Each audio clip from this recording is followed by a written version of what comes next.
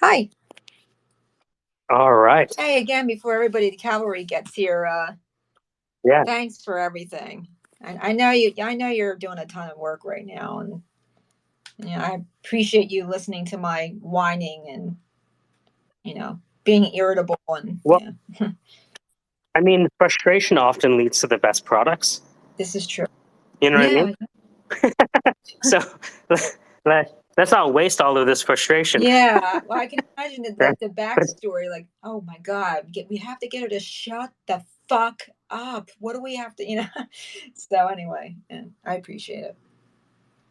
No, believe me, it's I have had to rely on other people teaching me things for free. Like my brother-in-law, both of them, they both taught me stuff from scratch. Right? Didn't ask me for a dime. And I know that because they were willing to help me when I couldn't afford it, that I now have a career doing this. So, Yeah, yeah. Well, it's pay it forward. It's powerful. Well, if you ever are in a panic and it's something I can Oh yeah, handle, yeah. You have received a collect call from Michael Dragdale. You know what I mean? You'll know it's payback time. oh, I hope I don't get that call for your sake. But anything, Look, I hope I don't get it either. yeah, But here we are. sure. Hugh, Sandra had an idea today for a new Yeah, project, what was the project? and we would, yeah. Go ahead, Sandra. Well, we had an idea about taking NFT rankings in terms of volume of sales and velocity of sales, and also looking at influencers and the community and coming up with a system of basically it's either arbitrage or NFTs you'd like to fuck. So that is our official name for the product. And there's a website for it, and it can be used for just about anything you would like, whether you want to find a popular project to follow, or fucking NFT, or flip it, arbitrage, collateral, whatever. So if you want to, It sounds. I love the name. I'm not. I don't really have an opinion on NFTs. They're too weird for me. I'm too old. I'm too cranky. But I like the idea. cool. We think it'll be a lot of fun. So the basic exercise here was Sandra had an idea, and I asked her a series of 6 questions, which is, well, five, which is what is the end result? What is the outcome? And we iterated on that. And then we asked ourselves, okay, well, what do we get out of this? What are the rewards? And then we asked ourselves, how might we fail? Can you hear me? Yes, Yeah. yes, I can hear you. Usually, my my question is it keeping you amused? If you're keeping you amused, then it's probably a good sign. If it's not keeping you amused, it's probably a bad sign. Art's not worth it unless you. Isn't that the truth? Art's not worth. Isn't that the truth? Art is not worth it unless it's amusing yourself. No amount of money can make up for having to make shitty art. So. And I love it. So, yep. So if it's if it's not keeping, my business card drawings, they turn 25 fucking years old this December. That's why I'm at it. And the reason I've been able 25 years. The reason I've been able to do it for 25 years because I've managed to keep myself amused for 25 years. I'm not saying so. No, I like it. It's sometimes there's jokes when I would do stand up. There were jokes that the audience would find funny, but I didn't enjoy performing for whatever reason. Maybe I got bored of the joke, whatever. And I found that the only way for me to make people laugh is for me to actually give a shit about what I was doing. And if I had lost interest in the joke, I would have to throw it out. Not because it wasn't funny, but because I hated telling it. Well, NFTs aren't for everybody. I mean, I'm 50. I love NFTs. I think there's been a few times like this. I remember the Sunnies project. The cute little sun guys. They make me happy, and that's all. For me, it's simple.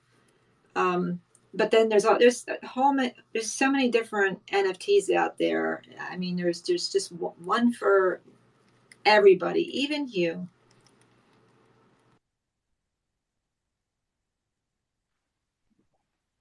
But are there NFTs that you want to fuck? Well, those are the best kind. How you doing, Ryan? Doing good. My grandma just called me. I was not going to Oh, turn down that call. uh-oh. You answered that phone. Yeah, you're smart, But right? Otherwise you'll get yelled at and your ear will get pulled. you don't think twice. All the prayers that's come from that woman, you answered that phone. Oh, yeah. Well, their Grammys are awesome. So how Yeah. is your project going? It's going. Um, if I wanted more feedback, kind of got fear about it. Oh, But no. yeah, it's going.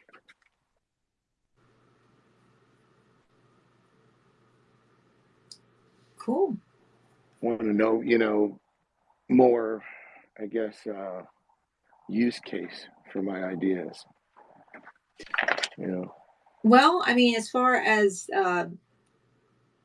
NFTs I'd like to fuck go, what you can do is you can actually use the site to kind of track over time what is trending, what is popular, and whether there's any like themes along the way. Like, for example, maybe everybody over the last year has been like crazily jumping on anything remotely related to apes because of, the Bored Ape Yacht Club. Maybe that's something when you start your next project you want to use for inspiration for, what you're doing in the future. Or maybe you have your own way of using the data that we have to determine that. But I know, like, what you can do with it is you can look at the you'll be able to look at the volume that's being sold over time and how that goes up and down.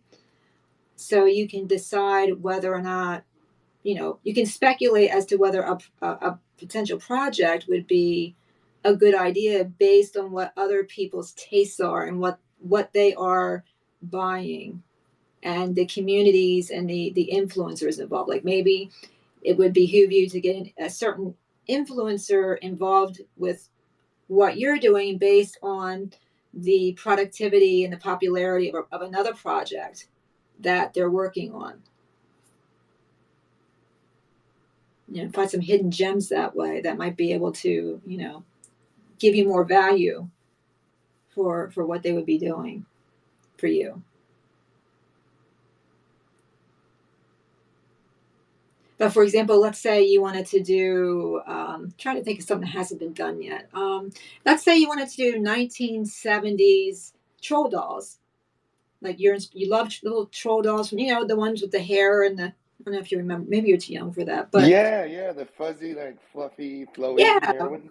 right. So maybe I don't know if there's an NFT project out there already, but anyway, let's assume there isn't. So you could like use the app or the site to look up ideas based on that and see how similar, like, look for analogs, right? Like, if I'm a weather person and I'm like, okay, is a hurricane coming? I go and I look at analogs from previous years to determine what the possibilities are. It's really no different with NFTs, books, or anything else. You look at things for inspiration, and you look for analogs, and you look at the history of what similar projects have done, which you will be able to do through this, to determine whether or not it's a good idea. Like, for example, you know, if there's political events going on and certain projects are up, is that a good idea? I don't know. But, you might be able to find some general trends and themes that you wouldn't otherwise have. My bad, I got rugged. Oh no, Ryan, I lost Yeah, you. but Okay, where was I at? you were saying the influencer and Oh, yeah. okay. Well, I mean, you can look at influence. You can look at projects through this, and let's say there's an influencer that's doing like 3 different projects and they're all doing very well. There could be a relationship between that influencer and how well the project does. So you might want to talk to that person and see if they're a match for your next project. But let's say you wanted to do troll NFTs, right? You decide, oh, I love that 70s troll vibe. I want, let me check to see how other similar projects with the 70s theme, like maybe Pet Rocks or, anything else from the 70s that's similar in idea. You could do that comparison and then determine whether or not, it would help you gather information to make a decision about whether you wanted to proceed with your project. Because chances are, if something similar, you're looking for an analog, right? You're looking for, if there are similar trends from the 70s that are doing well as NFTs and yours has not been done yet, then you're probably going to be in pretty good shape to go forward as long as the quality is comparable. Yeah, that's that is something I haven't quite grasped, is how things trend, and how to figure that out. Like, I don't know how to look at the stats and check your clicks or how many times you've been seen, or traction in that general way, and that's very, very helpful in figuring out how to handle a project's direction, for sure. Gotcha. I see. Well, this is a little off topic, but you know, a project launch can be done similar to an Amazon launch for a book or audio or something on Amazon. There can be an effort made by a group of people to kind of buy a particular product, NFT, book, whatever it may be, all at the same time. Like if on Amazon, when that's done effectively, you'll have a book or a CD or DVD, whatever it is. It'll shoot up to like top 10, and then that author can say, well, my book, my DVD, whatever was in the top 10 on Amazon for X amount of time. We're just simply say, hey, it made the top 10 on Amazon. So you can probably do the same thing with NFTs. If everybody is a fan and they're coordinated and your community wants to help you, they can boost you right on up, and then you can hopefully coordinate and ride that popularity to make your project have a lot of impact and voice and vibe, so that more people FOMO into it. Echelon, what's going on? Yo, what's good? I see you trolling me early. No. So what happened is, Sandra, tell Echelon about why he was featured today. Oh, well, you were featured today because you have an NFT we like to fuck. Oh, y'all want to fuck my NFT? Yeah. Oh, that's We dope. heard that shit was dope like that. You know what I'm saying? Oh, that's dope. I mean, we're 3D modeling them right now, so. And I heard they're making like a metaverse thing where you can put a glove on, get the stimulation, get the feeling. So you're ready to fuck them. All right. So, we're launching this product of it's NFTs we like to fuck. It's so NILF Hunter, in other words. We're hunting down these products and NFTs that are popular, that people love, that are worthy of arbitrage and can be used as collateral potentially. And so the reason that your NFT was put up on our site was because it's really hot and sexy. Well, thank you. I appreciate that. Yeah, the Yobies is pretty cool. We got a few other collections, and I know some of you guys are a little bit like anti crypto-y or NFTs, and I get it. And I was hearing the conversation the other day. I just didn't want to get my energy to it.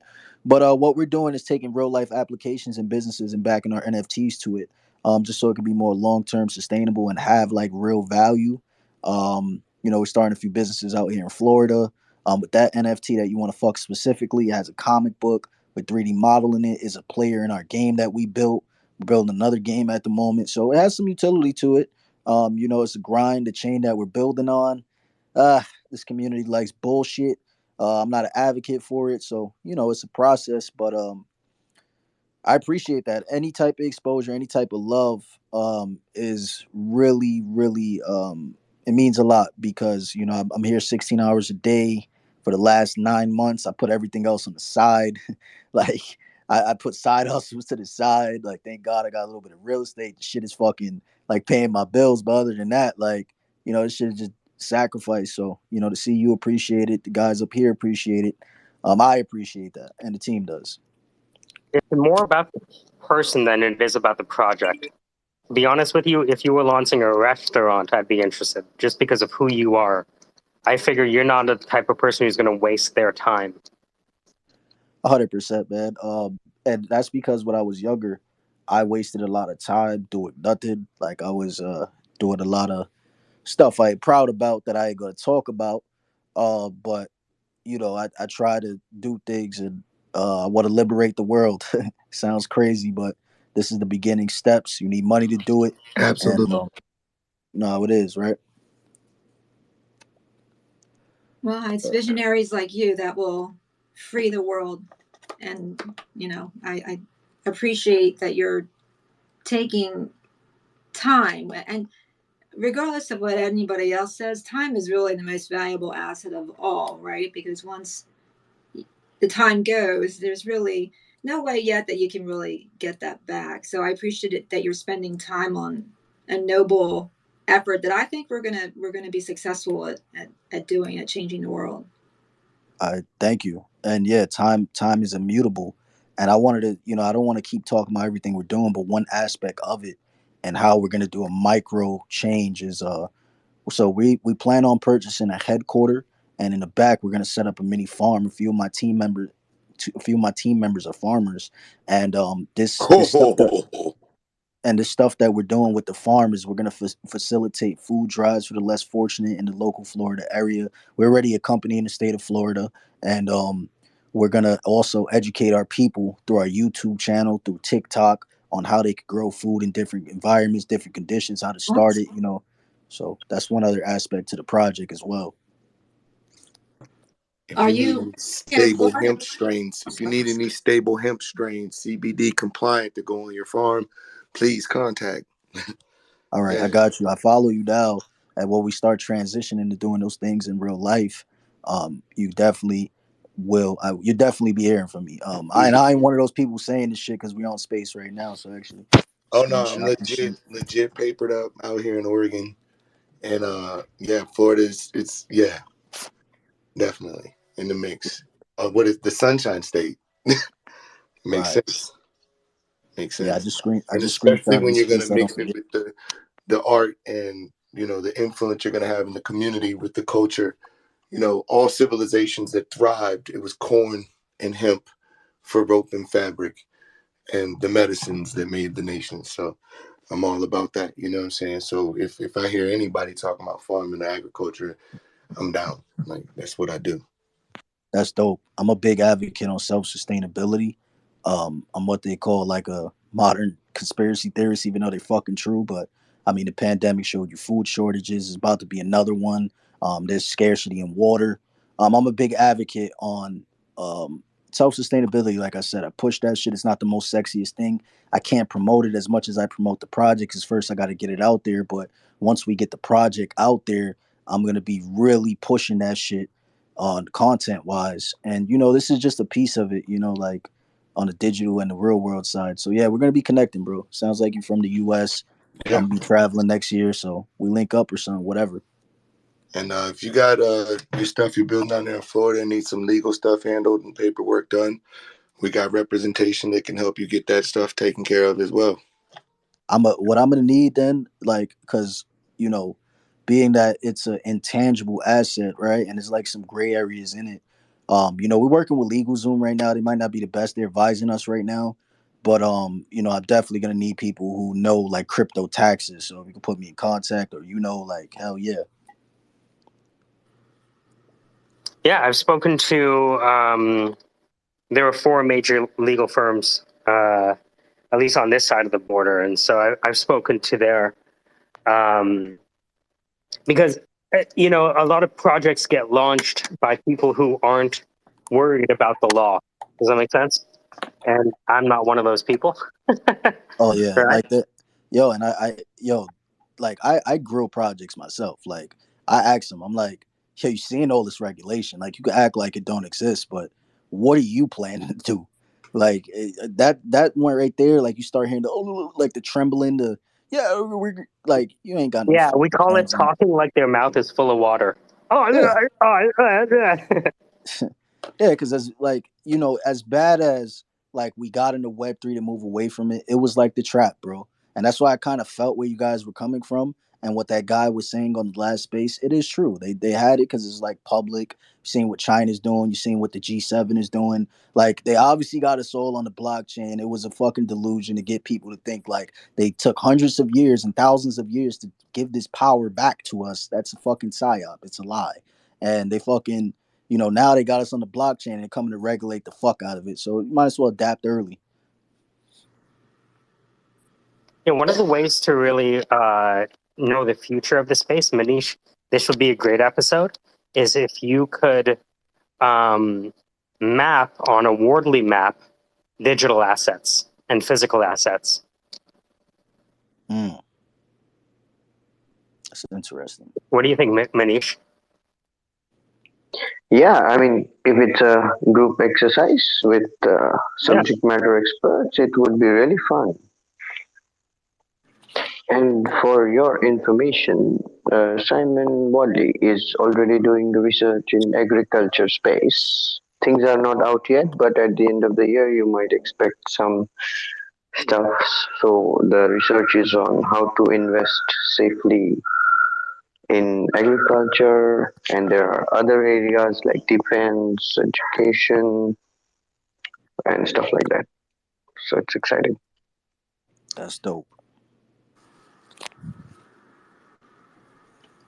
That is dope. Yeah, so like, as a recruiter, I could care less about the technology because at the end of the day, I'm in charge of finding the person who is stewarding the building, right? So the technology is, you know what I mean? Like, it's not interesting. To me, it's the founders that are interesting because the founders are going to determine what happens with the technology, not the other way around. Right.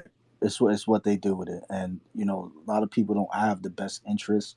That's why, like, I'm not a big proponent on the metaverse, even though by default, like, it's going to be heavily adopted and used. There's a dark side to it, there's a good side to it, but it all comes down to the creator, right? Like, who, like what you just said is very important. Like, there's a whole nother side to it that could play psychological and health affects to people that use this tech, right? Like I follow this one page, like they got school going in the metaverse. They got it so you can like fucking AR shop from like Walmart and get the stuff delivered to your door. I mean, you see the shit that you're doing in society. Like social distancing is bad for humans. Like, and like they're taking it to a whole nother level where they want to keep you in your house. Then they're raising the cost of living through inflation. The jobs is getting replaced by AI and robotics, which is like it's crazy. And it's just I'm on the fence with it. So my idea is to utilize to see how I want to see the fucking world be, and and try to create it, man. Even though Yeah. probably gonna assassinate my ass at one point, but I don't give a Well, fuck. it's one of those things where like a lot of people talking about, oh, we have to regulate this and oh, we have to regulate that. It's like, if you're so afraid of what's going to happen, either do something about it or just stay listener. You know what I mean? There's only Right. the options are very simple, not easy, but they're very simple.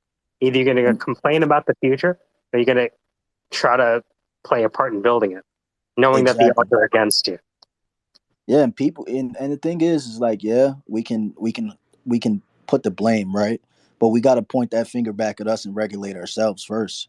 Like we got to take accountability, and like you just said, like you either gonna get with the wave or you're gonna get like drowned by it. So it's like right now you're seeing all this stuff go on. Why not ingratiate yourself in the stuff that is going on and find a way to innovate it or build something that benefits you and a lot of people who's like minded. That's what it's really all about. And a lot of people are late on this stuff, and they're not going to make it long term. Like, you seeing the world shift before our eyes as people who still have this traditional 1980s, 1990s, early 2000s mindset. And I'm like, yo, we in 2022.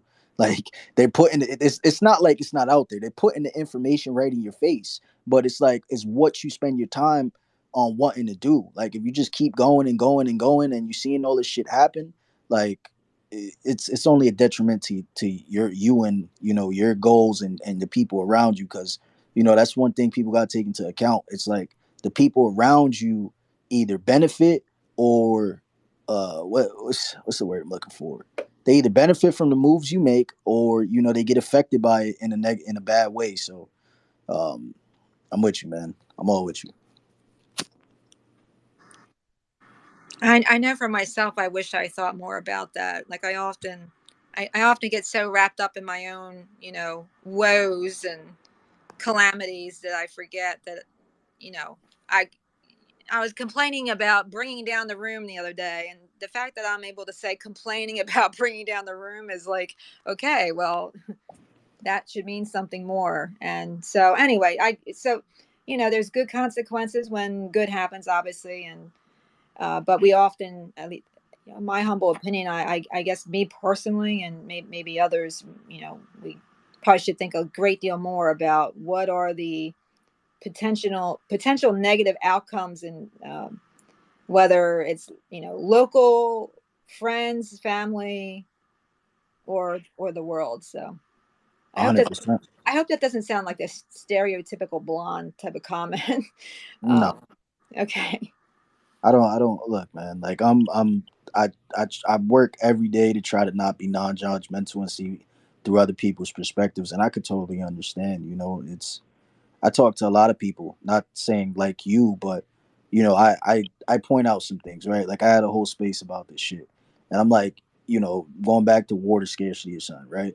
Like, it's something we might not experience, but our great grandchildren, our grandchildren, is going to experience that, and it's like, I talk to a lot of people and they like, yeah, as long as me and my family are good, I'm okay. But I'm like, what about your neighbors? Like, what about your local neighborhood? What about all those Look, people? if your Think on a neighbor is bigger scale. starving, you're not safe. Nobody is Exactly. safe if your neighbor is starving, because if they're hungry enough, they're going to break down your window. Yep. And then the thing, and then you're gonna run out of shit, and it's just gonna turn into like, I try to be rational with it. I try not to be irrational, but like look at the stupid ass riots they had like when this pandemic first transpired. Like, you're seeing people march because they anti-vax or whatever. You're seeing people starving in other countries, and then you're seeing like our government do the same stuff like China's doing, but secretly. And then you're seeing the G7 make all of these announcements. Like, I'm like, yo, it's but amount of time before that happens over here. I mean, the same person who's talking about depopulating the earth by 15%. And the person who owns these vaccines owns almost 80% of the farmland in America. And then you see him, same one saying like by 2030, there's going to be synthetic meat all over the market. Like, these are real problems that I'm like, yo, like, yeah, you don't have to stress yourself every day. And, you might not have it in you to change that. But if you see somebody trying to do that, like, instead of wasting money on bullshit, get behind a common goal that benefits everybody's individual. And it's hard doing that because, they push the media to the forefront, all these distractions, all this stuff going on. You're worried about paying your bills. You got your family. Like, this shit is designed this way, but it's like, if you think it's gonna get better, you're fucking crazy, you know. But yeah, let me stop, man. That shit that be on my mind. Yeah, I think it's on all of our minds, right? So even when I look at NFTs, I look at NFTs as there is a certain class of things in the physical world for which there only needs to be a one of one. Like, for example, if you have a house, you probably don't want someone else to have a deed to your house too. And so there's this whole class of assets that needs to be uniqueized, right? Right. So it's like, okay, so I see the use case there. And again, going back to like, but again, there's technology and then there's what we do with it. And my fundamental thing is, it's not Python that's special. It's Python developers working with Python. Right. And, you might go to one person and be like, yeah, you can't do that. And then you go to another person and be like, yeah, it's easy. Here it is. It's done. So it's not the technology, it's the people. But in the end, I think it was Ron Zakay that said that we often talk about product market fit, but we don't talk about the most important part, which is founder fit, which is who are the initial founders driving the direction. Given the infinite kaleidoscope of things that we could do, what aren't we going to do is almost just as important as what we are going to do. Because if you decide to do everything, you're not going to do anything. Right. So it's not easy. And I think a lot of people, like, I always go back to Zoom, which is like, to me, Zoom should not exist because they were the largest company in the world, already had video calling. And a lot of people would have said, what are you talking about? Google already does this. Microsoft does this with Skype.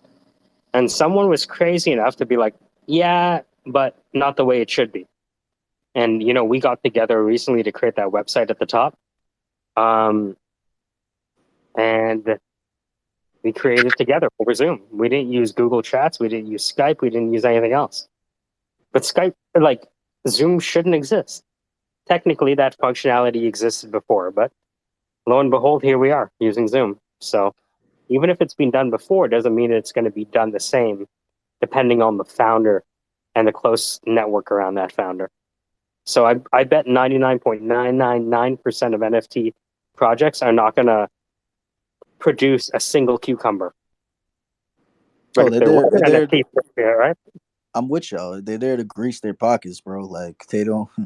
They're not thinking about shit. Like they're like that's why I'm a big proponent on NFTs with real life application because that's making a tangible change. Like on this internet shit is cool, but like let's say the internet shuts down, then what? Like what are you doing in real life? Like you don't have to go as far doing what we're doing or other projects like trying to fucking say, man, like if you're doing something in real life, that's what I get behind. And I get behind the founders, I get behind the development teams as well. Like I invest in the people and their ideas. And NFTs, it gives you the freedom to do whatever you want with them, but it's what you do. And a lot of these people, they're just thinking about fucking making money, like in JPEGs. Like, nah, bro. I'm not for that myself. I bash a lot of people myself. I can't do it because I gotta represent a project. I got a whole team. I got a whole community that fucking depends on me. So if I fucking like come out and say something, I did that like 2 weeks ago, and guess what? They was trying to cancel me 2 weeks ago because I was speaking about a No problem way. that happened. What Oh yeah, happened? there You was this mind guy sharing that it? came into thank God because y'all know y'all not in the AVAX community, but there was this guy, right? This artist, like, and he paid a bunch of influencers and he got his art, it fucking skyrocketed. He's successful. He got about 1,000 ETH on his collection, but then he comes to Avalanche, never shields it on his main account with all his followers, with all his community, comes in, goes straight for the big dog on Avalanche, gets them to back him, makes $100,000, gives them fucking a generative art collection, then dips out and says thank you and pops bottles on a champagne video. And I'm like, bro, like you guys aren't supporting people doing real shit, but you let this guy come in and make 100K on your fucking neck in a bear market. I said something about it. His little fanboys all commented like, "Oh, you're hating, you're jealous." I'm like, "Nah, you guys just don't see things from a different lens, and you guys are against opposing opinions because I'm not here to circle jerk. I don't give a fuck who this guy knows. I don't give a fuck how famous he is. No, bro. Like you people are backwards. You people complain about the shit you support. And that's the problem. And it goes back to what we was just talking about, the complaining. So if you're complaining about stuff that you're supporting and you're not doing nothing to make a tangible change, you're just wasting air. You're wasting energy. What the fuck are you doing? Well, I mean, I think you know what they're doing, right? You know exactly what they're doing. It's Grease transparent. balling Grease balling. And they're grease balling, and they're just grease pumping their balling. bags. Yeah, they're pumping their bags. And I'm like, bro, the only way you're gonna catch me to buy a fucking NFT art piece is if it could go on my wall. It's still not gonna do nothing for me, but hey, at least I get to wake up and look at it every day. Fuck it. I will not buy a art piece, a generative art piece, just to look at it in my fucking MetaMask wallet. Get the fuck out of here. I can't do nothing with it.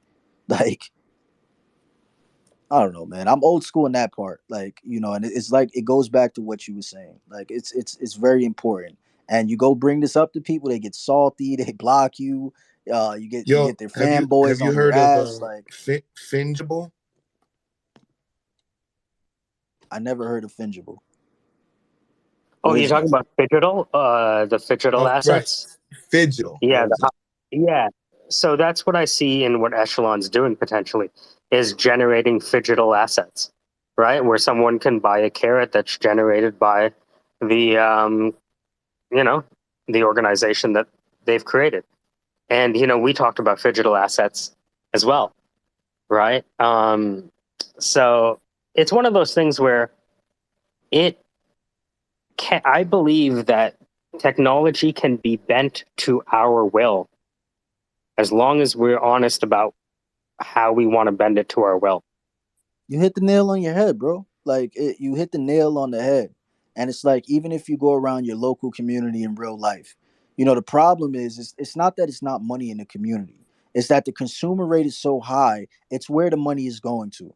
So and then you try to rally up, you try to do something, people don't get against it because they're demoralized or they're dealing with their own shit, whatever. And it's the same thing in the NFT space. Like we have the people here. Like you don't have to make a super amount a donation or a tribute to it, right? Like you get behind somebody who got the vision, the idea, they got the people, they got the team. You get behind, they make a little fucking a little contribution, they execute it, and you're making a fucking change. You're a part of something that's making the change. But you hit the nail on the head. It's about what you do with the tech, and a lot of people aren't thinking on a bigger scale that is going to impact your life and those around you and even more people. Not a lot of people's thinking like that, and that's the problem. And man, you jump on these space with some of these projects, man. You go talk, y'all. This crowd right here, y'all go try to talk to other projects like that, bro. They'll fucking kick y'all off the stage. They don't want to hear it. Look, we all got kicked out so much we just created our own space. And that's why the other night, like I was sitting there, I didn't want to butt in right with the guy. Y'all had Yeah. some valid points, and I feel Mm-hmm. y'all. You know what I'm saying? But I didn't agree with everything that was being said. But I heard you guys out before, like trying to go back and forth. I mean, a lot of the times that, like, when we're just, I used to have my financial licenses back before the crash of 2008, right? And so the reason I gave up my financial licenses is because I didn't believe in any of the companies doing the right thing long enough for the people I was selling to retire. You know what I mean? So I was like, all right, if I can't trust anyone, I can't represent it, so I'm out. And I gave up all my licenses. I respect it. I 100% respect it. If it ain't How fucking ethical, how I am don't I want going to to be sit part of across it. the table from like a family where the guy's working overtime at evenings, and the wife's like a nurse, and I'm going to sit in front of them and tell them, you know what I mean? Put your It's like you're money sitting there. right. No Yeah, it's way. like you're sitting right in front of them, fucking them, like No. literally, like you're Yeah. sitting there, like, like being deceiving and cunning, and it's fucked up. Like, shout out to you for doing that, bro. Not a lot of people would have fucking did that, like, because the money was Oh, good or because the whatever the money case is might be. stupid. You think there's money in NFTs? You should try selling insurance for a day. You get paid tomorrow, and it's in the thousands. And that's why there's so much incentive to not tell people what's going on, because the money is like Ted DiBiase. Everyone's got a price. Well, it just depends on the person, but majority of the That's people on the do got. port. Yeah, right. That's why I think if you're going to look for resilient NFT projects, the only question is that you need to ask is who's the founder and who are the people in their ear. And if you know that, you'll know the future within reason, knowing that previous behaviors indicate future performance. 100%. I agree. Gee, we could actually create the same sort of analog for that. It's already out there, kind of, but you could just determine. I mean, and I'm sure people do that.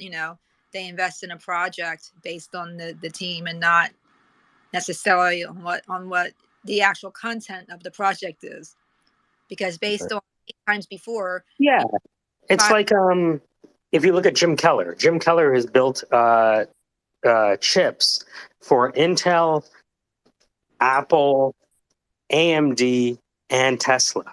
And so as soon as I found out that Jim Keller has a semiconductor chip startup, right? I was like, all right, I'm in. You know what I mean? You got my attention. Right. I don't really care about anything else they're doing, and let alone I don't have the intelligence to understand. I can I can play the YouTube video and kind of live action role playing someone who understands. But to be honest with you, I don't. But I don't think Jim Keller's about to burn his name 60 years into his career. That's what I'm betting on. Oh, yeah. Nothing. And that's sensible. That makes sense. And sometimes it's an easier way to invest. I mean, don't tell anyone. I know it's recorded, but I look at who I know is invested in Bitcoin. How Bitcoin works is actually a little secondary. I know Bitcoin is going to do great things, but I also look at the people who are invested in it to make that determination as to whether I should be into Bitcoin, and that was a big part of it. Well, if you think about it, who, what, where, when, why, and how is how you create the FBI dossier. It starts with who. Yeah. Sure. And No, if you tell me you know who, what's I can pretty much tell you everything else. You know what's crazy? And it doesn't matter how good of a product you have, how good a tech is. Like, it's the people that make it, because it's the people that's using it. It's the people that's building with it. So it just always goes back to the community and the people that's behind it and their intention. Like, they made smart contracts, they made blockchains, but they open sourced it and said, here. Now it's what you do with it at the end of the day. Great. What I missed. Oh, I'm just Sandra, kidding. I can you? thought we were manifesting. I was Yeah, so we are. excited. We, Take a yeah. look at the Sandra. Can you talk about how we manifested today? So there's now, thanks to Mike's sweat and tears, he created a site and an app for NFTs. I'd like to fuck. And basically, you can use it for arbitrage. You can use it for collateral to see if your collateral would be worthwhile collateral. Or you can just use it to follow trends and influencers in NFTs to get a sense of, for your next project, what might be a good direction to head in. Maybe it's, more I titties. love it. Nilf Hunter. That's so funny. So I yes, didn't get it. Sorry. no. It's Nuff Hunter. So you can use that to track down the best and brightest projects and what's trending, what is, if you're a trader, you can, use it for trading. There's all kinds of options for it. So it's pretty exciting. So the website's at the top. The videos play on desktop. They don't play on mobile yet. But yeah, the Sandra had this idea in the morning, and then we asked her, all right, so what's the end result? What are the rewards? How might we fail? Therefore, for us to succeed, what has to be true? How have others succeeded? How might we succeed? Let's get to work and create the prototype, and then test that prototype with 5 people. So, for example, one of the ideas I'm thinking is, who better to ask about what are the next top 5 NFTs I'd like to fuck but Echelon? So the question is to you, Echelon, if you were going to identify 3 to 5 NFT projects that you'd like to fuck, what would those be?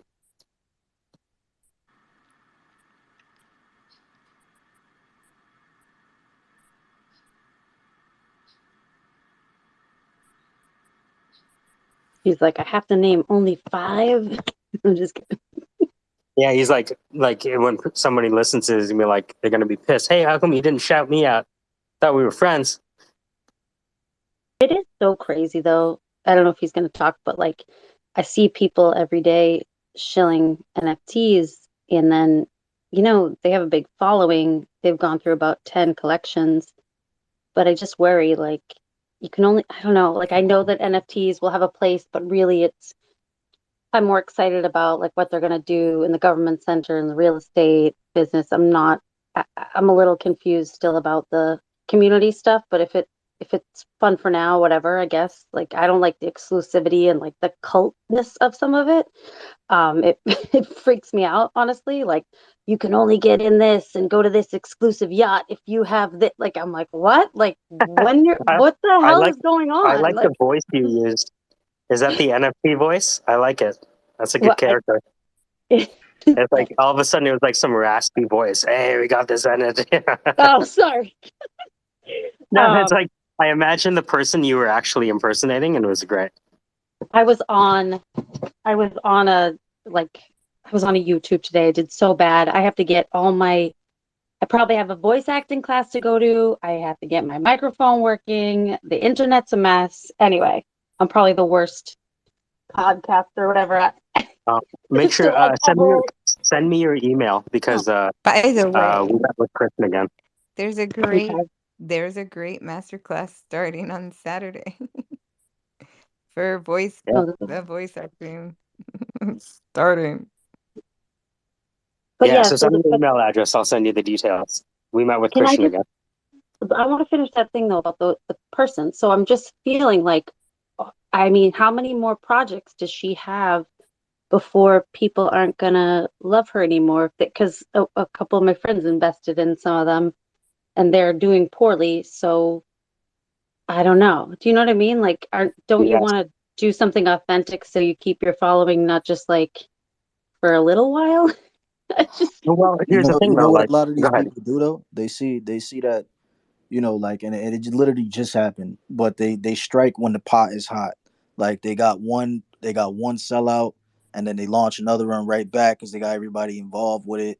And it goes. I don't know if he was in here, but it just goes back to what a track was saying. Like it's what they're doing with it. Like I guarantee you, like link me the project, and I can see what they're doing with it, and I'll tell you. Like it's just one of those hype things just to rally in money. Like it's really just a cash grab.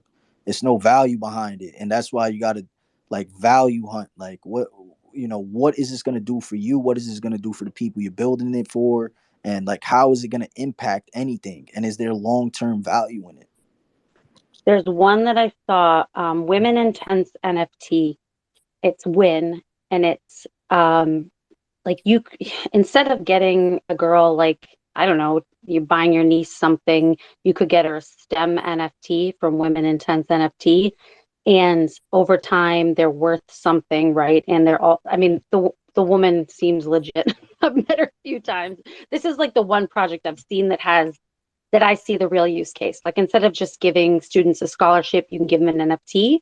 So I thought it was cool. And then they're now in a community where they're trying to get STEM jobs eventually. They're trying to pull people into the STEM community. I thought that was really cool.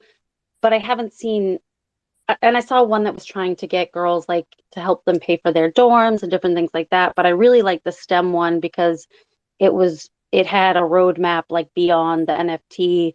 They're gonna buy plots in I think it's Decentraland, and they're gonna do courses there, like decentralized courses. So the NFT will get you like to the courses. So I thought that was cool, but I haven't really heard like I don't. There's like Lazy Lions that's apparently cool, but once again, it's a lot of networking, a lot of exclusivity, a lot of like yacht stuff.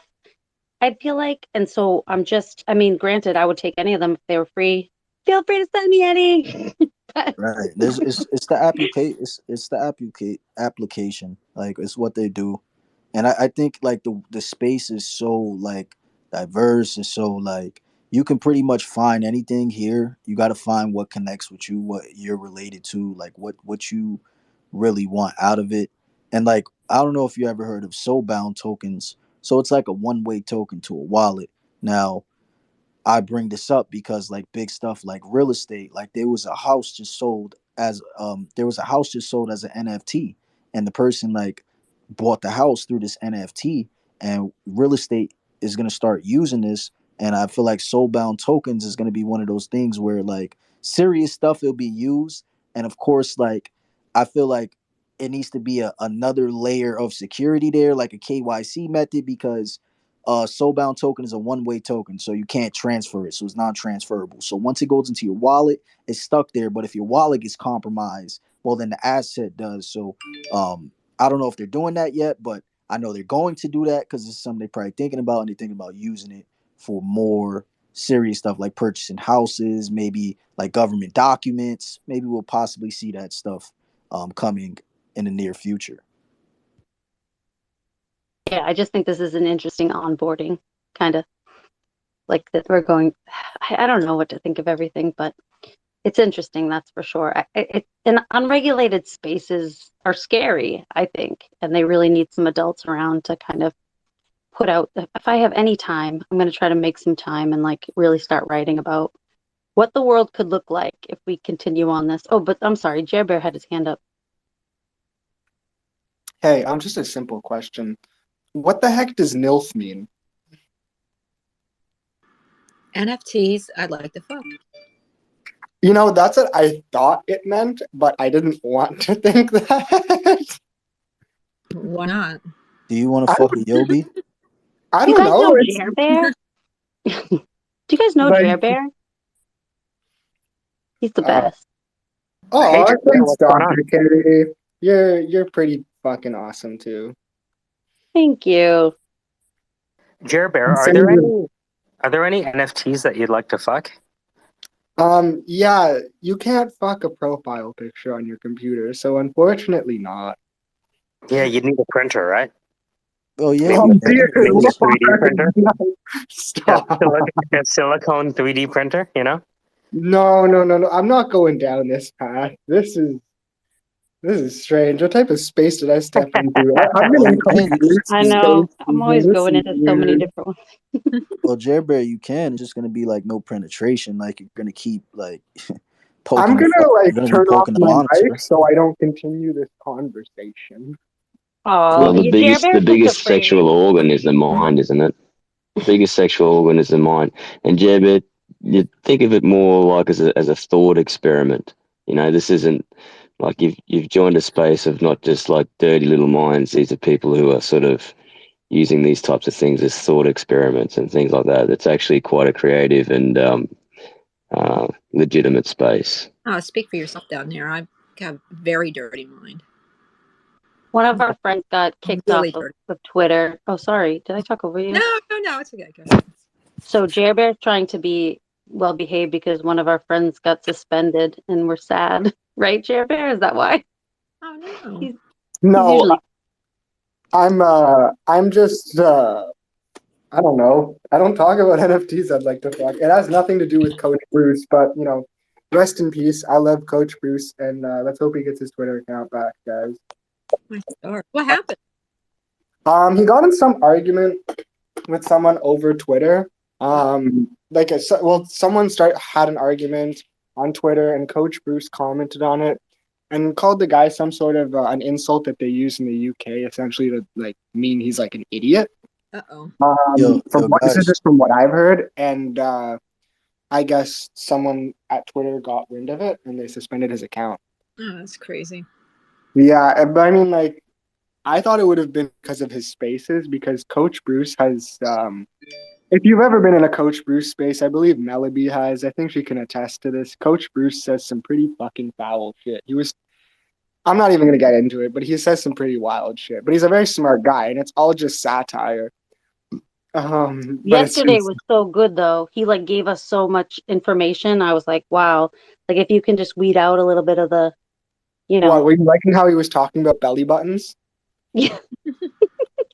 Guys, remember, if a woman's ever talking to you and she points her belly button right at you, it means she loves you and she wants to, have intercourse with you. Just a tip, you know? Yeah, but what if it's in the workplace? I still don't get that. Like I don't. I mean, I'm not like facing them, like, but I don't want to hook up with some of my bosses for sure. You know, I'm just. Just saying. pay attention to the belly button. It might not be directly pointing at you, you know? Smoking Joe. Well, my whole body is facing the person that I'm speaking, so that sounds very weird to me. Sorry. We know about you, Melly B. I'm just kidding. She's got her belly button pointing at everybody. Oh, Lordy. It sounds very scientific. Yo, Yeah. Smoking Joe, welcome to the most craziest space you will ever be on. Yo, bro, I hear what's going on, and I just want to say to the ladies, y'all don't understand the samurai ways. Once you become a yobi, then you know the belly button leads you to the home. You know what I'm saying? Like that's Yo, where the yo, food Joe, go goes. That's listen, where the Joe. ladies fill us with love, and that's where we fill them with love. If you that type of yobi, bro, I'm a big yobi out here. What's up, Nah, yo, y'all? Joe, they created they nah, but look, go to the Jumbotron, right? Go to the first slider and they created a website called NILF. And it's an NFT that they'll like to fuck and they want to fuck a Yobi. And basically they're doing some other cool stuff where it potentially lead to trading, leveraging it. And it's by Sandra and so attract you funding. And all these people up here want to fuck a Yobi. Wait, what? I can't see the picture. I just threw the Yobi on real quick, so DM me, I guess. Like, what are you talking about? What are we doing here? You don't see Jumbotron, NILF Hunter? I Oh, only got The one. I had two. Jumbotron, I love it.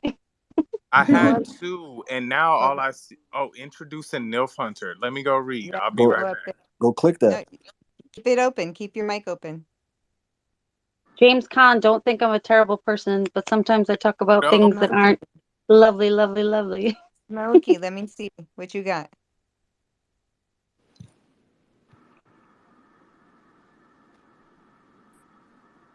Oh, he closed the mic again.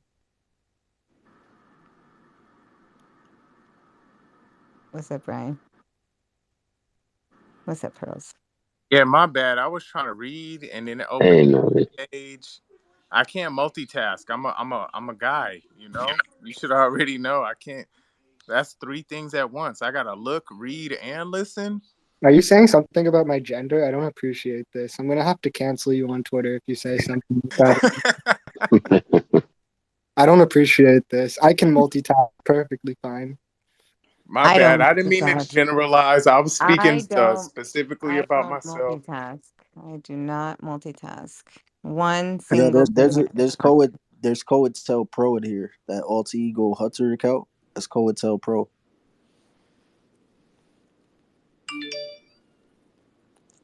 Hey, get about here. Yo, when they dip that quick. Well, if you Wow. mention people, you can say hi instead. Yeah, we need a safe word, bro. You just gotta Oh, say the oh, we safe need like word. a. Oh, he's back. He's back. He's back. Oh, Okay. I'm writing all these things down for my Twitter manual that I keep saying I'm going to do that I never do. But like the Jumbotron, and then what did you guys just say? A safe word. We need a We safe need a word. safe word. Yo, Got a Okay. question what do we call it for that got Saeed and down there? Sandra. What's up? Have you got your 5 members yet? Said that one more. Oh yeah, I got it. There you go. Can we have Sandra make the safe word though? Oh, okay. Oh, I I got it. want Hold her to on. make the safe word specifically because she It's a safe. scares me a It's a bit. safe So Oh, free. that's the safe word. Oh, That's a good. oh. Yes, I got so it. good. I'm tracking. Perfect. All right, that is it officially. Good. Problem solved. wait, what's the safe word? 3 O's. Oh, he's on the stage. Oh. Hello, guys. Who are we safe wording here? Hi guys, how you guys Um, doing? pretty Hi. good, Mister. Hey, Hi. Gas. It's nice. It's nice to meet you, Gas. Nice to meet me. Hi. Just so you guys know, I'm part of Ecoverse, the team with E, co-founder of the Yobis as well. Oh, hey, Yo, hey. so Yeah. Gas, go These to guys. the go to the Jumbotron. They created a highlight. We're the first what can we call this? We're the first contenders Fuckable on their NFT. website for NILF, and NILF stands for NFT. I'd like to fuck, and they picked us as the first project because they want to fuck Yobis. Yo, and I just want to add Well, on to. Hold on, Gas. Let me get this off real quick, Gas. I just want to put this out there real quick, y'all. I'm the only one with a Yobi NFT PFP in here right now. You know, with the Gas is on the team. Shout out to Gas, but peep the PFP. Just a quick question. You really sure you want to fuck with a samurai or a ninja? Because, that's a quick recipe for being killed. Nah, the ninjas just do the sneaky thumb thing, you know? No, they talk about like fuck it, like sex, interaction, But they things like get the that. Yeah. job done. Yeah, we fuck with you. Definitely. I'm gonna try to like they anti crypto up here besides Sandra, and we're gonna try to onboard them guys. So help me. Well, Wait, there's anti-crypto people in here? I wanted to know from Gas and Smoke why it is they bought in to Yobi. What is it about Yobi that sets Yobi apart from every other project that you could have bought in but didn't? Why do you fuck with it? I don't know how much y'all done been around. Y'all should spend more time around and really get to know E. Um, he's a special character, and like he has me in this life or death contract where if I don't go to his on the block, if I don't go to his Twitter spaces, he gonna cancel me and Bro, empty you're my gonna wallet through the you got me contract. sounding like a cult leader, bro. Don't do that. No, it's not cold. It's fan. Oh no, it's not fan. We a secret society. We upgraded. We upgraded. We a secret society now. No, I'm No, playing. he Now has E his is special trust. though. I fuck with E. And the reason I aped into the Yobis, to be 100% honest, was FOMO. Like I was looking at them. I was supposed to buy mine a week ago, but I got a OG Ego because I wanted the airdrops and stuff like that. So I blew my AVAX bag on that. And the Yobis and stuff was at point 0.3. So I wanted to buy one of each like a week ago. So I was already on this wave. And a lot of it was just supporting E because I've been rugged so much and I'm from Harmony. I started in the Harmony ecosystem. If you don't know about it, we had the $100 million hack, and our leadership, bro, like, man, 2 weeks ago, the fucking founder just went to Burning Man while everybody's trying to fix the chain. So going through stupid shit like that with leadership made me want to invest in people and good people that I can look up to, that I can trust, that I can respect, that I can believe in, that have a good, crazy vision. And then what really made me drop the bag and spend the money is this motherfucker went out and got like 2, 3 projects, and their NFTs are already like beta testing live in his game. Like you could see the sloths, you could see the other ones. And I shot him today. I was like, bro, if you doing that, I've been rocking with EOTM for a year, and we got a bunch of like diehard holders. And all we have is staking live right now. So like if we could play in the game, that'll bring more people over. And I'm trying to work out some collabs like that to build the atmosphere and like the group of people playing and everybody involved. But I rock with E. I see the collabs and the cross um project partnerships and like the respect and love he's given to not only just putting other NFTs in his game, but this motherfucker's out here buying other people's shit too. So as far as a leader in the space, I fuck with him. Let me ask you this: if Echelon wasn't there, would you care about Yobi? It depends. You can't really say that because Yobi has like 2 or 3, correct me, E, like 2 or 3 other projects already live, like playing in his game. I like that. E did that. So if you take away him, are you taking away the partnerships that are involved with Yobi? Are you taking away the community that's backing Yobi? Like, what do you take away when you take away E? Because like him not being there, cool. Like I've been doing this for a year and a half, 2 years, and I've always been the same from day one. I want to see partnerships. I trust devs more when they work together. I think they'll build better. They'll learn from each other. We can cross market and cross campaign, and everybody can maintain their niche. Like it just works better when we work together. So that's something I've always looked for. You know what I'm saying? So if you take E away and you take that away, nah, I'm not really fucking with Yobis. But if I can keep the good points and you take E away and I'm getting paid, hell, get that nigga out of here, bro. Get him out of here, bro. Put me on the jumbotron, shit. Yeah. Go ahead, Gas. Yeah, I just want to reply to the gentleman who asked what separates Yobis from the rest of the projects. Well, number one, pretty obvious. It's under the Egoverse umbrella, right? So Egoverse is one of the most progressive projects on the Avalanche blockchain. Number one. Number two, what So, separates so us from the rest of the what's projects? what's number one? What's the ego first? The Egoverse is a project on the Avalanche blockchain. We incorporate Web two, Web three within real life businesses, right? Um, so we started off with the Genesis Zero collection, which is the alter ego punks, um, and it was mint out. It was a 1,000 piece NFTs. What we are doing in our roadmap so far, what we've done is that we did our FPS first person shooter game called the Ego Versus. We're doing also, we are building the second game, which is an MMORPG game. Plus, we are an established LLC in the state of Florida. So that's a little bit of a taste of what Egoverse is. Now, going back to the Yobis, the second thing that differentiates Yobis from the rest of the projects is that we did something that was never done on the Avalanche blockchain. Our mint was conducted on two marketplaces. The samurais were done on Kalau, the ninjas were done on Campfire, right? And the second, well, we had a utility and it was launched to all our holders, which was a comic book, a virtual comic book that will soon become a real life comic book. And on the long run, we are thinking of making it in a VR version, right? So, and there's a lot more coming along the way. So, hopefully that answers your question. Hey, Gas, I got people for that VR shit if y'all need help. I'm gonna be honest. Um, they these guys here, we was just having a whole discussion before y'all came in about real like real world application, and what founders are doing with it, and on the digital side of it is cool, right?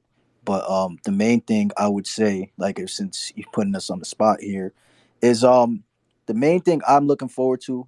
Shout out to you, Saber. That was funny, right?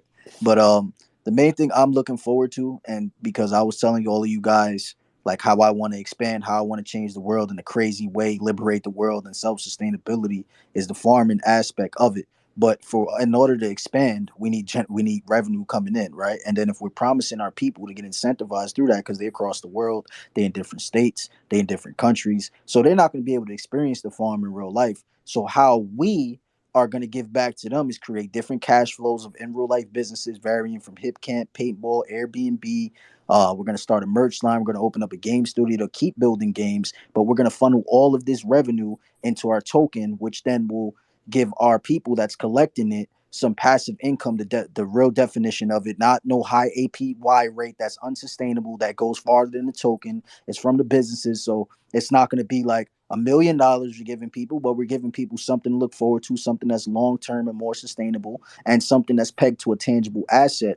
And through this, we're going to expand. And me personally, my take from the company, I'm using that to go and do the crazy stuff I want to do with the world. Like, I was rich before this project. I don't come from a silver spoon, right? Like, I had to hustle for everything I know. My parents didn't teach me shit about financial literacy. I was in the middle of the Bronx doing X, Y, and Z. You put your fucking imagination to it.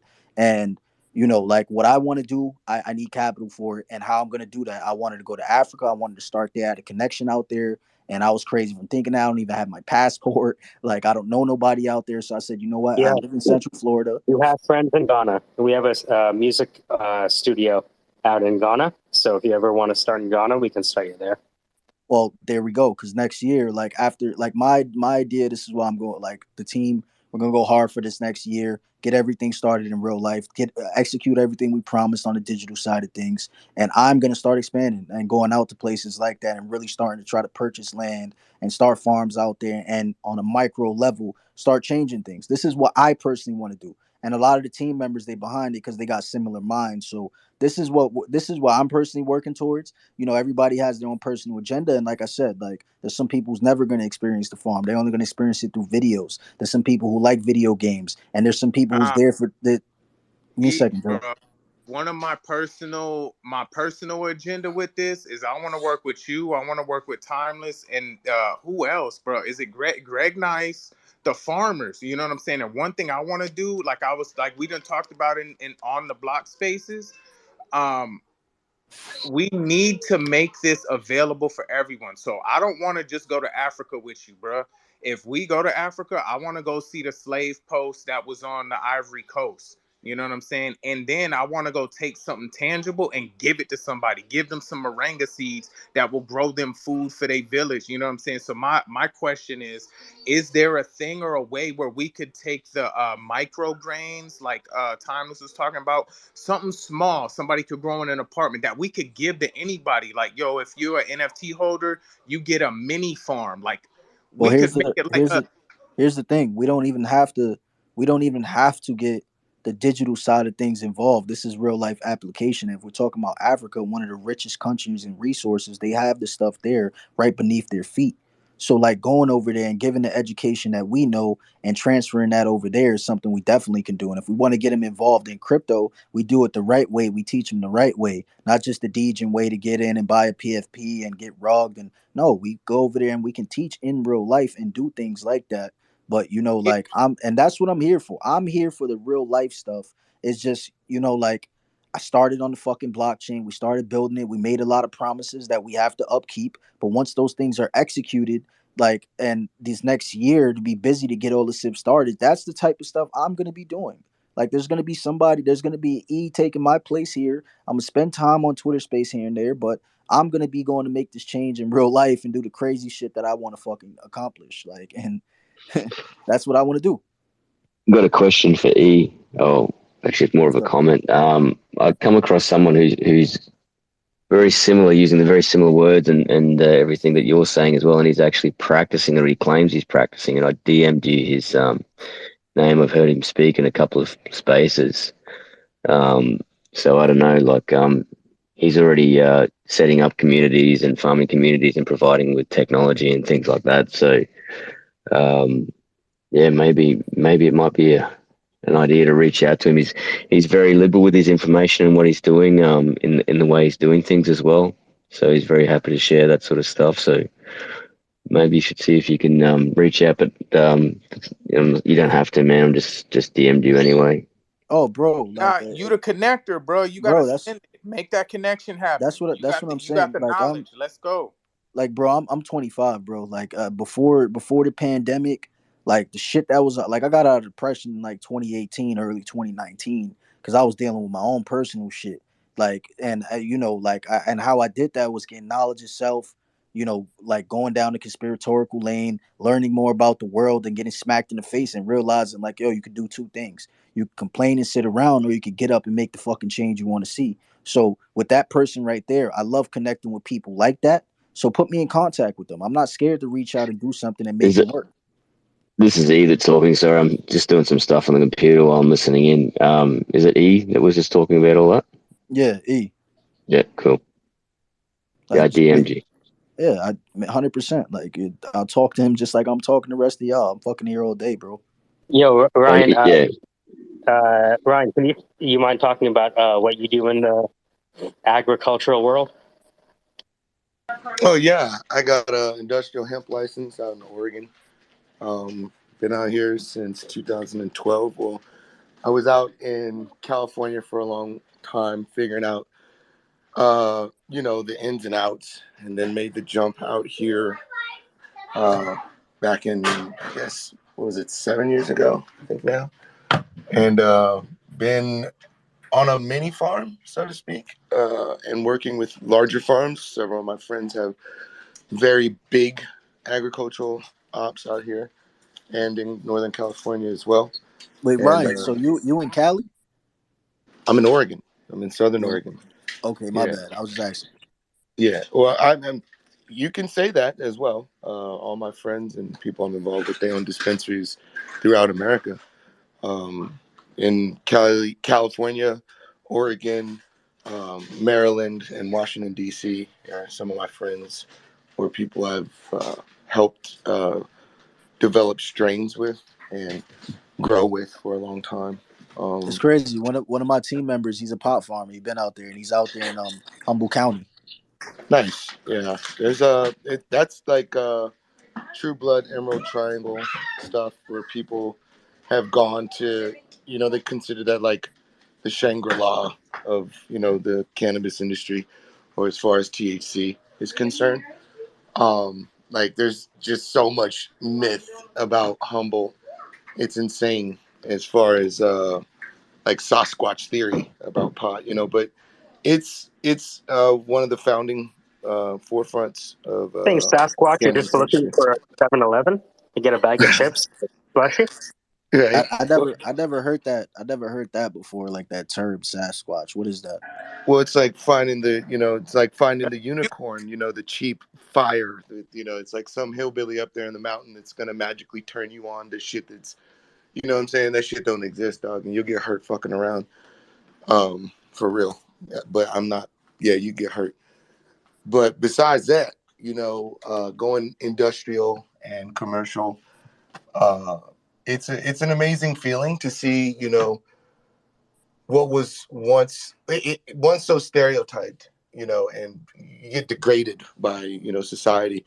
It's drugs this and drugs that, and then to see all this, change come where people are like growing it acre by acre, it's amazing, and especially to hear you say that you're looking into the agricultural. Well, not only do I farm hemp and cannabis, but I have like a small mini farm of my own on my own 3 acres.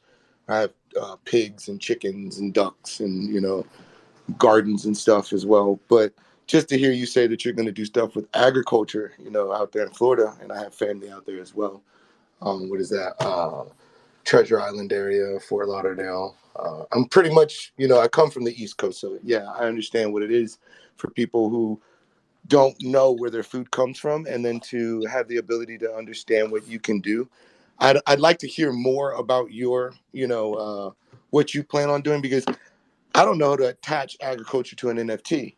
I am, as So you I'll know, involved in a completely other industry. So I'd like let me to, say this I'm though. all ears. I'm only learning, fans. Of So course. So let me say this. So the farming aspect of it is for two objectives. It's to educate people and it's to give back to people who's less fortunate in the area. There's no attachment to NFTs from that. We're not making money from it. We're not selling it. We're not like that's not our goal with that. Our goal is to push the self-sustainability with it. So there's the NFT attachment comes from the in real life businesses and the gaming side of it. But the farm is just another aspect because I'm like, yo, this is stuff I've been studying.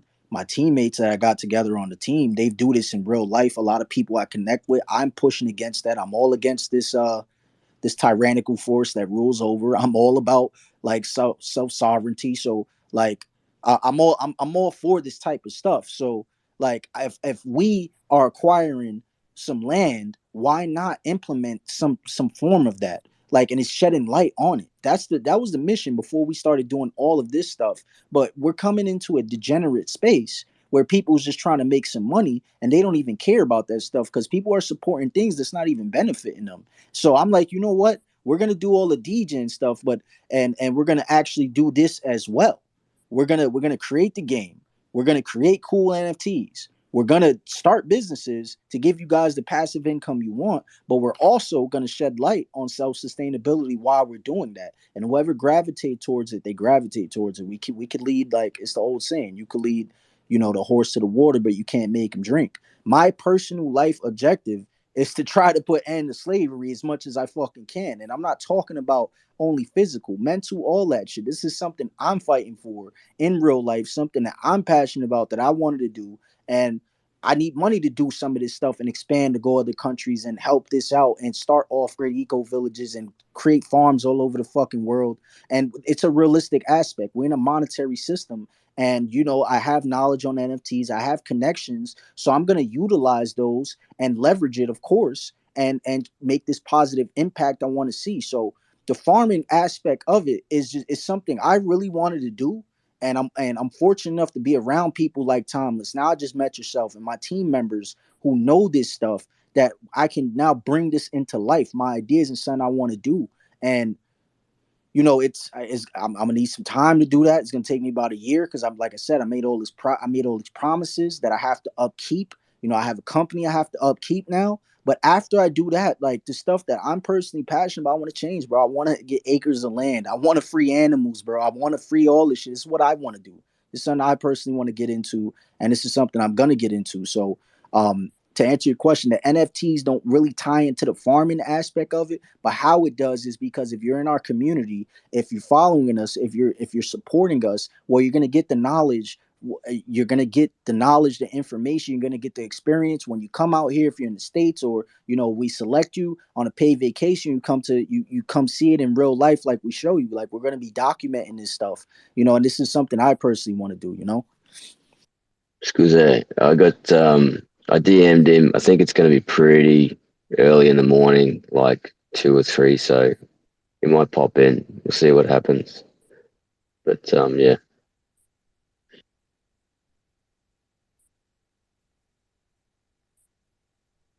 Yo, E, can I disagree with you, bro? Yeah, you Can can, I bro. Like disagree I with don't. Yo, bro, listen. Can You know I'm the big. can we go in real quick? Yo, listen. I'm the biggest advocate on if everybody's agreeing with each other, there's a problem. Like call me out on Hey, my shit. I invite. but can I go hard at you real quick? Yeah, go ahead. Okay. So one of the things that I in my paranoid mind seen in your white paper is, nigga, you own the farm. Cool with that. And I rock with you. I love you, bro. Right. But now hearing you say the farm isn't profitable, that makes me nervous. That means you own the farm. So No. my disagreement, the first thing I heard where I'm like, nah, fuck that, bro, was you said, oh, the farm don't got to be profitable. To me, when you're growing food on land, that is gold, bro. That's better than oil. That is profit. You're naturing profit the same way these fucking degens pull money out of thin air and make dope shit like chicken. Them niggas is busting, bro. Nah, 100. And I don't fully understand it, but if you don't have a service to provide to the greater community to pull fiat into your cycle, then it's a bubble. You know what I'm saying? So if we got access to food and growing, and that was my thing, what I was asking earlier is I want a way to share it with everybody because you can't bring the farm to everybody. I would love to research growing mushrooms, growing whatever them weird shits that people eat there that are expensive. They're in the dirt. It's like a mushroom. I forgot, but they're expensive. But Morels? Joe, let me say something real quick. Let me respond to you real quick. Yeah, yeah. Like you saying you want to learn, that's what we're providing with it. Is giving you the experience, watching it, documenting it, talking about it, like posting content about it. Like the But I'm goal saying, the no, goal never was to monetize that. The you goal. can monetize. I feel you and I respect that. But you carrying people. It's not just your vision. You put your vision onto all of our backs as well.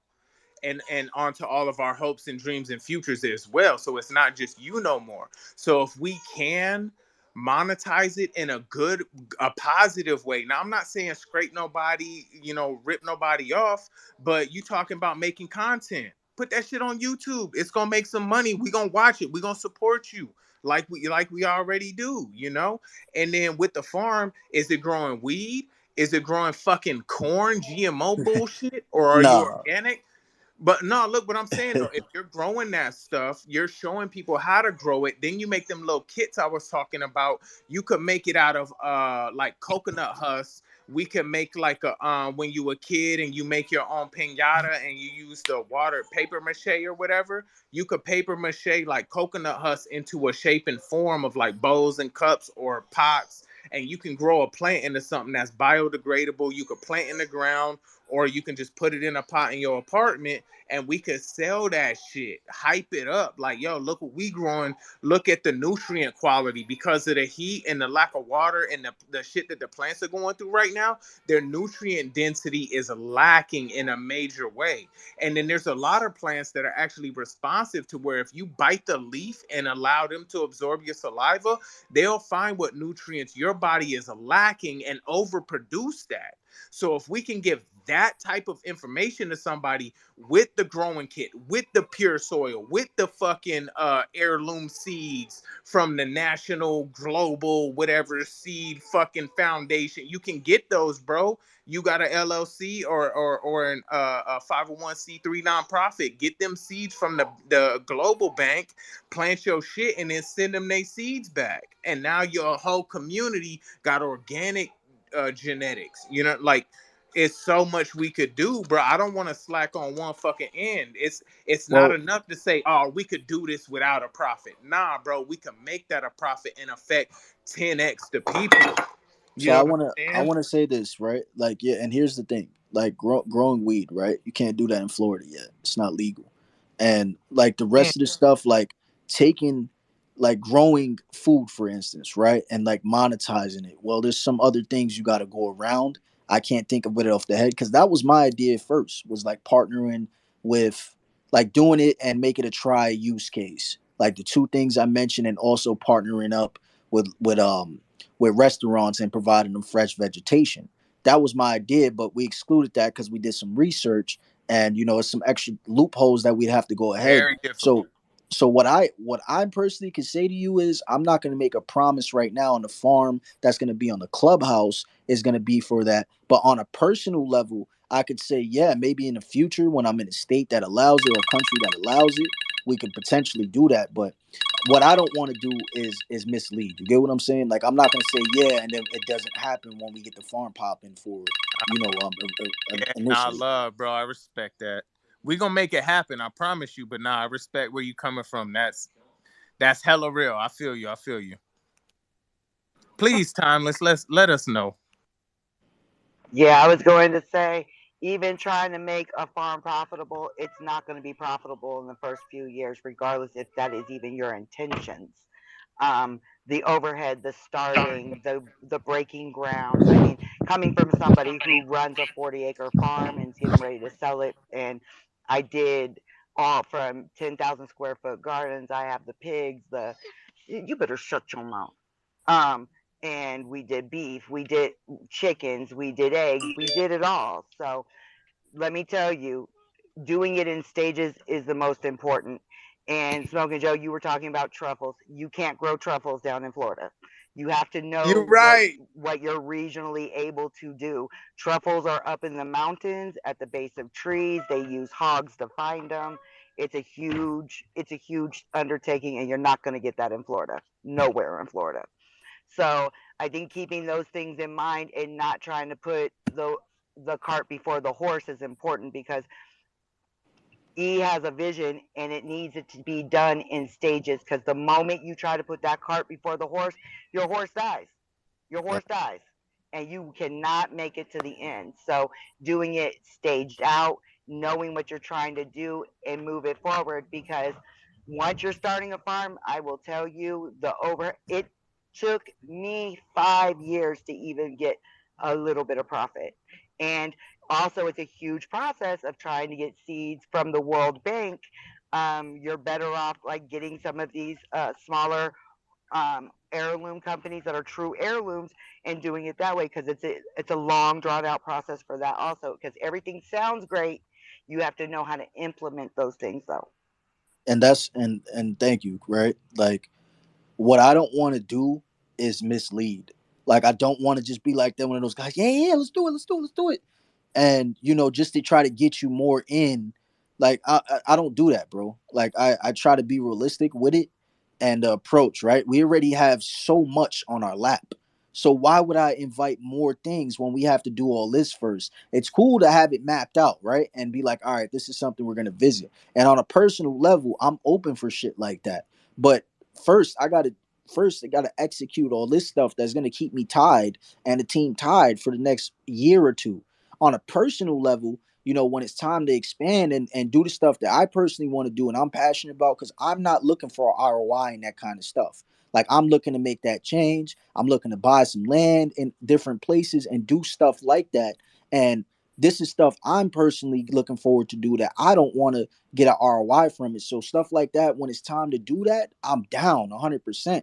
But the last thing I would ever do to anybody is try to be a salesman, is try to lead you on, tell you what you want to hear to get you in to buy our product, buy the shit we're selling. That's not what I'm doing. I'll never do that. And people be like, oh, maybe you need a height. Like, no, that's just not me as a person. It goes against my morals, my integrity, and I won't go against that for some fucking NFT sales. I won't do that. Well, hey, E, if we go to Ghana as a couple, they give us a free house and a couple acres. Well, I'm heterosexual, but I may have a female or two who's like, shit, you get a female, I get a female, we could do that. But I Oh, I got to take I my like it. real wife, nigga. What No, man? What kind I of like it. It's like utopia the you reverse. creating? It's like the reverse 90-day fiance. So instead of them coming here, you go there. I like it. Yeah, no, and the thing is though, right? Like shit like that, like I'm open for it. Not the extracurricular activities that you mentioned, but ideas like that is in the right direction, right? It's already thinking about expansion. And I love stuff like that. And the thing is, bro, I'm one guy, right? Like this is why I love connecting with like-minded people, because the possibilities are endless on what we could do, right? And it's like I don't know everything. I can't be like I don't know everything about farming and self-sustainability. I'm learning. Like I'm somebody from the fucking hood that didn't know shit, that thought gang banging and selling drugs was the fucking way. And I had to learn a new way. So it's a whole paradigm shift. And I'm still learning, man. It's a lot to juggle, but like ideas that you got, because you give really good ideas, is shit I'm down to explore when the tools are available. You know what I mean? Like right now, like it's it's just so much shit that we got to upkeep, because the first time we slip up or we don't deliver on something we're promising to people, everybody's all lovey for the ego verse right now. We fuck up one time, guess what? The FUD bombs is coming. So I want to just execute that stuff first. I already put myself in the seat. The team put themselves in the spot. Execute that, and expand and explore those type of ideas, because I'm one of those type of people. Like I think all day I have a million ideas just like you do, right? And I'm like, fuck, I want to do this, I want to do that, I want to do that. But I learned in my life that when you try to divert your focus to so much different things, it dilutes it, and nothing gets done. Like you put a little micro percentage to each thing when you could put the full percentage on one thing, execute that, then move on to the next. Like Thomas said, do it in steps. And you got me every step of the way, E. I appreciate that shit, and that's why I like meeting y'all. Right, like I come in this space right here. These guys, like you should have heard them yesterday. Like y'all would have been like, "What the fuck am I doing here?" But guess what? It gives me a different perspective, right? It makes me see things from how they see things. And these people aren't like they literally just said it. Like I don't give a fuck about hype. I don't give a fuck about this. So everything like you like that's why he asked y'all the specific question, because he asked me that when I came in and I was explaining what we're doing. Gas and Joe, y'all came in here and told him a bunch of shit that they don't want to hear. Like therefore what you're doing with it and the application, this type of crowd here. So you know what I mean? Like, yeah, I forgot exactly what I was gonna say after that, but connecting with like-minded people like that's in this room and that people want to do shit, I'm all for it and I'm down. It's just I don't want to bite more than I could chew. Like that's just what it is, bro. Hey, E, Yeah. you right, Take, bro. One thing I want to say to you after watching the past couple days and after what we've been talking about. Sorry if this damn movie is loud. Can't After even the hear stuff that, we've been Joe. talking about in the space. Nah, but look, bro, the conversations we've had, you know what I'm saying? Right. And I I didn't really feel a way, but I felt the way, and I'm looking at stuff, and I'm like, I don't know. And to be honest, I'm like, yeah, he's kind of a sour ass. You know what I'm saying? But Right. I know the positive and the good too. And then whatever happened, and then I woke up. I don't know, was it yesterday or the day before, bro? And yo, shit, I don't know if it's just me, but it's everywhere. Like everybody's tweeting about it. The fucking Trader Joe NFT, some other one of y'all other Fire AVAX collab. NFT things. Yeah. Like bro, it's everywhere, bro. The floor is going crazy right now. And I'm like, see, that's what energy do when you on that wave. You know what I'm saying? You zone thing, you good. I'ma pop my shit every day. If I can see a collab or think a idea, I'ma shoot it at you. And if it's a bad idea, that's fine. I'm high anyway. But if I'll tell you why I was sour though, bro. Like I'm a fucking human being, bro. Like I don't know, like Nah, And respect. this might sound cliche as fuck, but I don't know how to like. And you trust me, my team tell me the same shit. You know, like timeless, like Well, you, look, like bro. this. Look, what I don't think you seeing is they're fucking responding, bro. These ain't tweets from influencers. These are tweets from the motherfucking Trader Joe XYZ NFTs or whatever y'all like. I looked at all. It's so many, bro. I don't remember all the names. NFT space. What's the other one? I don't Nah, even I remember wanted to tofu, respond and about. then I wanted you to know what I'm saying? respond to the It don't point about matter, bro. me You being got sour though. the NFT marketplaces accounts tweeting about your shit. You got the fireballs because of us in the community, but they didn't have to tweet your name. They ain't have to say shit about you. They took a special moment out they day to talk about you, bruh. So all that bullshit talking you was doing, it paid off. They listened. So now show up and show and prove. You got to go twice as hard because now they listen to your ass and they backed you and your hype is real. You know what I'm saying? We all out here fighting for you. AVAX, the chain, the fucking quarantine, all them niggas included. You made the noise and they responded. So now we got to turn up. Nah, I 100%. just And hope you see that, bro. You did that. You did that shit 2 weeks ago, a month ago. It wasn't like that. Nobody, you know what I'm saying? And yeah, you got the hype. Now you got to pass the ball, bro. They hyped you up, and is that good enough for you? Is that all you wanted? You here for you? Now pass the ball. Get them to hype up another project. Get them to talk about somebody else now. Pass the fucking, you know what I'm saying? Let's go. let me respond to a few points you just made, Joe. So me being sour, right? I felt like it comes from a genuine place because I'm one of those people who give a fuck as a project founder. And if I'm seeing a lot of bullshit fly and nobody's saying nothing, there's a problem there. So what I was sour about was the bullshit. And I spoke up. And you know, they like I told attract funding. They try to cancel me because that shit I said about such and such and me defending such and such. And it's like, yo, for two and a half months, let me go, Joe. I don't want to lose my train of thought. So I was for two, like, bro, I've been here for 9 months. Like I didn't seen it all on this fucking chain, Avalanche specifically. Like I've been here before then as an investor, before I built the project. So like if the founders of the fucking chain say one thing but go against it, and I'm like, yo, it's hypocritical. Then I'm seeing all this hypocritical stuff going on. Nobody's saying nothing. Am I supposed to just stay quiet? So I said something finally. That's what I was sour about. It's not the community or whatever. It's about some people in the community. And you know what? You're right. And it's what they said on the space yesterday. It's about the energy, right? You export it, you import it. It's karmatic energy, is a universal law. It's undeniable. That's how it is. And you know, it's just I had to take back and realize it. Like, you know, block out the bullshit and focus. And I'm a fucking human. I fell off on that, right? So I'm back, and that shit won't ever happen again. Best believe me. Nah, but I'm saying, look at the other side, bruh. Look at the other side. Well, and look at both sides. You got to look at all of it right now. You talked your shit. You got ex. You didn't even get really excommunicated. Motherfuckers hated on you. It happened. It was a week. It's over. And now look, they responded. They Now shout let me you. respond Shout to the out those pastor. projects. let me But on respond to your pass the ball thing.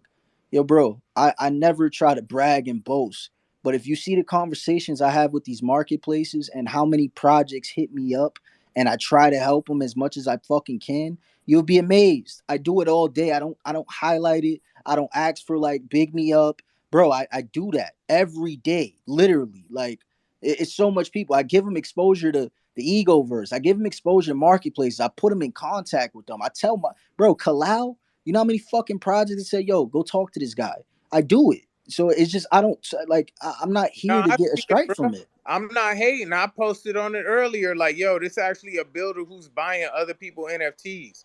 I don't know if I posted about. I was talking to somebody and I was like, yo, this month, I forgot what it was, but I seen you today, like with 2 or 3 other project shits and not buying floor price. You know what I'm saying? So nah, I'm not trying to. It's not personal. Oh no, Love you, I'm not. bro, No, but I'm I'm gonna just try to poke them holes. I'm gonna try to. I'm You know just what I'm respond. saying? Let's get to the real. I'm 100% responding to you right now. I don't feel no way, but I'm letting you know, like, just because I don't publicize certain things, but bro, like, you know how many people backbit? You know how many people like talk shit about me, stop fucking with me after I gave them the real, I gave them exposure, I fucking connect people. Like, I'm doing it right now. Like, not with these people, but with projects that's in my DMs right now that I'm trying to figure out how. But I do it every fucking day.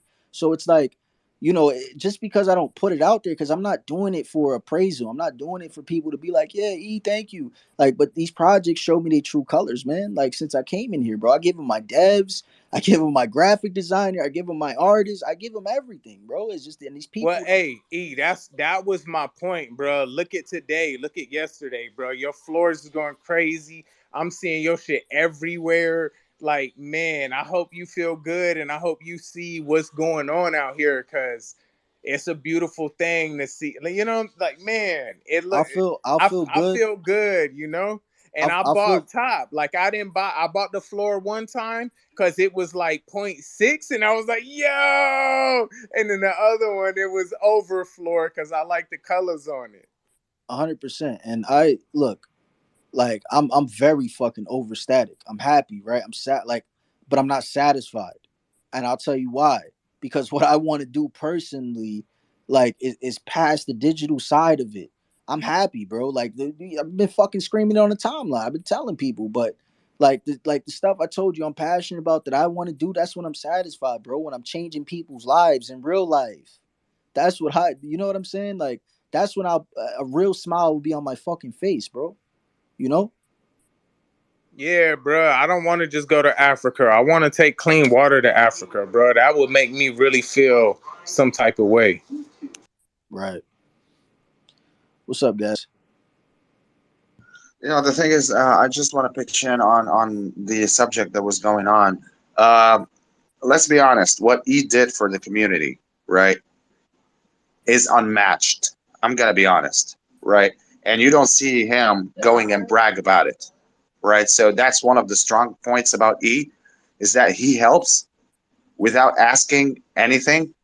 He goes full force with it. Number one. Number two, um, in regards of the team that's working on Egoverse right now, first off, we are gaining this passion more and more and this vision from E, right? We already have that passion, but E is nurturing it, right? So, and furthermore, add to that, one hell of a community we have. Not only on just Egoverse, but we have a lot of projects that are really in tune with it. They are loving it, to be honest, and not just on the Avalanche blockchain, but on a lot of blockchains like Solana or Harmony, right? So, you know, with that being Endorse. said, with E being E, hey man, I mean, he's got an army behind him, right? Yes, sir. So starting off with the team, and trust me, man, I mean, if anybody, and I'm saying this with every single inch of my body, if anybody goes for E or tries to do any funny shit, hey man, you're gonna be having an army just in front of you, because we all know what E did for the community, and he never brags about it. If you guys knew half of the things that E done, man, fuck that. You would vote him for president. Bro, and, and, Oh, and just to say that, yo, Joe, like, there's a bunch of projects right now that is literally like on their last limb. And I'm not even trying to say that to like sound like it, but it's just the facts of the situation. Bro, we built the game to give them utility. Like, we built the fucking game for other bro. projects, not just ours. Like, here, take this. We'll take your code. We'll put it in our game, give you utility, throw your own events. You don't even got to tell us about it. You don't even got to thank us. You know what I'm saying? Like, it's just like, and right now, there's a fucking project that I'm getting ready to fucking do a massive giveaway for them to give them a bunch of beta testers. Like, bro, I've been doing this shit for 9 months. 9 months. Not just yesterday, not just last week when I was sour. And this is when everybody was telling me, oh, alter ego punks, you're a derivative. You're not gonna make it. You're not gonna do shit. And now look, you get what I'm saying? And even then, like, help people. Like, bro, it's no blueprint. I didn't know Hey, marketing. bro. I didn't know, like, bro, I was antisocial I was in depression. I didn't want to talk to nobody. I didn't leave my house for months. Like, and it came out the shell, bro. And like, I wrote my own manual and I give it to other people and they spit in my face every time and I still do it. You know why? Because your interaction with one I heard person you isn't like gonna be the interaction with another person. And I carry that. It's just sometimes I fucking like I'm a human being, bro. Sometimes it like I'm a fucking have a bad day. Like like, bro, it. I got my fam there, bro. I got my It's family. You know, that my family call all, me. My family call all me the losers. conscious Like, minds and them whack ass motherfuckers is out. Look at your wave, bro. That wave is over. And I hope you see it because when you move with your energy and the group and just the way you, like you said, like, bro, I shot you a fucking collab today and uh I've been with them for a year and a half. I love the project, but they ain't shit there. There's staking because I put staking into that project. There's pools because connections. They have some, I have some. Like it's balanced. Like, but there's nothing there. And you was like, yeah, fuck, I'll rock with y'all. What's up? You know, and right now, I'm about to take their coat. I'm it about to don't matter take. what happens. Just for you to respond, bruh. Most motherfuckers wouldn't even respond. They wouldn't even. You ain't shit. I'm not even. You know what I'm saying? You don't exist. No, that's that is and the thing is like even if they rug them on, guess what? All you guys holding their NFTs get access to our fucking ecosystem, and this is alpha right now. We're about to put, we're about to partner with a huge project on Binance, and and give this game major utility. Like I'm not supposed to say that shit, but like and this is something people's gonna have access to as well, and it's I was gonna respond to one of your points. I lost my train of Super thought again. exciting, by Let's the go, bro. You killing it, bro. Let's go. I like this side. Yeah, that's an accomplishment and a half for you and your team. That's wonderful, especially in light of like all the, you know, uh, unfair adversity you've been facing, recently. So bravo. I don't think I could have. I would have folded like a lawn chair and assumed a fetal position somewhere. I wouldn't have been able to deal with some of the things that you had to handle. But you stayed the path, and you're a constant. And now you're going to enjoy the benefits of that. That's fantastic. No, thank you, Sandra. And it's like, when I was 17, I got shot 5 times with a 40. Fuck my physical condition is fucked. Yeah, Like that I got nerve damage for the rest of my life. And right then and there, everybody turned their back on me, right? Like my whole life like was a facade and I had to face that. Now moving forward to today, like I got my own family working against me. They don't even work with me. They doubt everything I do. They don't understand it. They talk shit and like this shit is what ignites it. Like I deal with this on a daily basis. So like when it comes to this digital shit, it's nothing because I'm dealing with it in my day-to-day life with people that say they love me but show the opposite. Yeah, a lot of that's fear Yeah, based, you know. bro. So you don't necessarily blame them. Just, I mean, I know it's difficult not to, but a lot of it is fear and fear of change, especially because it's even if someone is miserable, it's like the path of like least resistance in a way. Like it's easier to be, complain and be sad, and misery loves company. So if they're drowning, they're going to try to grab you and like drown you as well. And your choices are you either stay on your horse and you rescue them, or they're going to pull you the fuck off and take you under with them. So you got to make a choice. And you're doing the right thing by being strong and saying, hey, I have boundaries, and moving forward with everything. That's fantastic. Right. Yeah, and he's different. It's hard to get people to get outside of their bubble to try to understand you. So if it's not something that's immediately impacting their life, they not gonna spend the time to let me think about how you feel. So no, you 100% right, Sandra. So it's the selfish shit, man. Like, and that's the only reason why I was sour though, bro. Like, it's just No, all that shit. I feel you, but I also see how you took it too far, and I've done it myself 1,000 times, bro. I'm buzzing right now. You know what I'm saying? Like I'm on the edge of saying some wrong shit right now. You know what I'm saying? I've done it, but you're a project leader, and I've never taken a leadership position because I don't like. Now I'm DJing marketing a validator and like, that, but I'm not the person to be in that type of position. I could be smart enough, I could be this, I could be that, I could be sober enough one day, but the next day I might have a bad fucking day, and I deal with my bad days different than some people.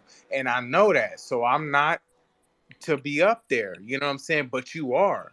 So you got to carry yourself a little different, because we not just looking at you. We looking at your Yobis. We looking at your OG NFTs. We looking at your fucking game. We looking at the map. We looking at the pixels. We looking at how the fucking little lines line up when you gotta zoom in and it goes from third person to first. I don't know if your shit go to first person, but it you know the It lines. does. Okay, so yeah, it's like, yeah, it goes from third person, it's zoomed in, and then you get to see through the scope. And like, you know, those are just examples, but I'm saying when you say it, it's a whole nother impact, because you have price on the line, you have floor on the line. If their project floor is higher than yours, you're a hater. If their floor project price is lower than yours, then you just shitting on the little dogs. Like, you know what I'm saying? But my whole point has been, when you collect that energy and you put it out the way you did, hey, bump my floors, hey, fuck with me, hey, let's do giveaways, hey, let's help somebody else out, hey, let's partner with a new project today, let's announce a new partnership, let's drop some alpha. And you see, bro, I don't know if it was just me, but the shit went crazy, bro. Every 3 tweets with some of your shit, it was crazy today, man. No, 100%, bro. And it's the self reflection. You know, I had to catch myself, bro, and it's motherfuckers like you, timeless, life, like a few other people, man, even the team members. That's what it's all about. Like, it's, you know, sometimes you need people to catch you when you're falling off, and you guys caught me, and I had to start thinking. Like, I had to really like look at shit from another lens instead of me going down my shit, like, and me going back and listening, like, yo, look how you fucking sound. Look how you could be projected. Look what you're saying. You get what I'm saying? And it's a big responsibility, and it's more Hey, did you people. go back and listen? Did you really do that? Yeah, bro. I'm not just saying that shit. Bruh, Like, I respect you, bruh. That's another level of respect, man. That's, bruh. Okay, I'm gonna go buy some other shit right now. nah. No, I'm Nah, bro. saying I respect that, bruh. It takes a different type of person to watch game film on their life. If you was in the NBA, I wouldn't have thought nothing about it. If you was an NFL, if you played tennis, I wouldn't have thought. Who the fuck else devs watch game film on they self, bruh? I'm Bro, out. I had to, bro. Like, it's yo, like, if I'm hearing it from multiple people that's telling me this shit, there's some facts to it. There's You something, like, you're might not be the saying it for no motherfucker that's reason. fucked up. Huh? I said you might be the motherfucker that's fucked up. Yo, so It's tough sometimes you to could be the absorb. Oh, problem in the situation, and you gotta be real with yourself to notice that. Like, you can be the problem. Like, for real. What's up, guys?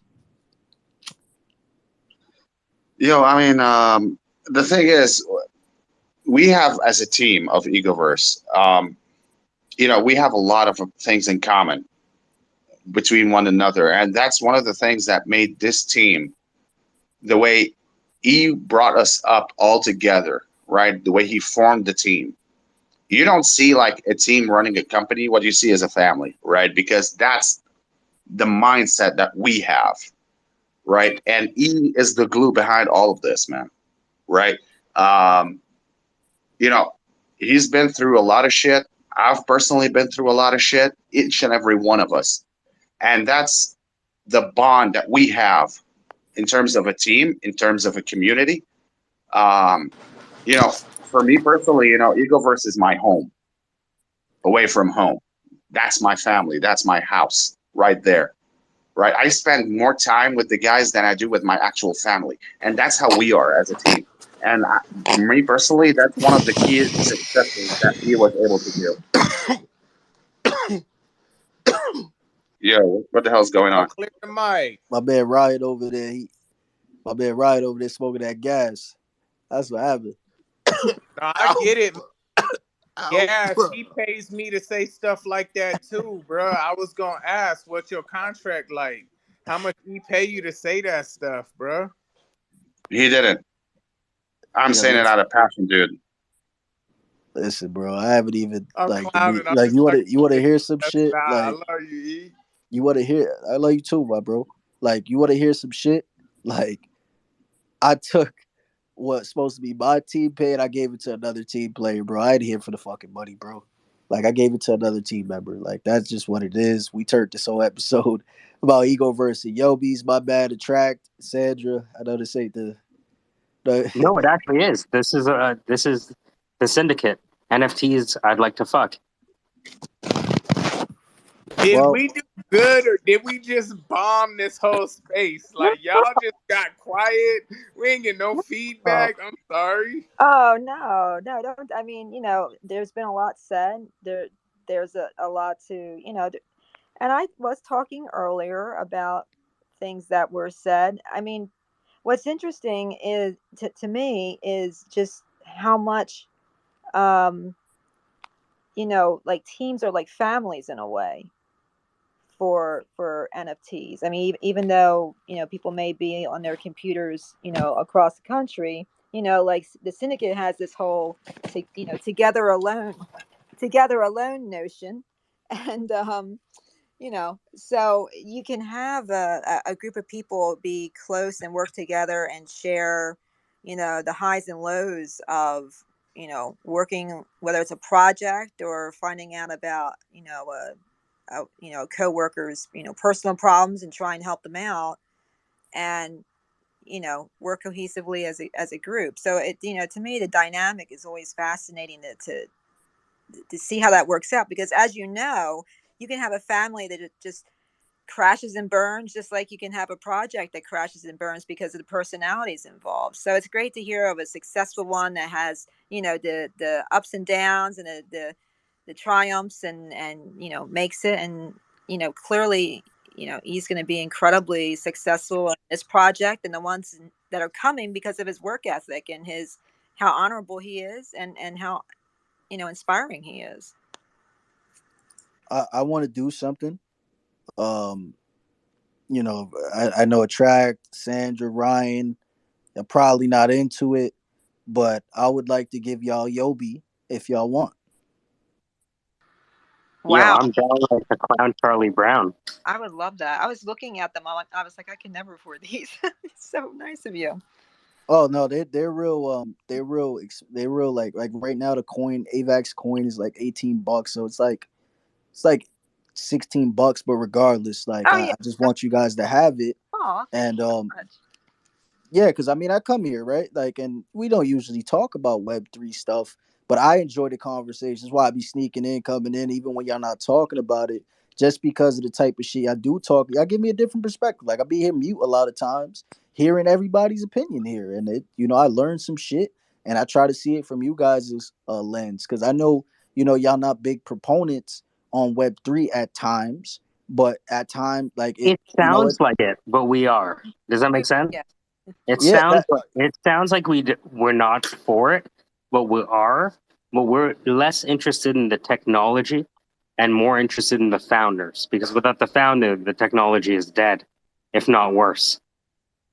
right. And it was like the conversation we was having earlier. I'm with y'all all, like it's what you do with it 100%. So yeah, if track Sandra, Ryan, send me your MetaMask wallet so I can get y'all Yobi, and I'll send y'all the comic book as well, even if y'all not into that stuff. If y'all Yeah, not even perfect. into gaming, you guys, that's access to you guys. If y'all bored one day, y'all want to play a game, y'all want to read a comic book, well, it gives you exposure to all that. And even dope people like that's up here, like Timeless, Smoking. You got Peas, you got Jerry, Acadian, Gas. Like these, we're in the NFT space as well, but we talk real shit, and we connect with people that talk real shit. So this is what we're about. We're about just connecting and networking. So um, if y'all ever one day want to pop in the community, y'all welcome. You know what I mean? But that, and even if y'all Absolutely. don't, I'm not gonna stop coming up here. Like I always come here. Yeah, it's I people talk about blockchains, and there's a term kind of blockchain agnostic that people often say, right? but if one of the things that we don't necessarily immediately realize is that while we might have been born in different places in the world, I think we started with about the same socioeconomic status. And that's one of the things that brings us together. You know, there's a lot of like silver spoon people who don't like talking to us, you know, and I think that's by design, but it's also a reflection of who we are and how we grew up. 100%. And you know, like that's why like I don't like I'm not here like to shill. We was talking about it, but I'm not here to get you guys to pitch anything to you guys. I'm here to connect. And that's what the community is for. Like there's a bunch of people that never bought nothing, but guess what? As a human being, like you're way more valuable. You got way more to bring to the table. I don't look at people on materialistic basis or what's in their pocket or what they have, what car they driving, what house. It's past all of that shit. It's who you are as a person, and that's what I gravitate to people towards. And you know, you motherfuckers up here, y'all be wilding sometimes, but I fuck with y'all. It's the type of crowd I like being in, straight like that. Cause y'all was talking about we be talking about some wild shit up here, and I be muting laughing like a motherfucker, but it be funny, and it just go to show you this type of people. You know, I want to be around, and I fuck with y'all. And you know, Jerry, get the fuck up here. Peas, get the fuck up here. Arcadian, get up here. Meet some people, network, and that's what it's about. What's up, Joe? Yo, y'all see my NFT? I had to switch it. He sent me a DM. He make you wear this PF Oh, when you nah, come bro. on stage. Like you got to be careful in these spaces, bruh. He might, bruh. You done seen the timelines. He might go in on. Man, my Nah, don't do yo, bro. You make me I sound can't. like a cult leader, bro. Don't I do can't. that. No, we're a secret society, bro. I keep telling you, man. We're sophisticated. Yo, Come I on, would. Yo, let us listen. go, Sandra. This disclaimer: I will never tell any of y'all to rock my. Bro, we're Don't fucking believe Joe, yo. He's where's my trolling right now. thing going? I'll never tell you motherfuckers to rock it. You want to So, rock it? Go for it. so Sandra, do you mind running it back for us? How did this whole thing start? Because this basically was an idea that you were just we were just shooting the shit on this morning. So can you reset and like let everyone know kind of how NFTs I'd like to fuck started? Oh, happy to. Well, it all started when a long time ago I did an arbitrage project, flipping books from eBay and then selling them on Amazon based on ranking and whatever I can make off the book. There's a margin involved. So I thought to myself, well, there's got to be a way that something similar could be done with NFTs. So I talked to Mike about it and explained, how in theory it works in terms of flipping other different things. And you know he actually, we're just kind of like chatting about it, and then came up with this whole concept of NFTs I'd like to fuck. And then Mike came up with the name NILF Hunter, which is fantastic. And then myself and Melody and I forgot the other gentleman's name. Ryan. Thank you. Yeah, so we Oh, all okay. Hey, so I'm sorry, I'm bad with names. So we all sat down, and Mike worked on, brought up a website and an app, and we came back, we talked about it, and we loved yogis, of course. So that was like the first fuckable right there, and here we are. can we ask why? Like we talked a lot of craziness over the past hour, No. and we gave a lot of good points too, from dev team side, from investor side, like from us. What from you being kind of on the outside coming in or creating something new with your spin, which I love. It sounds fun and awesome. What attracted you, or what made you decide this right now today? Well, sometimes you're just inspired by how terribly you play a game. Like I'm a lousy gamer. I mean, I'm like, how you have like the girlfriend who like just sits there and nags while you're like you're playing the game, but you're doing it to like you want to see how vast it is and what you can do with it.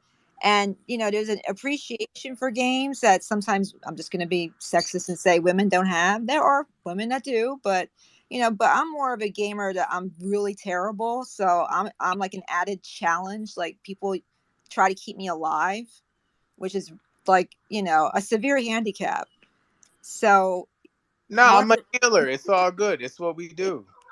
no, but in all right, but in all seriousness, it's just there's a lot of love there. There's a lot of dedication between everybody to make this project work and be successful and be ethical. And some of the ideas behind it and what it wants to give back is personally right up my alley. I have a lot of, I believe in the same sort of, just make the world a better place, and just do the right thing. It's not easy, but if we But can each do something, that's great. don't you want some of them farm profits though? We gonna grow the best honey. We gonna have the best flowers. We gonna have the most organic, timeless. Know all the recipes. Like we gonna make the best. Well, Don't I'm you? not Well, gonna here's lie. the thing. It's Benefit? all about the agriculture. Didn't There's he? 20% of the world's fresh water is locked up in the Great Lakes. So in the next 20 years, somebody's either going to have to figure out how to clean the ocean, or they're going to be attacking Lake Michigan. So And We it's, need. it's it's crazy in the water talk, right? It's like 96% of the water is salt water. 4% is supposed to be used for human consumption, but only 1.5% of that is used for it. 2.5% is for machinery, and it takes a large amount of resources to convert salt water into drinkable water. To my knowledge, to my resource, I mean, to my, from my research, and this is like something that we needed. We need to start focusing on. Like, people are fucking inconsiderate nowadays, like, for the earth. Like, Timeless literally just threw a tweet out there about hold on, let me go to her page. I don't want to misquote it, but she put a tweet just recently: so sad the reservoir is drying up, still beautiful but makes me sad. Like, it's crazy. Stuff like that is like real shit. We need to start figuring out how I, to solve that kind of stuff. I was going to say, like, the reason I'm interested in Yobi's is not because of the artwork or because of the development or because of the games. It's because Echelon we've been talking to for over a month now, on and off, and he never once shoehorned in his project into our conversation.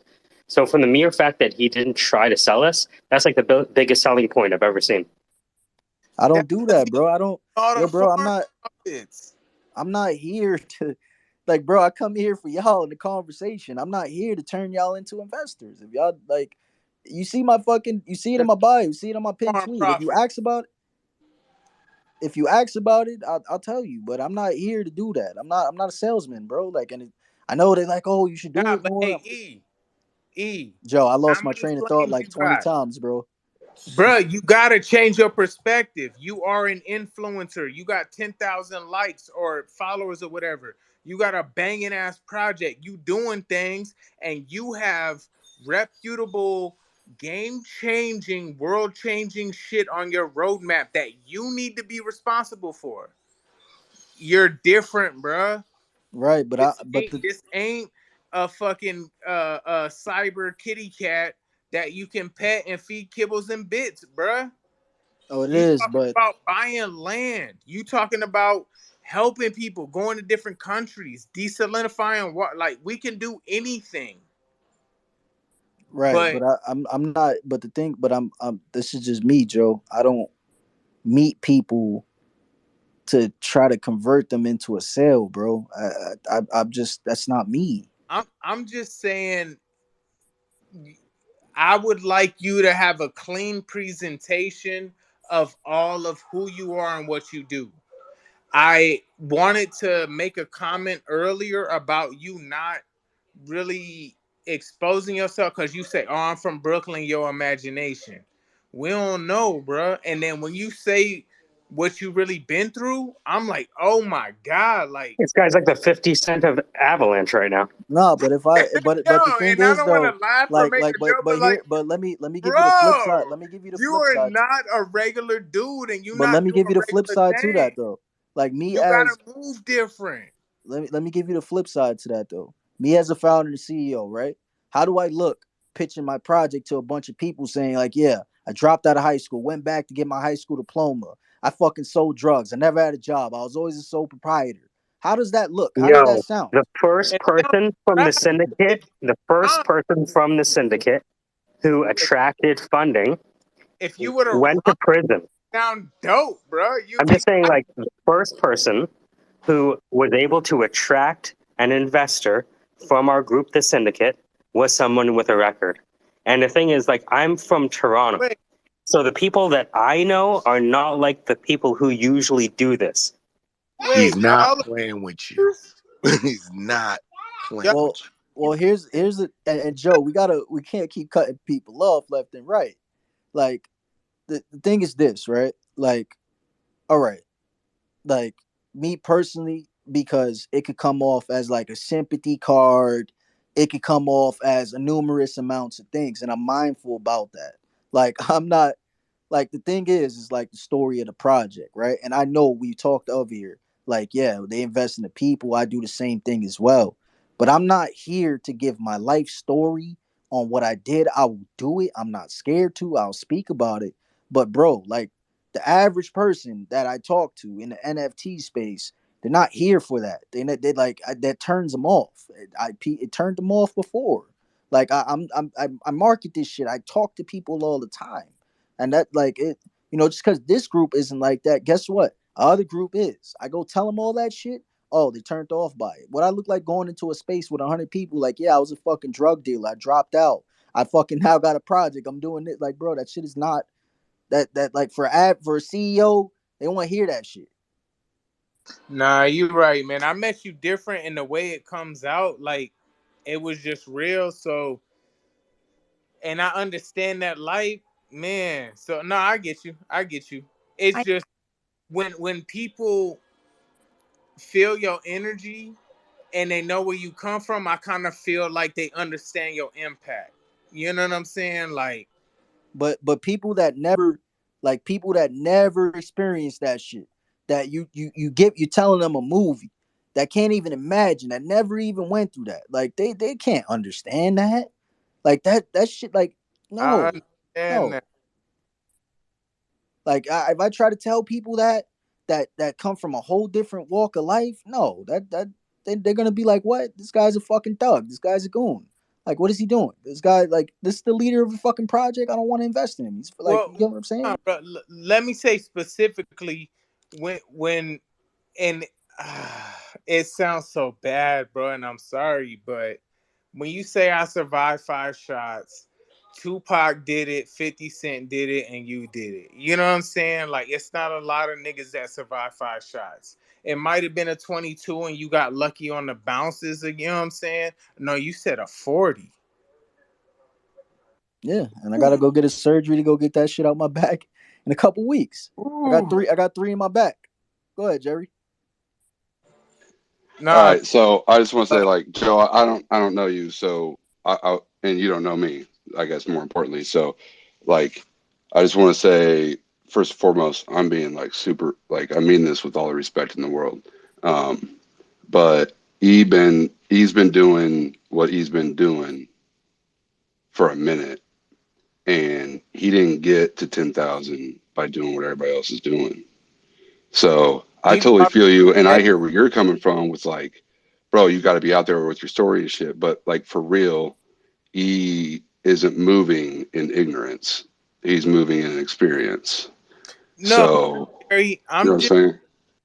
from like knowing like just hearing like I go to the on the block things like that's therapy for me. It's like bro, it's therapy for me. So I go to those and I talk to this like and I hear everything and we talking and then 2 weeks a month later I hear more and I'm like, bro, I already respected you and I'm military. I'm a boot. Like I can I don't talk about Jerry my got a military background as well. I don't talk about my story. So I get it, but like I'm just like, damn, bro. And it wasn't just you that night. It was AA Ron, like so many people shared, like I shared a little more than I would normally, like, so going through that, that's why I invested. The people that asked it, why you spending money, that's why. And not everybody gets to hear that, and not everybody's going to be exposed to that, but it's not for hype. It's just like, this is my real self. I've been to the bottom. Now this is what I'm doing. That's what I'm saying. Yeah, to be honest And, with you, and, now that I know that you've been like shot at, I'm even more interested in the project. To be honest with you, not less. and that's exactly it. Like, let oh, I don't mean to speak for you, dude.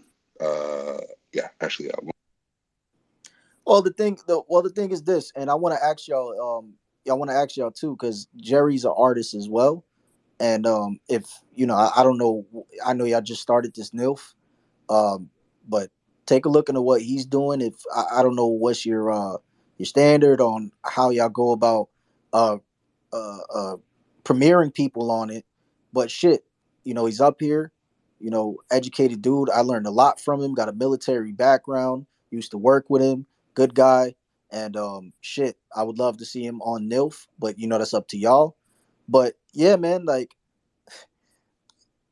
I didn't like, bro. I never jumped in your space. I don't shill. I don't do this, right? Because it's just like there's a time and place. They got AMAs for that. Like, they got chill spaces. Like that's where I'll go and you see me put on like you'll see me talk about the project. But I came here for you guys, who you are, the conversation you guys have and always have. Like, and I be quiet a lot because there's some things I chime in on. There's some things I don't because I don't want to. I don't want to say some left shit, but I enjoy it. That's why I come back. That's why I sit here, right? I wouldn't fucking be here.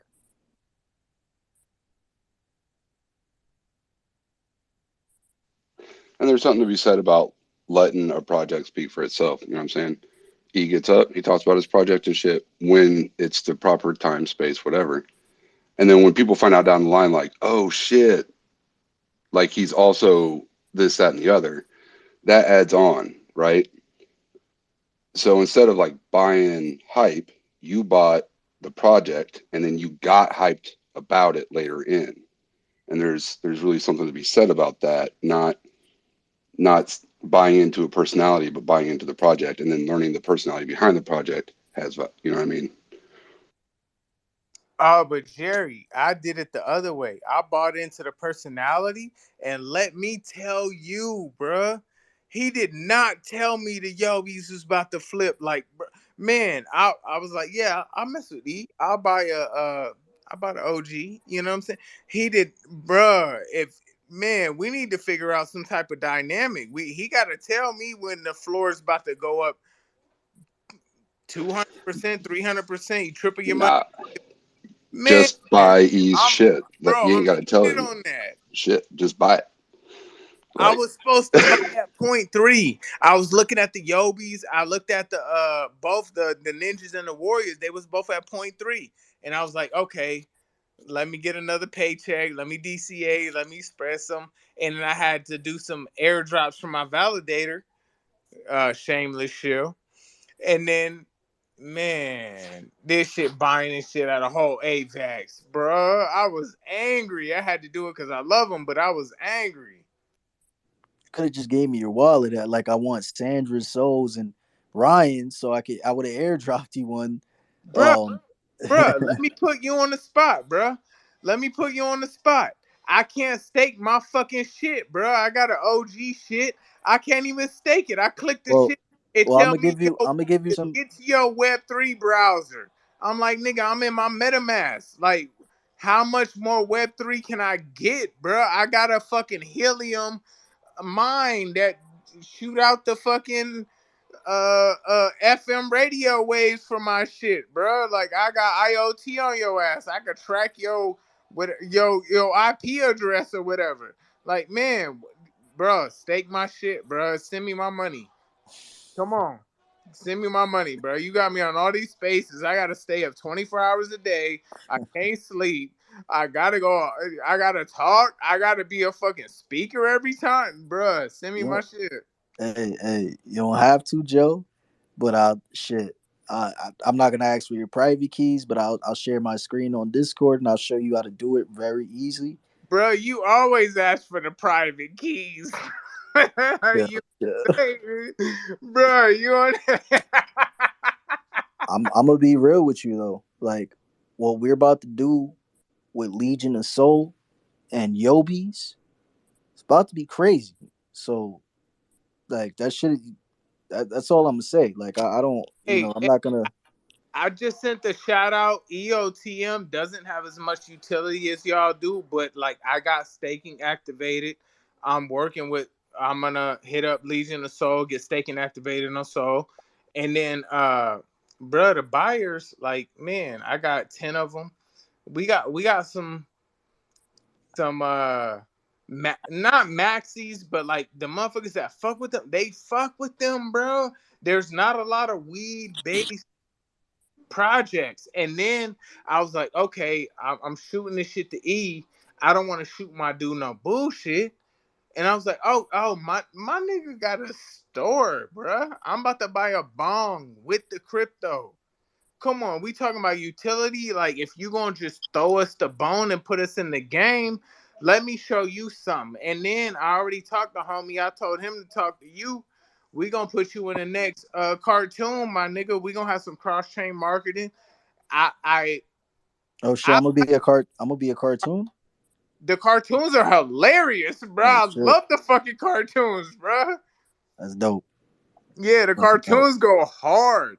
So we're gonna have you in the next cartoon. We fucking Bad Cat on ETH. We on ETH, BNB, Harmony, and that's it. We might go Polygon, but we're multi-chain. Like, bruh, let's go. Let's go. You was like, I'll throw you the shot. I'll put you in the game. Okay. And then I don't know if you looked at the store. I sent Timeless the thing. Bruh, you seen the thing I sent the Timeless? Man, let's go.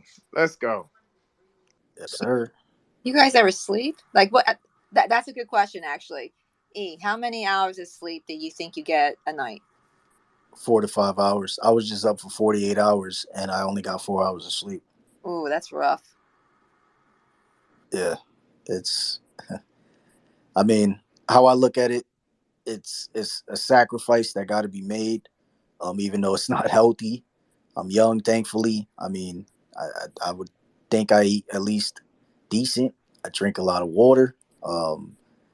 But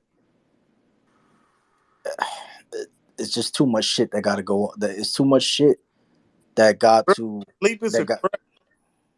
They used to tell us when it was 20 degrees and we had to go outside in our underpants. Sleep is a crutch. You don't I need mean, that shit. no, you need sleep, bro. Like Sleep is we a crutch, supposed to get at least 12 hours of sleep. Like realistically, like 10, in 12 a year. hours. 12 hours in a year, bro. You good?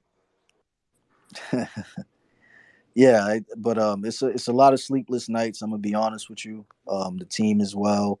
Pretty sure everybody up here is creating a company, creating anything. If you're creating something, and you're taking that step into being more, what's the word?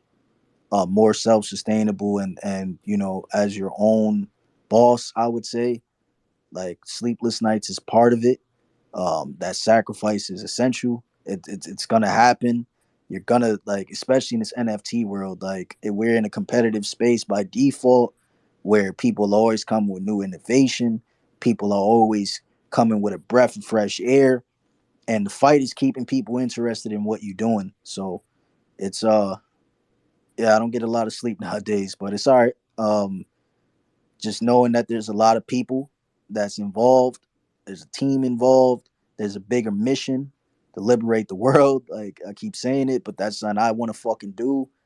I'm gonna lose sleep. Like that's a part of it. I know what I signed up for. I've been through worse and shit, right? Worse shit. Hey, by the way, Echelon, I added Jerry's as number 5. So if you go back to the site, it's updated. Nice, yo. So Jerry, they Whoa, started. thank you. They started this. They started a website. They can explain it better than me. But NILF stands for NFT. I would like to fuck, and they mean like put the kinky shit to the side. But like they just showing love to projects they like, art they like. So you're number 5. Damn, thank you so much. Much Absolutely. appreciated. You mentioned it. How many of you guys have a military background? I'm just curious. Jerry does, Timeless does, Joe does. I don't know if anybody else in the space does.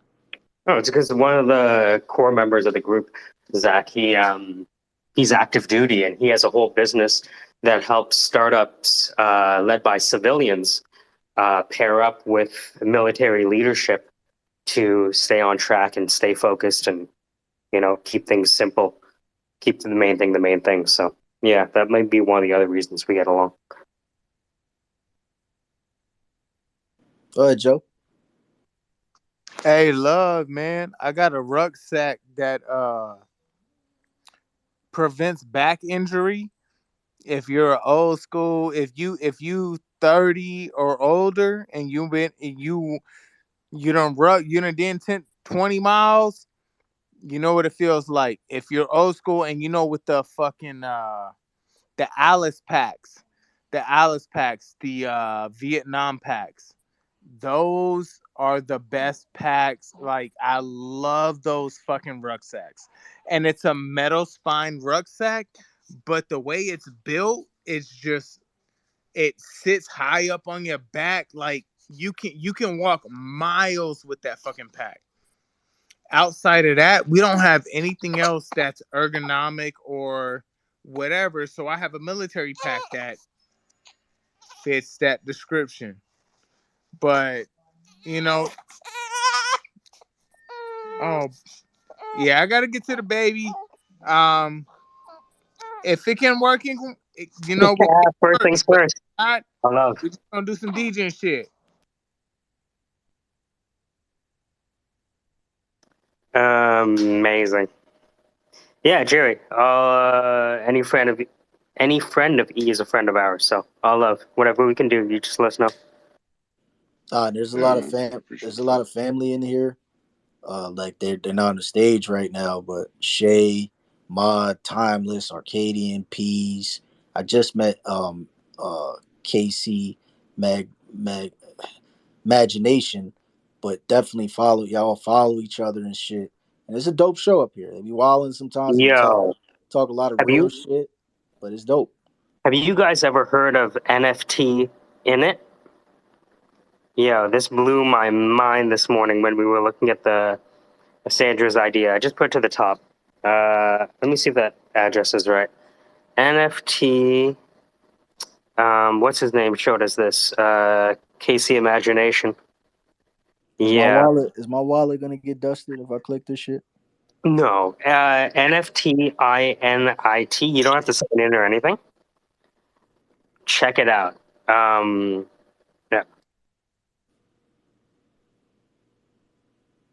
Oops. Your all-in-one platform for trading NFTs. They have a ranking machine where you can be like, I only want to see NFTs that have 100x from their initial. I only want to see NFTs with a trading volume of this. I only want to, well, yo, it's powerful. But let me say something to that though. Like volume, and I'm not really big on the volume, right? Because I mean, if it's a OG project, right, like that been around, all right, they're gonna have high volume. But like projects that just came around that got a lot of volume is usually because there's a lot of hype built around it. It Yes. goes up and then it tanks fast as fuck. Mm-hmm. Yeah, so right now, if we were going to create a platform that tells you which NFTs to fuck with, obviously that you're gonna want to have that bitch tested first. You know what I mean? 100%. And Right? y'all, We're not just gonna be. y'all So motherfuckers up here be can I dope. ask you a quick question since I have you here? On if a project is going to fail on average, in your opinion, how generally, how long does it take for it to go poof? Um, it can go poof as right after mint. Um, I feel like it just depends on exactly what the project is saying they're gonna do and if they're doing it. Like there's projects that sold out right away, like as soon as they minted, and like a week goes by and the project just goes to shit. You start hearing the FUD. So I think it varies between projects. Like I can't just generalize it and say it because some projects has a long term vision, like ours. So like So, I wanted to ask if you were going to pick the next tomorrow's top five. What would be in the top five best rappers alive, best NFT projects that wouldn't be on anyone's radar? What would be the next five?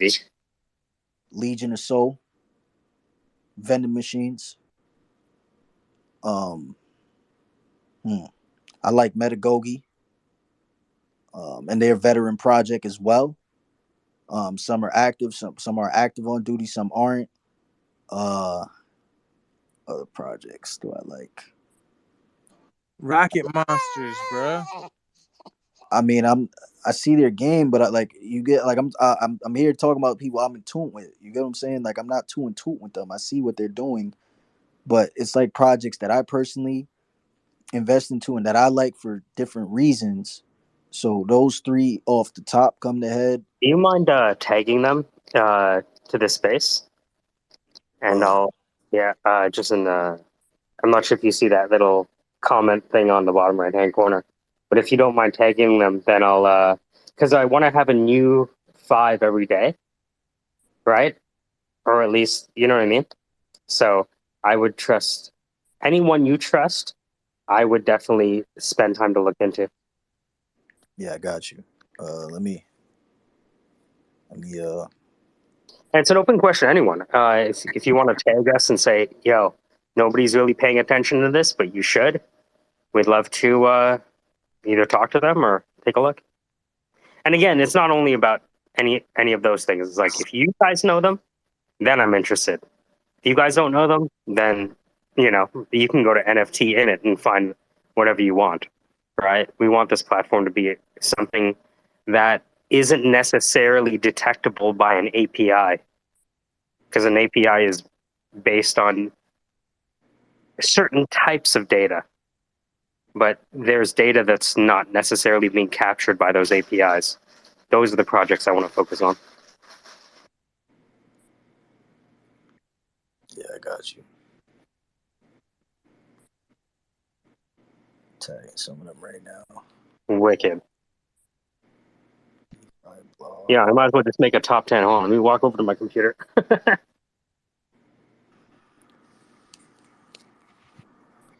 See, I don't want to miss nobody. See, I don't like this shit because I might miss somebody. Someone's gonna be pissed at you. Watch. Yeah, like You're gonna get canceled again this week. One loading the cancel a clip. week. It only makes you stronger. Yeah, see, Rocket Monsters is cool, and I like their game. I just don't know too much about them. You get what I'm saying? So I mean, you could tag them, Joe, for sure. It's just I'm not gonna essentially shill project. I don't know them top to bottom. And I mean, are you looking for shows as well? I got some shows for you. Other people who hold shows. Absolutely. Well, Timeless right there. Dames on the Blockchain. You got Frosty. Um, Other shows I fucking go to that I like. Oh yeah, the homies Dow. Let me tag them. Yo, I heard that Frosty was the nickname of the dude who created Silk Road. I You don't ever know. watch? I saw this documentary on this guy, and it's crazy because he went to MIT, and I think he did his master's in material science. I think it was. And where was he going? Purdue? I can't remember. But yeah, his nickname was Frosty. Yeah, I know. For me talking to um, like the founders of it, like so there's like something in the Avalanche white paper that talks about the Snowman and Snowman Network, and I know they started on Avalanche, so that's where the name got inspired from. But I don't know if it's Oh, what you was gotcha. just saying. Yeah.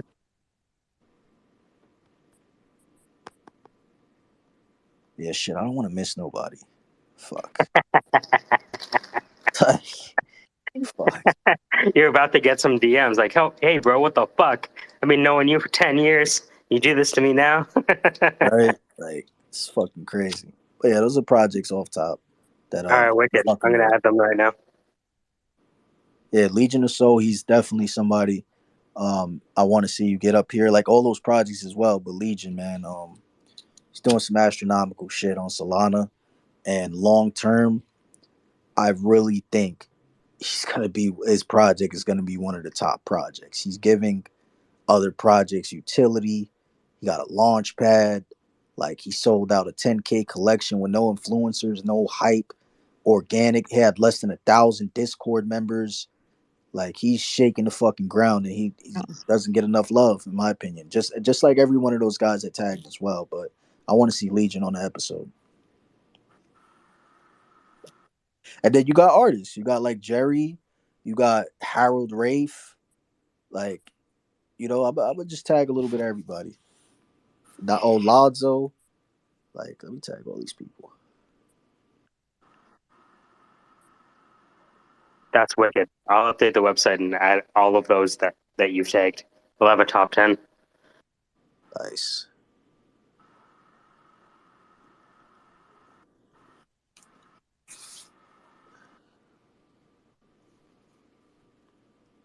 What's up? I don't know how to say your name. I would just say you, us. What's up, us? What's up, David? It's user mod. Oh, user bod. You see, like I'm a gamer. I didn't even notice the three. Like, fucking cancel me. What's up, bro? Not a lot. Happy to just be chilling here with you guys. I was a little bored, and I'm really irritated with the API. Just the way they redesign things and the going through spaces. I used to be able to just you know scroll through until I found a space I wanted. Can't even do that anymore. It's getting really annoying. Yeah, like the top of the space is being extended. It is pretty stupid. Oh, if you go down to I used to cruise through. I go down to the bottom menu and then just look through the active spaces and just thumb through until I found something. They took that away. Now they just only give you the top spaces, and they have nothing to do with anything you want to listen to. I just have to wait until it pops up at the top. So, yeah, I've been, I've been a silent fan of the Syndicate and what these guys have been up to. Just kind of I've been lurking. That's what I do. We love your lurking. How's your project going? I'm very interested in that. Oh, we've got few few wrenches got thrown into the cogs a couple times, but we're doing okay. Our I don't know. I run with a bunch of misfit nerds, and we're seeing a lot of things that are going on in the background, just because that's where we lurk. And I'm an infrastructure geek. I mean, it's just what I do. I look at packets data. I'm kind of obsessed with that stuff. There are a few of us that cruise around on Twitter on a regular basis. I mean, you guys know most of us, but we hear we hear all the excitement over all these projects. I love to hear people's enthusiasm, especially over creativity. It's what I live for. But one of the things that I think a lot of just general folk are forgetting. We have a slightly unstable environment right now, even as far as our infrastructure goes. And if there's a day, I'd like people to just keep in mind to be prepared. If there's a day that comes where no internet worky, um, those are all but a moot point. You can't do any of it without the internet. So just kind of always keep that lurking in the back of your mind. Always have a backup plan, please. Backup, save, cold wallets, all of it, etc., etc., etc. And Very, we very briefly important. was touching on that like earlier. Like, Yeah, we're about to have rolling brownouts nationwide soon. Just watch. This winter is going to be ridiculous. Without the power, the internet doesn't work. So we're going to have a lot of weird, broken infrastructure issues. Yay, energy crisis of 2022. Well, I'm glad I got out of New Jersey because they'll probably be hit pretty hard. Oh, God. I can only imagine. Yeah. Yeah, support. Well, anyway, yeah. So I'm down in Florida. So maybe Florida and Texas will stay and keep their neck above the water, I guess. But then again, who knows? Yeah, we'll see how the future plays out. I try to be a realist. I hope to reel people in enough to say, hey, please have a backup plan. Think about things like electricity, because without it, we're crippled. I mean, I was helping set up portable cell sites with cellular sector antennas on them after the hurricanes down in Louisiana, and I'm gonna tell you what. When just what's going on right now. I mean, geez, look at the floods that are going on currently. I mean, without basic water treatment and electricity, cellular, all that stuff, people kind of start to act like animals. I saw some crazy shit down there. I mean, Dude, people One, robbing one, other people for food and water. have you seen one Packers? second, real quick. Yo, next, I tagged you into the show and DeFi blogs because they have a website that they build called NILF, and I think they're gonna start highlighting projects and stuff like that. So I tagged you guys because I want you guys to be guests up here. Not to take away what we're talking about. This topics I love talking about. It's real shit. But I'm just telling you guys why I tagged y'all. So follow Attract to follow you guys, follow Sandra, and they'll get you up here as guest. So my bad, user, and Track, do y'all thing. No, I was going to say, Sandra, you mind? I know you've probably done this 4 times. I think it's sounding better every time. For the people that have just been added to the space by Echelon because he tagged them, can you tell them what NILF Hunter is and how it started and where we are today? Sure, absolutely. A while ago, I was doing like arbitrage on Amazon, and Amazon has rankings. You can determine volume of sales on Amazon through looking at the ranking. And I was talking to Mike earlier, and I was talking about whether the same thing could be possible with NFTs, because if we could establish some sort of predictable measure of a success of a project over time, that could be much more easily used as collateral. It could be easier to do arbitrage with, and it's just good to know so that a consumer knows or has a bigger probability of being successful in owning an NFT or a project. So the NILF stands for NFTs I'd like to fuck. And NILF Hunter, that was Mike's brilliant idea, and I love the name. And he and I, Ryan and Melody, we sat down, went over a website and an app, and Mike drew that all up, and here we are talking about it. It's fantastic. So in many words, they might fuck your NFTs. Well, in our context, we mean that we really want to fuck your NFTs, as in they're sexy and hot. Yeah. We take them out to dinner first, though, maybe, Nah, fuck that. Chicken wings and fries. We don't go on dates. That sounds like Cameron. Who is that? But yeah, don't be that was Future. But yeah, next in DeFi, don't be scared now. Yeah, we don't bite. No, yeah, for sure, guys. Thanks a lot for inviting me. I just got out of the shower, so a little awko, but I saw you're from Toronto. I'm located in the GTA as well, so that's wicked. Oh, amazing. I grew up in Melbourne. Oh, right on, right on. And thanks for inviting me as well. This was just kind of random time. So sorry if I'm not able to speak right now. I will be in just a sec though.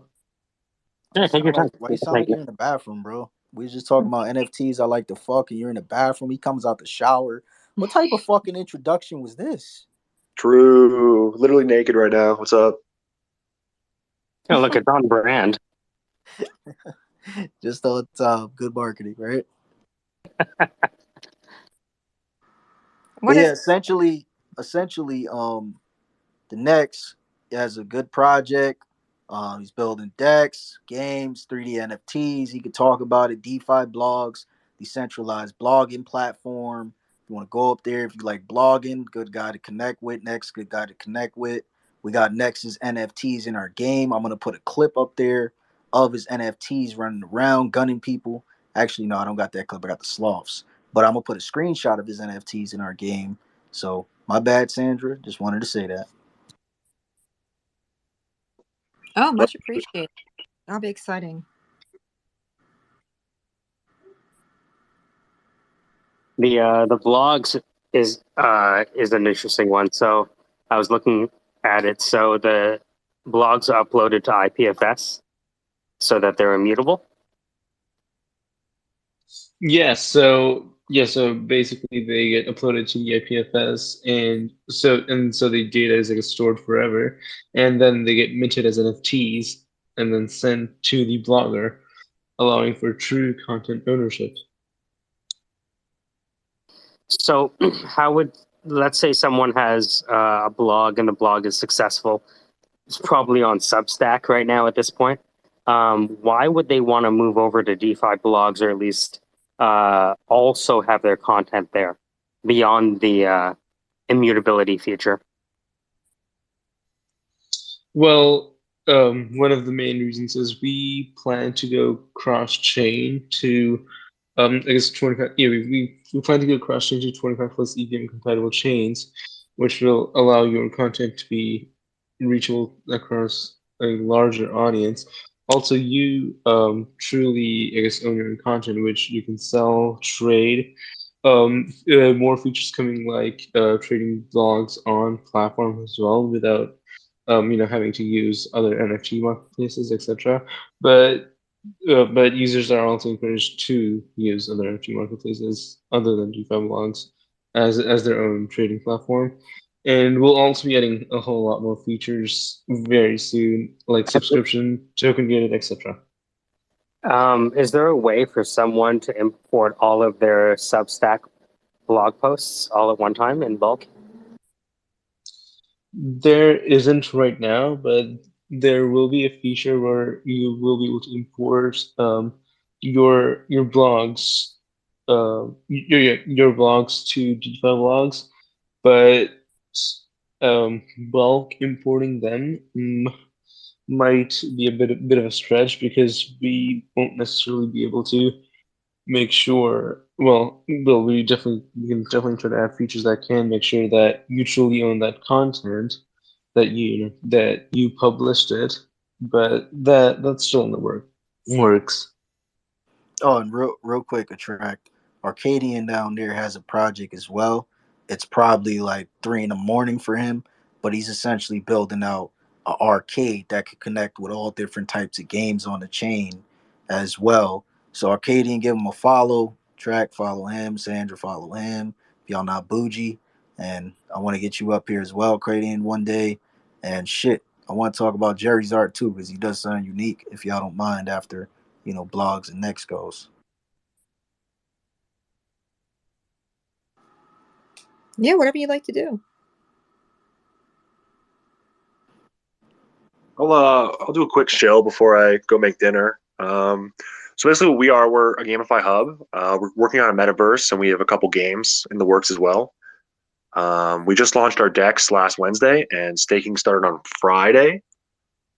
And yeah, we do consistent AMAs with different GameFi projects and kind of um, introduce our community to different games on the blockchain. And we're just kind of doing our part to just support the GameFi space as a whole. Very cool. But has anyone put Joust on the blockchain yet? That's very important to me. One of my favorites as well. I just love the noises they used to make on that game. Like, wow. It's like, but it's not a cat, it's like a bird. I can't believe we turned this space into NFT space. Like, from the shit we talk about up here to go into NFTs, See what you started, Tract. I You're think attracting funding I and think you YouTube fame. misjudged us. I think you misjudged us. No, I'm kidding. Yeah, we did start out on in the Bitcoin maxi land a little bit, I guess. I don't know. I don't think anybody here was ever like a Bitcoin maxi. I know I was always a professed moderate, you know. I'm Yeah, happy that, I'm yeah. a Bitcoin mini. Right. Yeah, so we got a metaverse, we got blogging. So Jerry, what's up with the art, man? Talk about it. Yo, yo. Hi, everybody. I'm Jerry Smith. Um, I do mainly digital art. Um, and okay, well, I do lots of stuff. I am currently in this phase of um, kind of coming out of a shell. Like I forever thought like, nah, I don't like I want to write, but I'm scared to write creatively, so I'll just be a proofreader. And then it was like, man, art is really cool, but I can't do art. I'll just doodle. And then as time has gone on, yeah, I've started actively finding the things I'm scared to do and trying to do that shit. Um, so right now I've got a story going on called Ruined Fates. It's a story about a different timeline, a different universe that deals a lot. It's going to deal a lot with facets of my life that I've come in contact with or that I've gone through. PTSD, drug addiction, fucked up relationships, and a struggle against societal pressures that just don't seem right to you or to me. Um, I've got a, I've been doing AI curated art where I create images and then painstakingly curate and often modify the final image in Procreate or Photoshop to make it what I want. So I've created some AI pieces, but I also do hand drawn art and sell those NFTs as animations so that the person that buys my piece can see from like the beginning what I started with, and then at the end, you know, what I finished with. And yeah, my whole thing is trying to fuse things that I think are really important, like mental health and the things that go into that, physical health, mindfulness, self regulation, self knowledge, trying to put those into art forms that are consumable by people that I might just sneak in a coping mechanism into your brain while you read through one of my stories, or look at one of the amethyst keys and use it as a mindfulness totem that you rebuild in your head over and over and over again as a self-regulation tool. Yeah, that's my whole thing, is just trying to get people to think about the life they live, the decisions they make, and to realize that they have power over those things. Um, and yeah, that's it. I'm reading a book right now, a really good book by Daniel Pink called I think The Power of Regret. It's all about how regret is, you know, the whole idea of going around saying no regrets is a fallacy. What you have to do is regret's there for a reason. It regulates you, and you know. So if you regret, you know, wasting your life on, let's say, wasting your 20s on drinks, for example, well, that means you'll probably spend your 40s more wisely. You know, it's kind of a form of autocorrect. If you didn't have them, you wouldn't live nearly as long. It's a really interesting book, you know, and just try to, because we think of having regret as a sign of doing something wrong, but actually regret is normal and to be expected and to be wanted. Yeah, it's um, I, I'm gonna check. I've actually already Googled the book, but I'm gonna give that a read. Yeah, I'm it very much for, like, if you have no regrets, then you are following a cult of your own personality, and it makes no sense. You need the self correction of regret so that moving forward you don't do the same dumb shit. Yeah, well, yeah, like they'd say that good Lord gave you regret for a reason. It wasn't because, well, it's to torture you. It was to keep you on the, oops, that didn't better. It's kind of like one of those things. There's a lot of things I regret, but there's a lot of things I'm never going to do again. You know what I mean? There's a lot of things I'll never, ever, ever, ever, ever do again. Thank God. So there you go. And if I didn't regret it, that probably wouldn't be the case. So Jerry, it's Jerry, right? You mentioned that you were trying to do things that perhaps in the past you feared. Is that correct?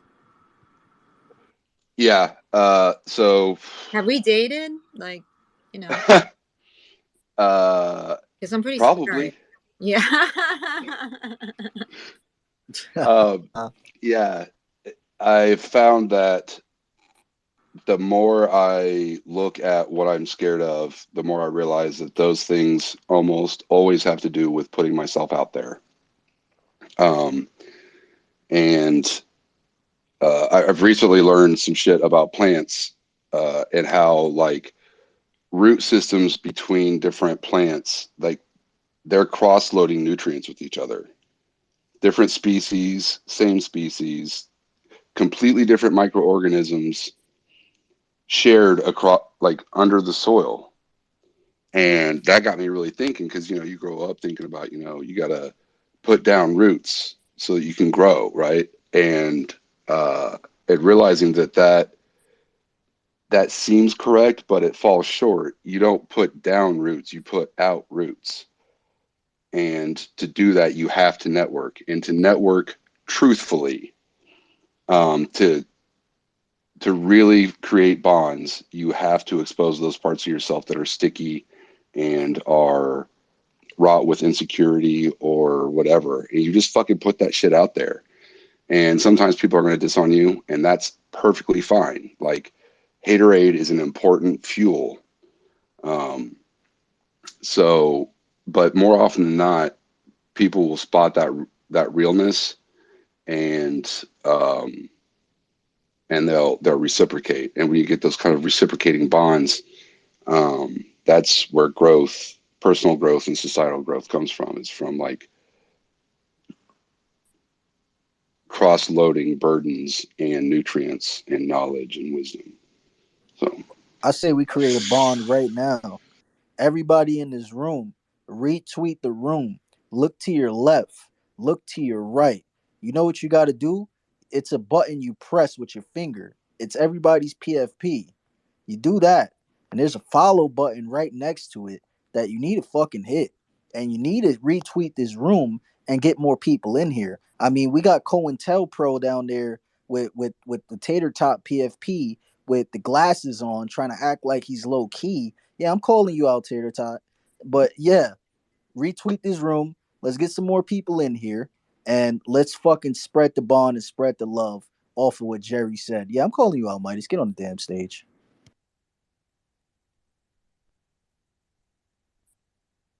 None of you guys are bougie. I don't care how big you are, how many followers you got. I don't give a fuck about none of that. Like, follow the person left and right. That's it. That's what it's about. Connecting, networking, and we're here to make the change that we want to see. That's it. I don't give a fuck who you think you are.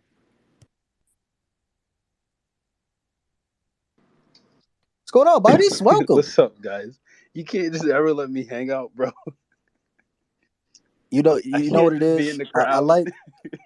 No, I like your POV on shit, and I think you need to get up here and meet these people because I think you'll like this space, for sure. No, from what I've heard, I didn't catch you speaking just now, but you sound like someone that's extremely intellectual and emotionally intelligent, from what I was hearing. So yeah, I just wanted to hang out. What's up, guys? I'm Midas. One of E's friends that he bullies from time to time. Every time I enter a space, I can't ever just be a listener. But I'm just here to hang out. I'm new to the conversation, so don't let me take over the room. No, we'd love to. Any friend of he is a friend of ours. We'd love to find out more about the hash browns or whatever you guys are doing. The kid Tater Tot? Nah, I'm gonna be honest with you. his PFP is one of the OG blue chip projects on Avalanche. It was a joke that was said in the spaces that we host, and I just been running with it. I like fucking with Midas, yo, but he's a good dude, yo. Like anyone who has Jamaica on Who's their got the profile picture is a friend Midas of mine. touch? Midas with the Midas touch. Yeah, you better chill, Melody. He might be looking up your Tinder profile right now. You better relax, girl. He had me at the sunglasses. Listen, I'm all work, no play. I'm literally in the middle of like editing right now. That's why I didn't want to come up, but he bullied me to come up here. But what was the topic before I became the focus of the room? We were We were trying talking to make about you Jerry. we were trying to make you the focus of the room, actually. See, I'm not a guy that likes attention. That's why I keep trying to shift it. It's okay. We've seen the people who love attention, and we don't like those people. That's crazy. The host, attract funding. How did you meet E? Since you're a new acquaintance, and also Yeah. Sandra, hello to you as well. Hi. In here, in space. Maybe I Really? did one of his, vice versa. Yeah. No, he was talking about how I remember exactly. I forgot bro's name, and I feel like a piece of shit. But like I talked to so many people, I forget. But he basically was like, "Yo, like, I think you'll like this guy." So I joined this space, and I forgot exactly what we was talking Oh, maybe about. it was that Crypto Bottoms, Mr. Raj. That's who it was, I think. Yeah, shout out to him. So I forgot you clipped it before. It's a while ago, but we was talking about a topic in particular, and you was kind of challenging my thought process because I didn't even think about it like that. But yeah, that's kind of how I met him. You remember what we're talking about? I don't, but it Yeah. was something. It was something. That's all. That's what we're talking about. I Step hope Something. it was step up and something. get more involved as a glamour boy. Like be the face of the uh, NFT industry, and reach out and do more for NFT people, even though he already is anyway, and sometimes it feels like he gets taken advantage of, but that's okay. Anyway. Yeah, there's You just made me sound like a sucker right there, saying it. What? No, I didn't. I was trying to make it sound awesome. You Very careful, are into Sandra. the art and not the the glamorous side of having your face out there, and I get I, it. It's cool. I like the idea of having a glamour boy for the project. You don't think that's useful? I think there's utility. Yeah, I think there is. That's That's true. great utility. I think he's perfect With for some it. badonkadonk. I'm telling you. Oh yeah, Jerry's like totem is freaking fire. I'm telling you, you know what Jerry's doing right now? He's going through your pit, even though your account was on private. He's like trying to match your PFP to like he Google searched it. He's trying to be like, yo, this might be my fucking ex. Yo, You may be right. I don't know. I got a whole bunch of stalkers. He'll just have to get in line. No, remember, like we had a few spaces ago where like one of our friends was like almost found out that he had a ute in California that he didn't know about. So you never know Oh, what's gonna happen. ooh. I'll take it off. It's no big deal. I know that we're not exes I know that because too. you're not still obsessed with me. Uh, I don't. Yeah, yeah. oh shit, I yeah, like your Jerry. art. I like your art. Oh, I'm a fucking stalker. If I think you appeal to me, you're gonna have to get a restraining order. Gotta respect the honesty. Yeah, I was just about to say that. Very honest. I'm pretty intense. Like most guys can't handle me because they're too fucking beta for me. I'm Epa. not sure Jerry would fare well with me. Epa, epa. I mean, after all, he doesn't even have skin. Like he's like a skull. So We're gonna need yo DeFi. We're gonna need to blog that right now. Get the writing, publicize it right now. Do it right now as you're speaking. So Getting that it all PFP, recorded. my PFP is what I submitted to the Indiana Creative Arts Festival for Veterans, cool. and it won first place. No way. That's Can awesome. we Yep, can we yep. get some fucking emotes in the fucking space for that? Come on. Hey, Thank you, thank you. You're welcome for congratulations. the promotion that I Wow, gave I'm the you. only one who put his Yeah, I emote up. appreciate it. That's crazy. Yeah, legit. Like when Ian and I met, I would not have called myself an artist. And over just what 8 months period, I've like gone to like calling myself an artist, and I won like You 4 are? awards. You are 4 awards fucking Epa. ready. That's like Epa. that's. I mean, come on, man. Don't doubt That's yourself anymore. Salute, like salute, instant salute. stalker. Yo, Jerry, when you get famous, I'm remember gonna I'm this. gonna stalk the Remember fuck this out Oh of that yeah. space. guy. He's pretty Oh, cool. I be remembering you. It's Don't all Be one, Jerry. remember. Don't bro. don't It's don't all block one. me. Okay. Do you guys know Peter? Peter's also an artist, and he's a roof carpenter by day, and someone who gets reposted by Joe Rogan at night. So his art is actually really blowing up. I think his last piece got like what 180,000 Wow. views. Pete, what are you at now? Well, that was on Twitter. That little video I made. Pardon me, I just woke up. Um, yeah, that's disconnected from my Instagram account, so it's pretty nice to see that happening, like natural growth. Yeah, But that was like over 180,000, right? That was like quite a few. Well, Mr. Peter, yeah, it's still under congratulations, two bro. million. But Oh, okay, good. Awesome. what's that? I was saying congratulations, bro. Cheers, man. Yeah, it's sort of like never expect to get to that spot with it all, so it's fun. It's Look, nice. if you see what Peter has up his sleeves, you guys are gonna fall off your chair. So He cooks. can we see it? I'm not sure if I'm allowed to share it with people technically, but you know, How does the people I track trust, know? I've sort of given How a does the sneak peek. track Eventually, know about it? eventually. Yeah, I'm Soon, telling soon. you, I saw it, and this is like not me selling at all. It's actually like it doesn't have to be sold, but if and when Peter can share it, dude, everyone in this space is going to know exactly what this is about, and you could even close your eyes and know about it. It's crazy. It's not even like, oh, he has this new token thing, or he had no. This is all Pete's artwork, because he's like a master right now of disco diffusion. So if you're looking for like artwork that'll break your brain in half, that's what Peter does. Appreciate that. That's very kind of you to put it that way. Yeah, no, it was a project that I got commissioned for by a really really large artist. No, like a really, After really, really large artist. I still don't really know what's happening with it though. I don't know if it's actually in their media pipeline yet because they haven't started their media campaign for this like next thing that they're doing. But I'm assuming that's what it's going to be released if they put it out there. If not, I'll share it once their thing's finished because there's no way I'm going to keep sitting on it forever. So this thing is at this new one you posted is at what, like almost 12,000 at this point. So you've been able to replicate your success. Oh wow, 191,000 now. I'm putting it to the top. Yeah, pay attention to Pete. Those are just like little experiments though, compared to like the other thing.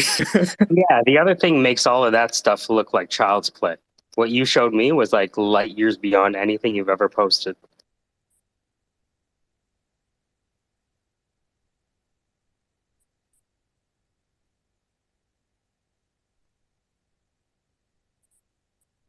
So artists ought to perhaps should consider focusing on getting on and learning disco. Was it disco diffusion? What are you using now, Pete? What's your toolkit? At the moment, I'm working with Stable Diffusion. It's a lot faster, and you get some nice imagery out of it. But I miss disco. I've been playing with taking my work or like my drawings through Stable and plugging that into Disco Diffusion at the end because that's where I can get like good quality stuff. I feel like Awesome. I've been addicted to Stable Diffusion for a little bit, but I just I don't know. I don't know. It's not that I don't like what I get out of it. I actually love what I get out of it, but it doesn't feel like the thing that I can get out of with disco, if that makes sense. It's a very different kind of tool. in a way. Yeah, no, that makes sense.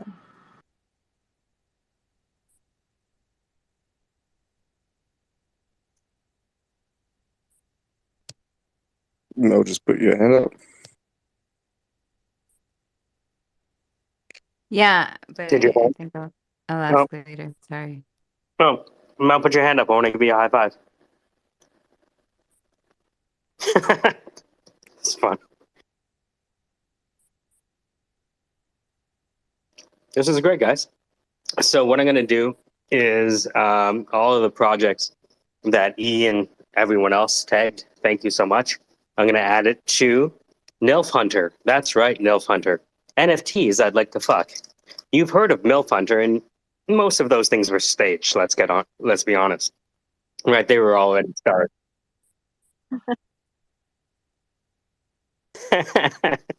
How you feeling, Trav? What are you hearing?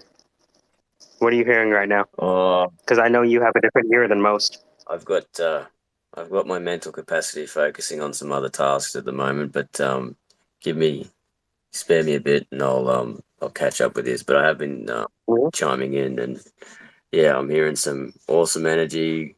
I'm hearing some real leadership abilities, and some great things happening.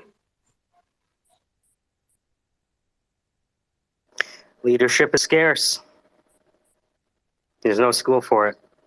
Yeah. They try to create schools for it. There's no school for it. It's a school of experience. The Army's Army has a whole series of leadership courses. Yeah. I will say, hey, Zach, what do you think? Do you think leadership is something that we can teach or we can't teach?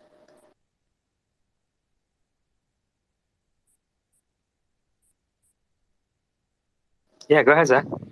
Melly, get back to work. See, that's the type of leadership we're talking about. Wow, and he stalks and he orders you around. That's just really cool. So inspirational. That is, yeah. You all right, Sandra? You just Actually, that's his job. It's not me.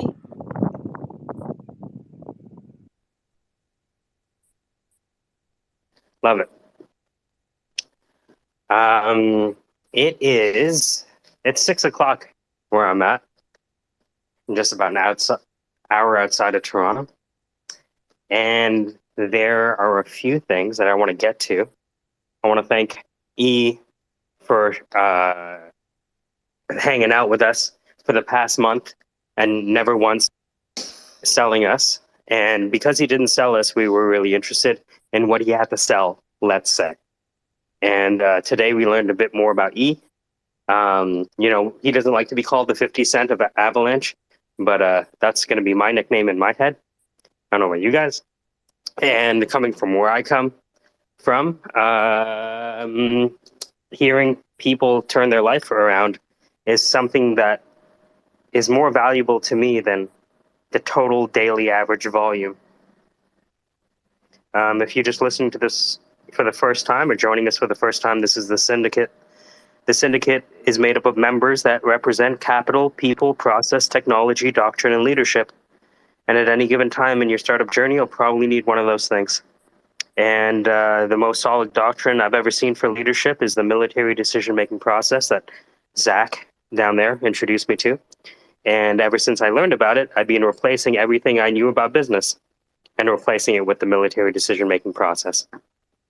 So if you're looking to stay on track, Zach has an innovative company that pairs civilian startup founders with military leaders to make sure they don't fuck up in the fog of war.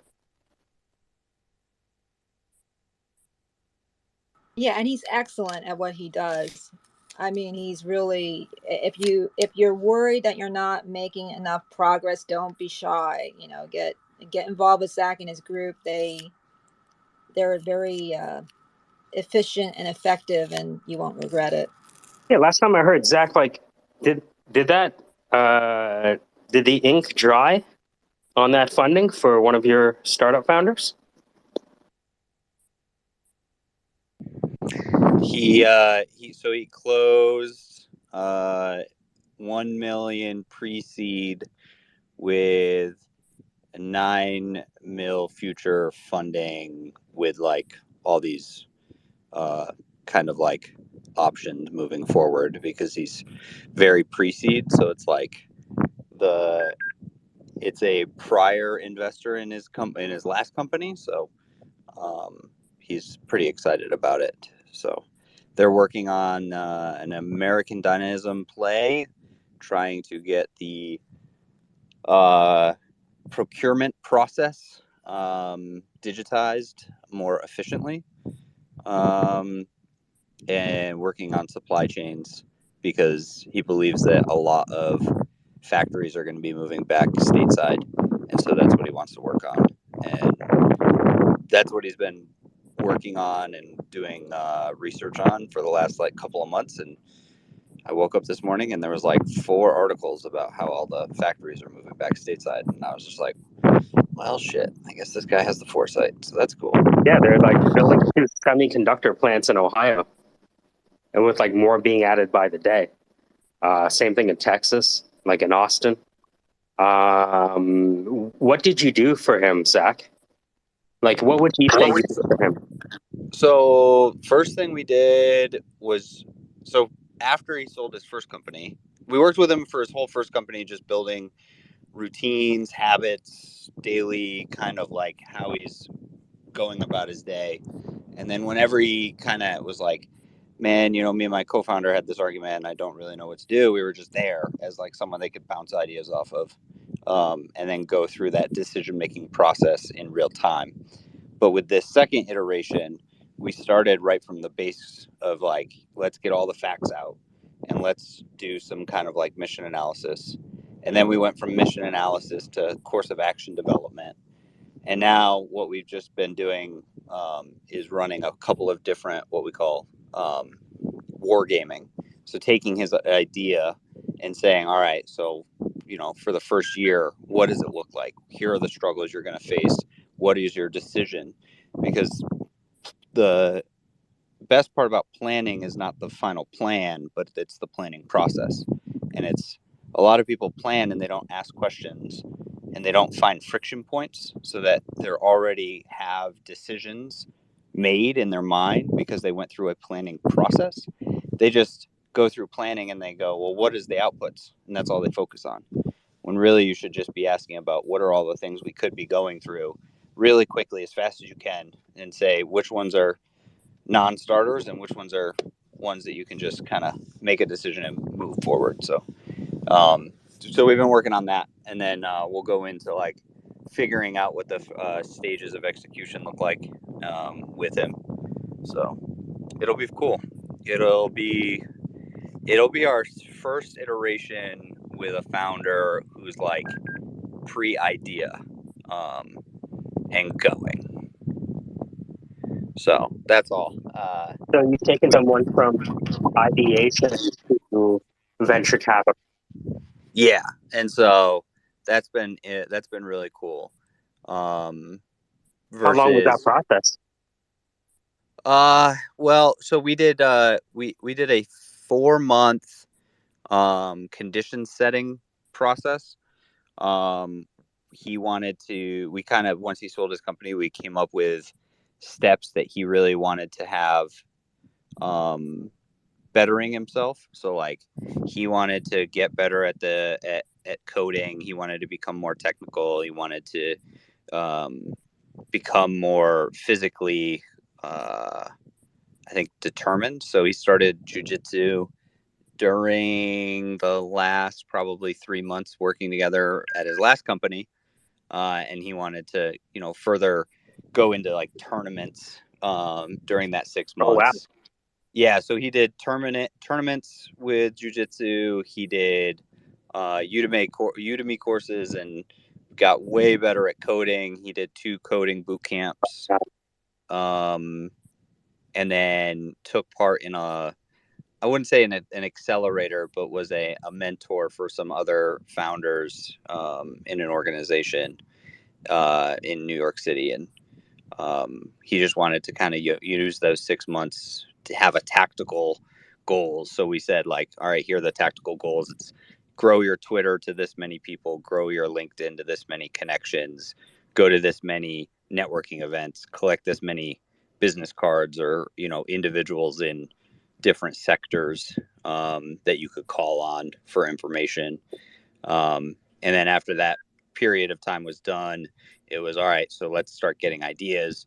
And so we started coming up with ideas. And then every idea, it was, all right, how many people are you going to talk to about the idea and see if it's viable? And so, you know, each week he had a goal of talking to 150 people. So he would just go door to door around the streets in New York City, just asking people with a little clipboard about different ideas. And so we just came up with that until we narrowed it down to kind of like what he wanted to be doing and where he wanted to focus, and then helped him. So that took about 8 months, all of that. How But he different had, was the original idea from the one he ended up pitching to the VC? so the original idea, so his last company was in construction. And then he came out from this one and just said, I want to do something in American dynamism. Um, Can he's you explain what American dynamism is? I don't think a lot of people may have heard that term, American dynamism. Yeah, so it's an investment thesis that says that America can be great again, and not in the very politicized version of those words. Like, it is like a, back in the day, the smartest, most brilliant individuals worked for NASA, and they worked for the government, and they worked for, you know, those organizations that help propel, you know, America forward. You know, during World War II, all of these giant companies, you know, put forth for the war effort and things like that. Now it's Yeah, we won on more, technology innovation, yeah. right? And so, Yeah. now it's like, you know, what Elon Musk is doing with like pairing with NASA so that we can go back to space and stuff like that. That kind of falls under that thesis. And so it's really just saying, how do we leverage capitalism in a positive way to keep America progressing forward? Like, a lot of American dynamism plays are to say, like, why don't we have high speed rail? And why aren't we putting in the infrastructure for high speed rail across the country? Right. Yes. Or, High speed rail would completely transform our economy. yeah, Let, and but stuff and stuff like, yeah, and stuff like that. Just, you know, why are we still shipping things the way we're shipping them? Why are we doing supply chain the way we're doing them? How do we get more people employed and you know, employed in the right places? So I like it. I don't know. I just think I think he is a good founder, just as a person. So, and so I like working with him. Wow. So, what do you think now that you've been operating the winthewarcs.com for a while? What do you think is the value proposition? And what did you think it was going to be going in? When I first started it, I really thought it was just going to be about holding people accountable for the things that they want to be, what they want to do, right? Like Melly wants to get more work done, and she's always in Twitter Spaces. So every time I just like hop on, I'm like, okay, is she on Twitter Space? And I get in, I'm like, I can't hear you. oh, can you hear me now? Yes. Oh, I Mouth just like, an account. Go on. yeah. So I thought it was. Oh, Sandra. Okay, I got it. I was. I really thought that it was just going to be helping people stay accountable and disciplined for the things that they wanted to. What I found is that people want to be held accountable and have someone in the trenches with them, but also there's so much to teach in terms of quick decision making, tactical decision making, and like having someone that you can just say, this is what I'm going through in the moment. A lot of founders, well, they have advisors and they have a board, or they have investors and they have all these things, sometimes you don't really want to approach them with all these questions because you don't want the optics. And so you just want someone you can like bounce the question off of. One of the things that we always talk about in the military is like, you know, we're supposed to take appropriate action in the absence of orders. And what that means is just doing enough where you're not causing any damage. And if you do go in the wrong direction, like everything's reversible. Like a lot of people are, a lot of people think that if they take action and it's in the wrong direction, that it's going to ruin everything. They And think so it's they like just, chess, right? yeah, When and they I get stand the there, move, I'm they gonna lose stand, my queen. Yeah. yeah, they stand there frozen, right? Like, whereas you can just make the decision, deal with the consequences. So that's all. It's like a definitely like a sounding board and like brainstorming with the kick in the ass after. Mel, what's your experience been like with Zach? That's Beyond all the I'm saying. details. That's all. That's all I'm saying about that.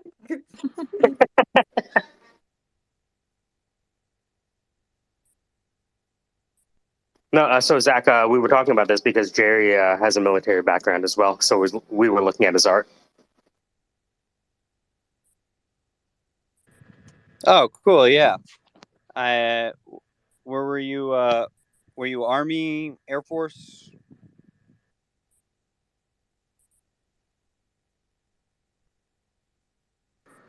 Uh-oh. Jerry, I'm sorry. Did you hear the question? I think that means he was a SEAL. He might be. He might be on the phone. Or no. Oh man, he was even deeper than a SEAL. The longer we wait, the more senior his rank gets.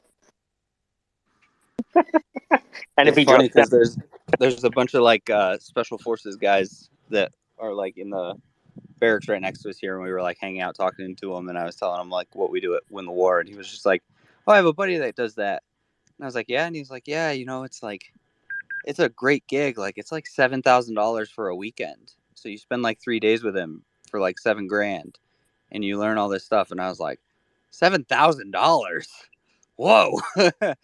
And I was like, "Yeah, I just uh, for a weekend, wow." I don't know if I could ever feel like I would charge a founder $7,000 for a weekend. Like, I don't know. You but just I have know, to like, raise $1 million. I think somebody might take you up on that weekend. yeah. Well, I know Jocko's. I know Jocko's charges like $5,000 for his, and then it's like $300 a month for his like little. I got to stop saying his little, but his. his Yeah, little out of the vocabulary. yeah, I know. His weekly or Rocco has monthly. a cute project. Yeah, he has a lot of projects. I'm interested. One of the reasons why I didn't want Win the War to ever be about me is because I'm interested to find out what happens if Jocko's gone. If anything ever happened to Jocko, what happens to the rest of that? Now I'm sure he'll be martyred as, you know, the guy, but who picks up the mantle, right? Like that's a personality that's hard to replace.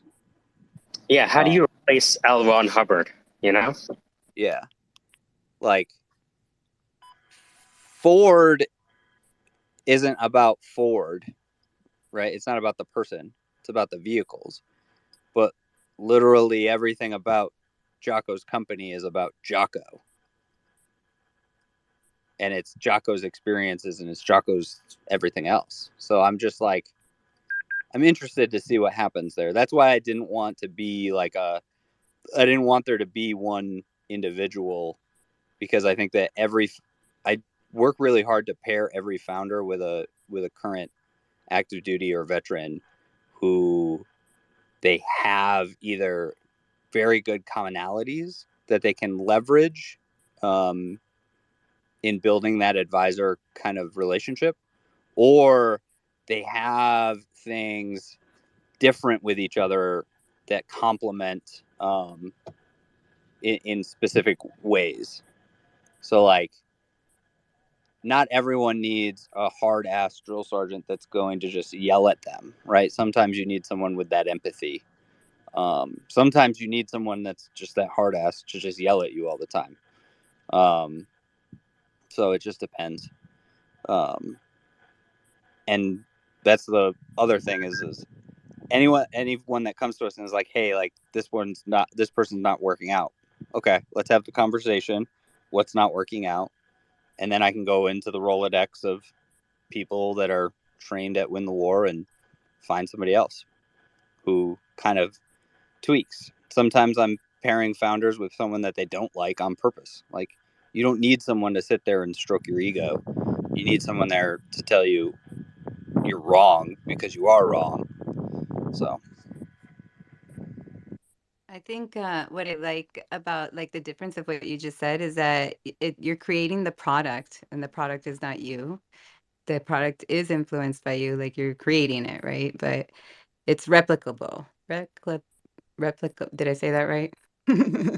And so that's key, well, obviously, to scaling for yourself and your, in that business. And then it's like pretty awesome that kind of success can, uh, I don't know, be shared with the founders of like other businesses. And it's just, I think that's pretty awesome. what I've really liked about it is I've had um, 3 of the current active duty guys. They called me and they were like, I am getting better at my actual job because of this. I was like, what do you mean? They're like, having to explain this to like a civilian has made me better understand how to explain it to my soldiers. And then number 2 is because I want to be good for my clients because they're paying me. I'm reading the doctrine now more, and in a way that's like I understand more. And I was like, really? Like, yeah, like I'm going to be way better at my job because of this. I was like, well, that's good. That's a whole nother thing that came out of it. It was like, they're like, yeah, I'm reading the doctrine more often just because now I have a reason to, even though like the Army pays you, having this other civilian that's paying you even more, it's like gives you a whole nother dimension to your job and a way to look at how to articulate it. Yeah, when we met, showed me the military decision-making process. I was like, oh, so you mean business school is just a diluted military? This sucks. It's going to follow this PDF that's 80 pages from now on. It's really interesting to me to see like how many people like have said that it's just like very, very, very, very, very, very similar. And I wonder if it's the military took it from business school of the past, or the business school took it from the military. Well, So that's go ahead. No, please, no. You have the background. That okay. So what had happened was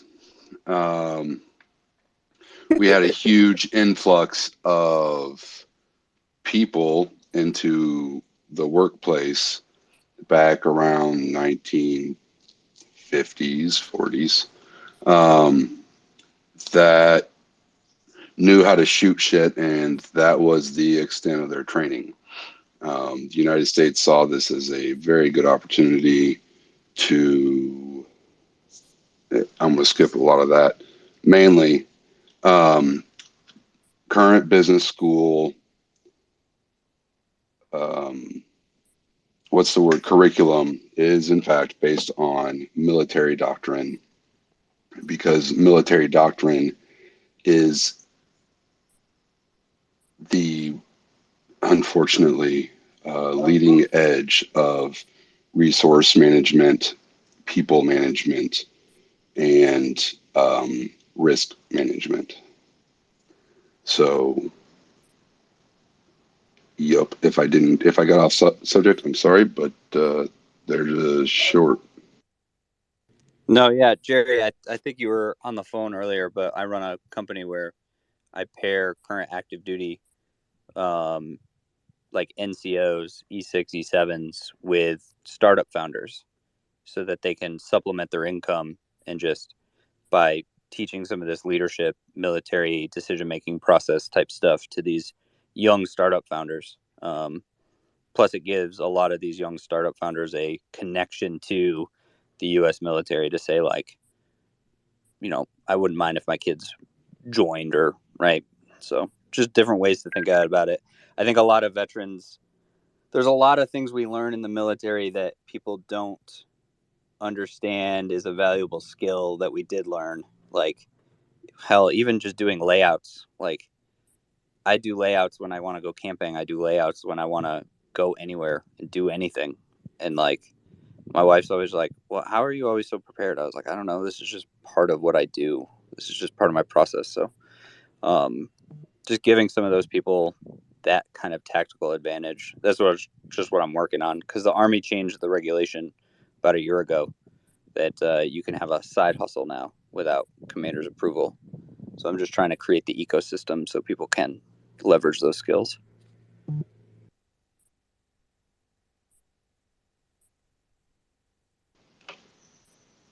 That's interesting, man. Zach, will you be able to give, maybe over the course of next year, like just a general report back on how people are progressing? Yeah, You so would we just had a bunch of startup founders do consults, waiting to see if they close, because they're also in the we're just about to come up with an idea. They have a couple of things that they'd like to work on, but they haven't really come up with an idea. But yeah, I'm hoping to really take this year to codify what that looks like. And so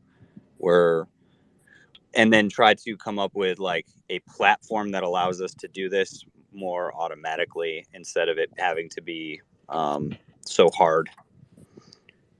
Right. I mean, people may not know this, but Zach has literally like cashed out like all of his favorite things that, he held dear, cars, everything, not enough that, not foolishly, but, he's investing in his business, I'm sure he's got his retirement fund and all that. But anyway, he seems to me to be fully committed to making it successful. And so far, everything I've heard back has been complimentary and positive, and people are making progress. And I'm kind of scared of that, because I'm afraid if I hire Zach, I'll actually like accomplish things, and that is even more frightening than just being miserable all the time. So I'll have to think about it.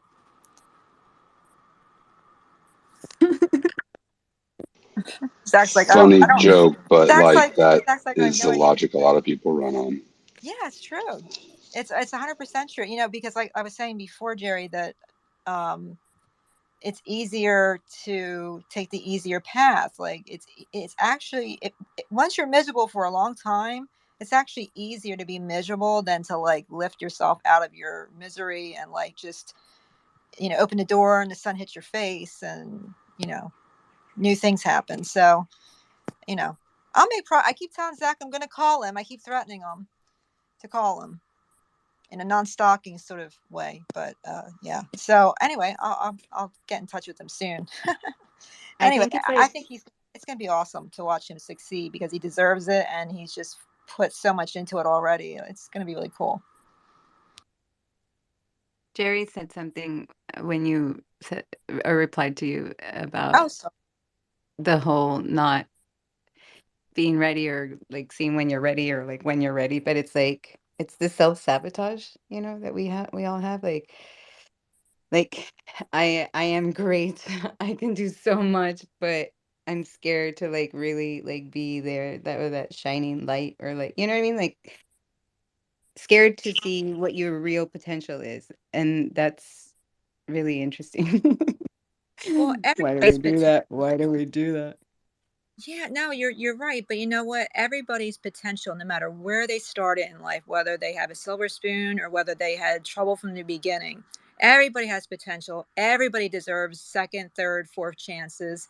If people find something they believe in and that they think will, uh, be meaningful and helpful for others, they'll shine through, you know. And I think that's we have plenty of examples of that just today in this room. So it's really cool.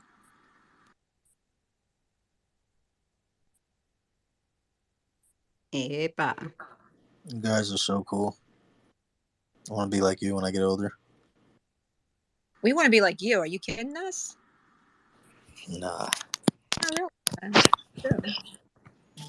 But yo, this is dope. Like we got the anti Web3 people and the Web3 people all coexisting in one space. Like this shit is crazy. This shit is like this is a time in history. Like this is how you fucking merge two worlds.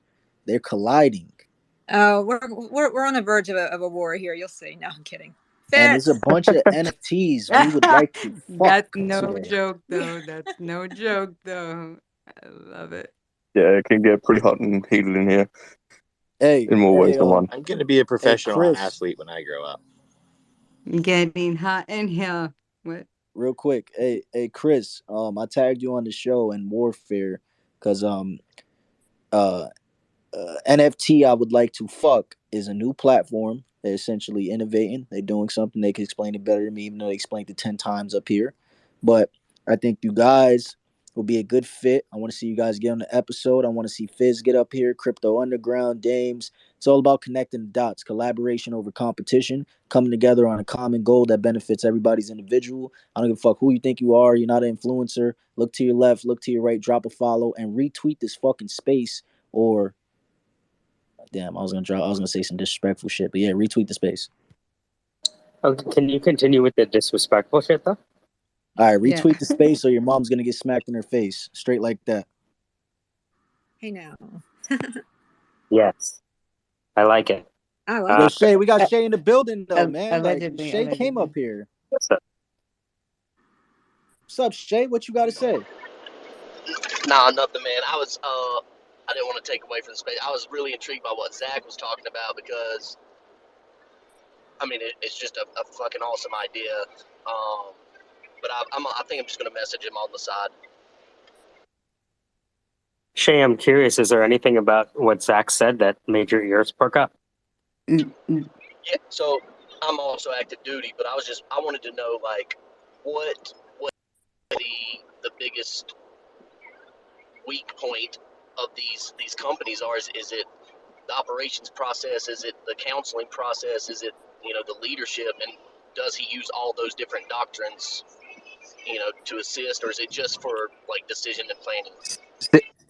6-22, ADP 5. I use it all. I sit there and I go through every friggin' doctrine book and I'm red tabbing them and I'm creating metaphors for life and business every day, just working on it, trying to build it. I use the Seaburn doctrine and how to eliminate toxic people from your life. I use the SOSRA of fire support and how to breach obstacles that you're putting up in your own life. Like that's literally all I've been doing, because I think when people put it in this life or death perspective, it hits home more. And so I want to create a doctrine that I can push out as like a coaching platform for everyone, all civilians, all, Americans, or anyone in the world. But I want to start with founders because they have that high achiever. And so if I can get them from 0 to 1 or -1 to 0, then I have something that I can scale if I can create the platform to make it feasible. So that's what I've been working on, Shay. That's super cool, bro. That it's one of the things I think makes us more effective in everyday life. Like sometimes I go home on leave and talk to friends, and I'm like, bro, that's a simple ass problem. Like, here's how you found the solution, and they're like, how'd you do that? And I'm like, I don't know. Now it's ingrained in me, after all these years.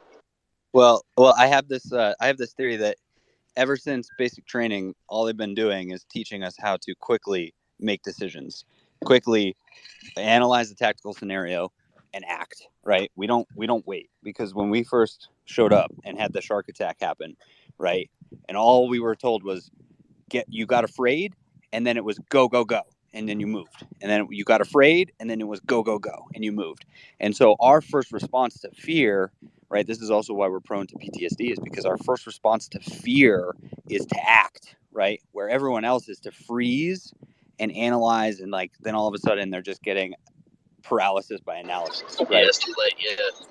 So for us, it's act, do no harm, take the first steps, and then as you're taking action, you can assess the situation, because there's normally 5 or 6 steps that you can be taking that aren't going to do any harm. You might as well just take them anyway. And as you go there, you're going to learn more information. You're going to do IPB essentially, and then you can apply the tactics that you know. And so, I teach some of these like skills. Like I have a mimic of the shark attack. So like I have this shower drill where I tell people like, take a nice warm shower after your workout in the mornings, and then turn the water to cold, but don't get in. Stand outside and just try to get yourself super afraid of the water.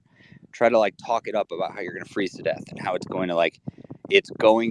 It's going to be awful, because like freezing to death is a real fear. Like it's a real animal fear that we should have, right? Public speaking isn't. Taking action in a business isn't. Like none of that's real fear, right? Things that can actually kill you are the only real fears that we have. And so if you can get yourself really afraid of that water and like act up on that fear and get your anxiety really high and go 1, 2, 3 and get in, you've just conquered your first fear of the day. So now every other thing you're doing, it's just a reaction to fear. It's just that same action. You've already done it once. Just keep fucking doing it. So shit like that is like what I'm trying to teach, and just taking what we've done and turning it into something civilians can relate to. I love it, dude. One of my favorite quotes is from Patton, and it's a good plan executed today is violently executed today is better than a perfect plan next week, because you can stand around all day planning and planning and planning. If you don't ever take a step, like it's worthless. Yeah, I said to Peter the other day at a space, is like he got reposted by Joe Rogan, and I was like, look, you've lost cover and concealment. You have 2 choices: is you can go into the defense and sit there on your hands, or you can go to speed and violence of action and take advantage of this opportunity and just start posting the shit out of everything you can come up with, whether it's good, bad, or ugly. Just start doing it, because you're going to gain traction just by the sheer amount you post. Speed and violence of action now. And I don't know, Pete, what did you think? Did it pay off? Did you think it was good or what? Ooh, yeah. Sometimes I feel like I post too much, though. I think there's a bit of having a more reserved pattern might be a little bit better. Not reserved like, Curated. yeah, more Measured. curated, more measured. But no, I've been posting like a bit more often. It's trying to keep things up, keep content coming, because like even right now I'm just trying to get an image off my fucking phone that I can post for a GM post, and then I'm gonna have a coffee and run off to work, and like it is what it is. But Gary V says that the new content creators will be posting 18 times a day. I try to That's a like little retweet and stuff as insane. much as I can. That's I a try little and retweet insane. other people. Yes, retweet others. Yes, Peter. There's an admiral, I forget Admiral something. He wrote a book too, and he basically his whole speech was to, when you wake up. This is for Zach, man. Make your bed. Like wake up, make your bed. It's like just the smallest step towards doing anything, and then you've already started. Like you're like leaning into it. Yeah, So I think yeah, that was General Peterson, right? General Jordan Peterson. yeah. I'm not sure. There was a guy. It was like a speech at a graduation or something. Yeah, I love it. Hurls, what are you saying? Lay it up on you. Feeling good? You feeling nice? Yeah, feeling real good. The energy's just getting stronger. Again, still doing some other things. Just wanted to pipe in and chip in and say that, yeah, I think it was Zach that was talking about it, about those, I guess segregating those real fears and identifying it so you can sort of bring your mental capacity into where your sort of thought process is strongest. And one of the things I picked up with Peter, and without speaking out of turn or anything like that, like like if you follow your truth path and forget about that real world self, and follow that true self that we all love here, the beautiful man that you are. You know, I really feel that once you gain confidence in that area, man, you be yourself. You're just going to bloom.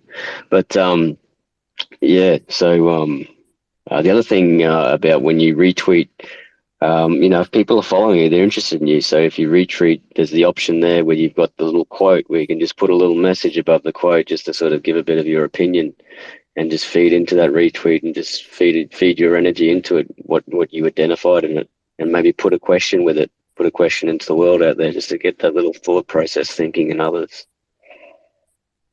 I also want to add in, like, you can't expect people to support you if you don't support them. Like, it's free. It's the shape of a donut. Doesn't cost nothing. It's a couple clicks of your day.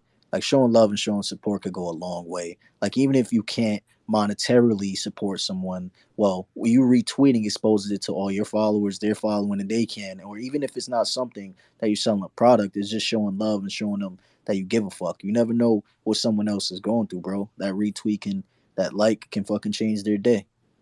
I'll go even farther. If you have a project and you want support and you haven't supported anyone, don't come complaining when nobody gives a shit. That's a fact. Fendi. That's a double Fendi. Ashe, ashe. I learned that from Quinn, the best man at my wedding, the comic. I'm like, he always used to tell me like 10 years ago, yo, you got to come out and support. And I'm like, why? He's like, because you're gonna want that in the future. And it's not that you're doing it just for reciprocation. It's just like, if these are your boys, then you're nothing if you don't support. You're actually nothing. You're more of a liability, if anything. Yeah, get off Amazon. Support your local business owners. Go I buy mean, the t-shirt from the I'm- artist that's around the corner downtown. Go to your yo, first support Jerry's OnlyFans. Link in his bio. Incredible. So why don't we lead with that? Motherfucker. Should have led with that. I'm fucking around. He doesn't like. I'm trolling, but I would ask a serious question though. Does money make Wait. you happy? I want to hear everybody. yes, No, because I don't have enough of it. money facilitates happiness, yes. Happy I think above moments. $74,000, $74,000, there start to be adjusted for inflation. I don't know how old this quote is, but 74 grand Yeah. is what there was a diminishing law of diminishing returns with regards to satisfaction of money. Maybe it's a Maslow's hierarchy of needs. You can't buy self-actualization. I think Like, the trouble with the research that spawned that quote though, Mike, is that the people who make over that amount, the amount of hours that they have to work to make that amount, right? Oh, interesting. And so if you had asked the children, or the wives, right, or the husbands of the individual who was making that amount of money, if they were happy because they had money and they didn't have to work as hard because that individual had, it might be a different scenario, right? Like, who's really the beneficiary of making a lot of money? Is it the person who is and has it, or is it the people around them that reap the true benefits? Wasn't that studied I like in can't a speak directly to that. yeah. I own in the industry that I'm in. Honestly, this is true. I could work for some other I could work for a large corporate industry, large corporate company, and make more money, and be less of a pain in the ass. And it's less of a pain in the ass for me. However, I employ 8 people, and I am able to pay them more money. So uh, it's not entirely about money, and that reaps benefits as well. That's true. What's up? What's So up? I feel that. What's up, Wolf? Yo, what's good? What's good? Loving the space tonight. Wouldn't have known about it until I saw Shay tag me in the comments below down there. Yeah, I don't know none of I don't know none of these people up here, but go ahead.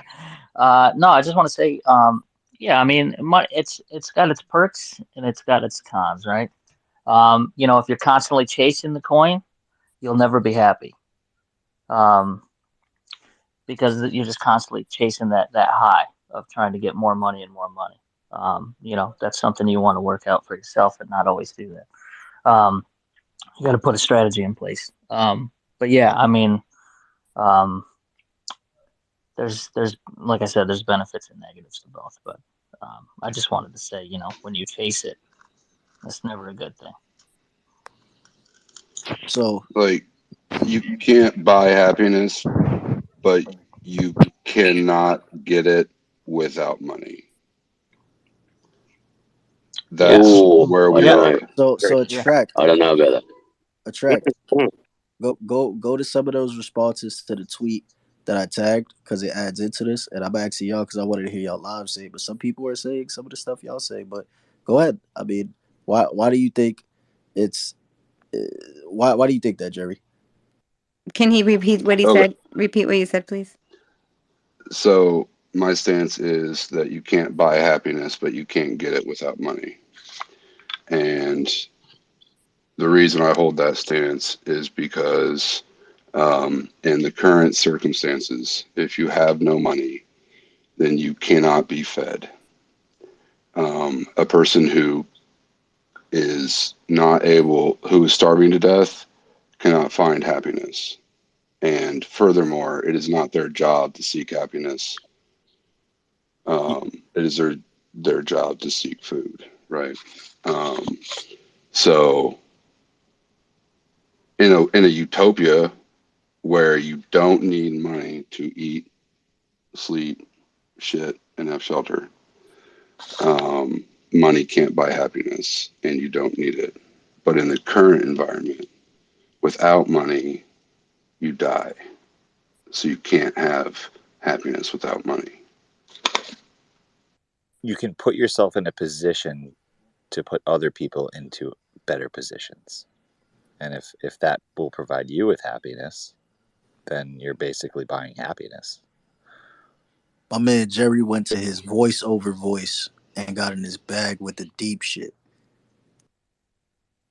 He was like, "Yeah, money can't buy happiness, but it can in this monetary system because you need a roof over your head, you need food, and you need shelter. And when somebody is hungry, like they're not Yo, who is happy." E and where have you been in all these spaces? I've missed out.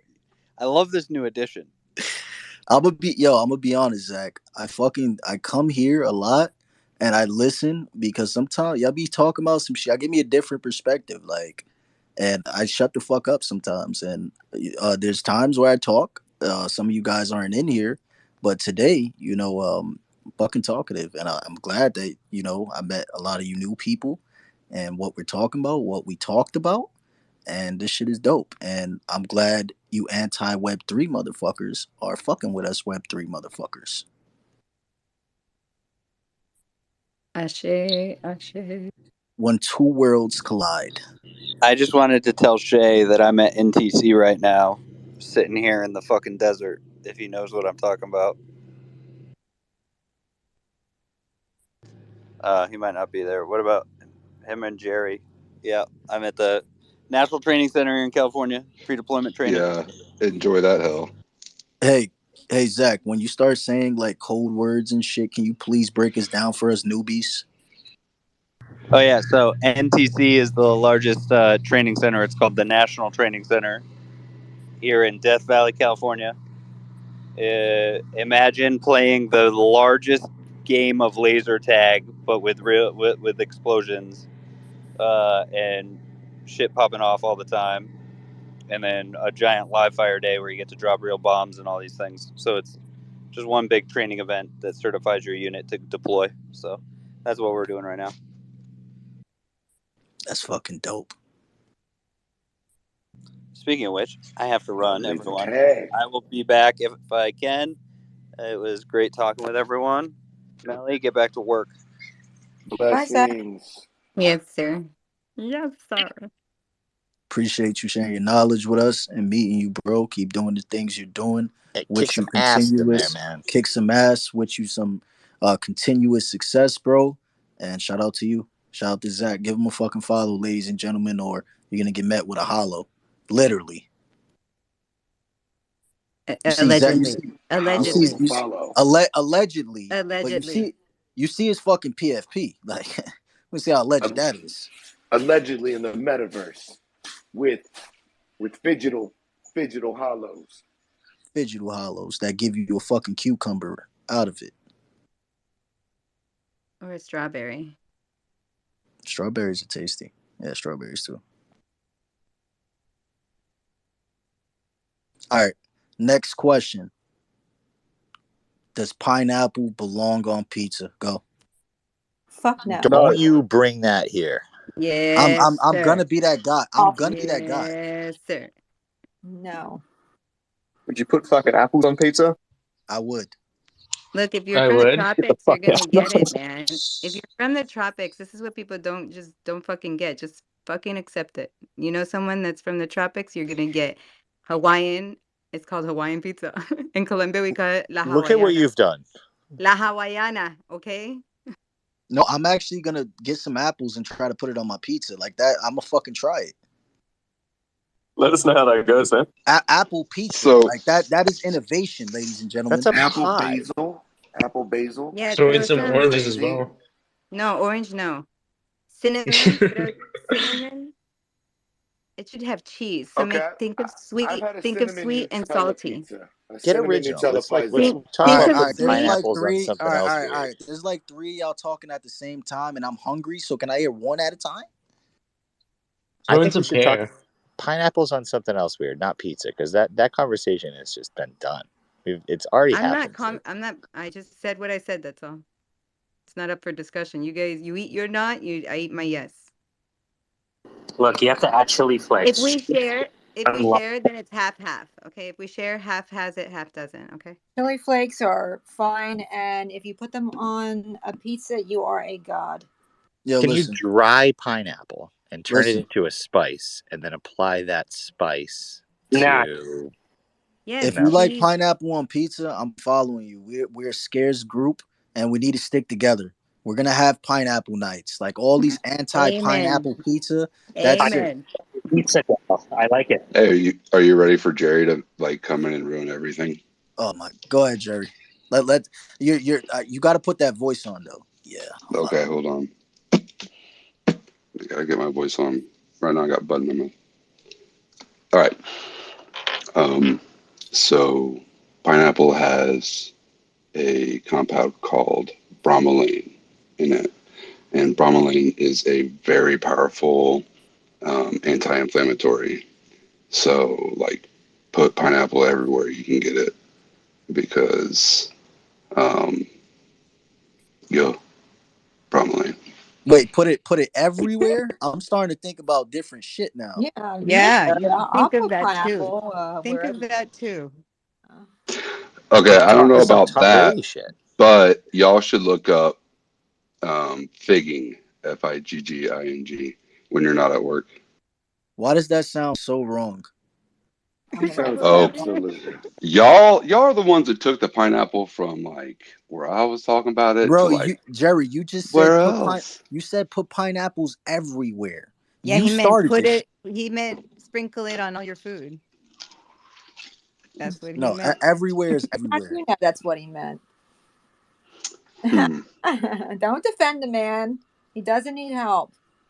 No, I don't actually, you know know. what I do also? You get the peels, you make pineapple tea. So basically pineapple water, or you can do it with boiled skin, pineapple skin, or just boil the actual fruit and drink the water. Or rather not soak the fruit.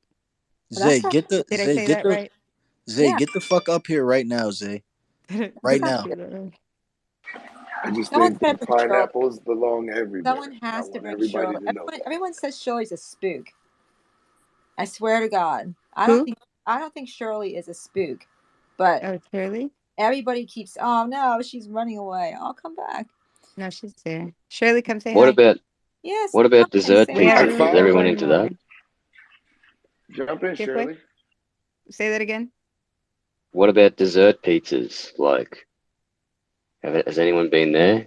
Like when you get into South America That's and stuff like that, the things they Oh, do with pizzas. Oh my God!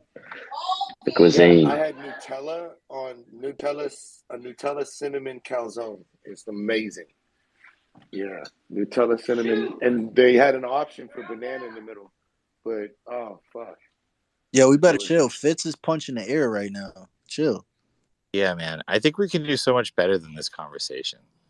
Because like we could get into we could get into honeydew on pizza or something, or talk about like weird shit on spaghetti. Pineapple is Ugh! okay. Did you just Pineapple is valid. honeydew? Did Yeah, you The come on, really? let's pizza go, thing's Zay. been done. We got the pineapple army up here today, Fitz. Like you got to face against Hey, like 20 hey, of look, us. E, I'm not gonna do the attacking shit. I will beat the shit out of you. Pineapples belong on pizza, and that's it. Anyways, Yo, this is yo. why the Click fuck click did the I link in figure? Zay's bio. What? Wow, Yeah, go click he the link trace in my back. bio. Anyways, did y'all? I figured out that DraftKings has NFTs for fucking football, and why did I just go spend $200 on NFTs on Polygon for that shit? Yo, you could have spent that on Jerry's pieces. I'm just saying, or Peter's pieces. I'm just No, saying. no, no, no. I got Dak Prescott. I hope that one ends up being a good one. Yeah, you like blogging? Check out DeFi blogs. This is a chill space. No, I'm stopped. Should just chill right now. Let's go. DeFi Blogs is a Web3 create to earn decentralized social media blogging platform currently live on AVAX Yo, I got an using, idea for you. yeah, DeFi to I mean blog to earn innovation. All right, blog I'm gonna to give earn you a innovation. real. Oh, sorry. Continue. Oh, no, I was thinking out loud. No, keep Hey, going, I'll keep blog going. to earn. I'll blog my whole life away. Let's do this shit. Hey, let's go, let's go. It's currently on AVAX right now. What costs 0.3 AVAX to mint your blog as an NFT, as an NFT. 0.3. Yep, You're gonna 0.3. make me end up going on Trader Joe and borrowing against my liquidity that I provided. Oh, damn. Wait, what were you saying though? Mm, I forgot the name of the person. You were talking about something. The Fitz, the air puncher, the Yeah, anti yeah. I'm pineapple. punching into the air at the moment. No, I have a real pizza debate that I think has been less discussed because the pineapple thing is like, yeah, we've all seen that. But there's an area in uh, New Haven, and they have a Clams Casino pizza. It is clams and bacon on a pizza, and it is. I would That sounds I, about right. I would suggest that that one could be equally, hit or miss. Oh, Oh my! We need a new. so We that need was a new co-host. Get That Sandra was out of on here. nope, that was Get on her out of purpose. here. Cause who the fuck eats clams on pizza? I'm gonna What tell in you, the fuck Sandra. kind of Matter of shit is fact, Hold that? yo, on, Olivia. Sandra, good shit. We slam dunked it. Good No, shit. this is what happened. I tried to like let someone up to speaker and I fat fingered it. So sorry. Can I be cringe real quick? Give me Yeah. 1 second. I want to shout out everybody in the room. I want to shout out our wonderful host, Attract Funding. We got Sandra with the blam ya, where she fucking mutes everybody if she can't stand you. We got Mela B. We got Zay. Click that link in the bio. I'm just playing. Shout out to Peter. My man got retweeted by Joe Rogan. That is fucking major. We got Jerry. He won multiple awards. We got Timeless. Congratulations. I don't want to announce what you just did, what you about to do, but you fought to live the fucking dream, girl. You got everything. You deserve everything that you got coming to you. We got the Fits, the pineapple, anti motherfucker. But shout out to you as well. DeFi blogs, blog the earn. We got Shade with the Monet. We got Ryan, my man's the hemp god. We got Maho, Tahoe, Oculus. What's up, girl? We got Dills. We got Voidy, Hurls, Gorilla, P2E, Chris, Shirley, Worley. We got a name I can't pronounce because that's in another language, but shout out to you. Domino, Kishi, Kawasa, Rockus, Swag, and Manny. Send a fucking invite. Come to the stage. I had to be cringe. Retweet the room. Look to your left. Look to your right, or we gonna fight. Follow. We gonna fight anyway, bro. You gonna end up making somebody mad by telling them to click links and shit. Click that link in his bio. Hey, that's nice. I think people do like to hear their names mentioned, so Oh, shout out, that's pretty Fitz. good, man. Hey, Shout E, out to you, to Fitz. you as well, my friend. What's up, Big Hey, Fitz? Fitz. Shout out to E for being cringe. Who the fuck is that guy? Like Shoutouts. E? Fucking E? He couldn't have thought of a better fucking name, E? Like, who the fuck is that guy? But Yeah, anyways, fucking Echelon. Who the fuck names their kid Echelon? shout out to my military guys. They know what the fuck that means, baby. But we got Timeless back in Upper the building. Echelon. Not even upper echelon. Echelon has another meaning to it. You know how the English language is, as one word can mean 10 different things. A, B, C, and D were taken. Hell yeah. Timeless, what's up? I know you probably up here like pineapple on pizza. We having this debate again. I just want to say, Man, I fuck the actually don't pineapple mind on pineapple on pizza. pizza, just for the record, though. I want to be on record with that. I'd rather Yo, talk about the world being flat. Fitz is talking all that shit. He's ordering pineapple pizza right now. He's Fitz talking just all told us that the shit. world is flat, bro. Nah, Fitz. Shut up. We're not going there. Yo, Chris, welcome, man. Welcome to this What the fuck? discombobulated family. What up, bro? Go ahead, Timeless. I just wanted to say I want to speak to you a little bit more, DeFi blog. Can't send you an inbox, but yeah, I would like to speak to you a little bit more because that kind of fits into my life plans that are starting to kick off. So yeah, I would like to have a further discussion with you and your project. Yeah, And do Definitely. not click on DeFi anything blogs. associated to Zay. Please don't click on nothing associated to Zay. DeFi blogs. Follow Timeless right now. Like, who you think you are with your Mr. 13 following? Who the fuck you think you are? Follow Timeless right now. Follow Track Just Funding right follow now. it. Just follow it. Just follow everyone in space. So you know, I'm good. I'm good. I'm Also, calling He's like out the Timeless. kindest bully in the world. No, we It's calling amazing. out the bullshit today, Fitz. That's it. This guy over here, 13 followers. Who the fuck you No, think no, you are? what? No, what? No. Oh wait, it is 30. Damn, I thought it was like 50. Yeah, you ain't gonna duck and dodge out of this space. We got your ass on stage today. Okay, now hold on. I just want to say that Timeless. I just messaged you. Hello, you can message back right now. I just followed everyone on my PC though. I don't know what happened, but hold on. The only one that get to get bougie in here is Peter. Like that motherfucker got retweeted by Joe Rogan. He's the only one who get to be bougie. Repost on Instagram. He follows me as well. Okay, there we go. Yeah, There we go. there you go. Just thought There I'd we slip go. that in there. There we go. There we go. Okay, check now. Oh, where Like, my man Fitz went? He went to go order that pizza. I told you. I thought it was a game. He like, you know what? Let me go try this shit real quick. there we go. It's up to 20 now, but I'm still following people back, constantly. Yo, I think Attract Funding, he would love your platform. Like he writes a lot. Yo, can we gift him a blog like so you could try it? Yeah, definitely. Just like send me your wallet address. I'll drop you a blog right now. Well, I was gonna say like what I saw I was wondering if you could create like so I have a blog on Substack called Digital Mercenary. And so I have a bunch of posts there. So I was like, is there a way for me to just be like, all right, here's the blog. Do what you want. You know what I mean? Just explore it. I mean, I get what you mean, but there isn't really a way right now because the platform it currently is in beta. Also, I wanted to mention that we have a beta testers program going on right now. So if you blog right now, you'll get some pretty amazing perks like whitelist to all our future NFT collections, giveaways, etc. And yeah, lots of cool stuff for lifetime. But yeah, but there isn't, I guess, really a way to get your other blogs to DeFi blogs right now because it's in beta. But there will be in the future. We're currently working on adding the basic features like commenting profile pictures as NFTs, and then usernames and following creators, emailing subscribers, aka your followers, creating blogs, algorithm implementation, etc. DeFi blogs. Put some energy into that, bro.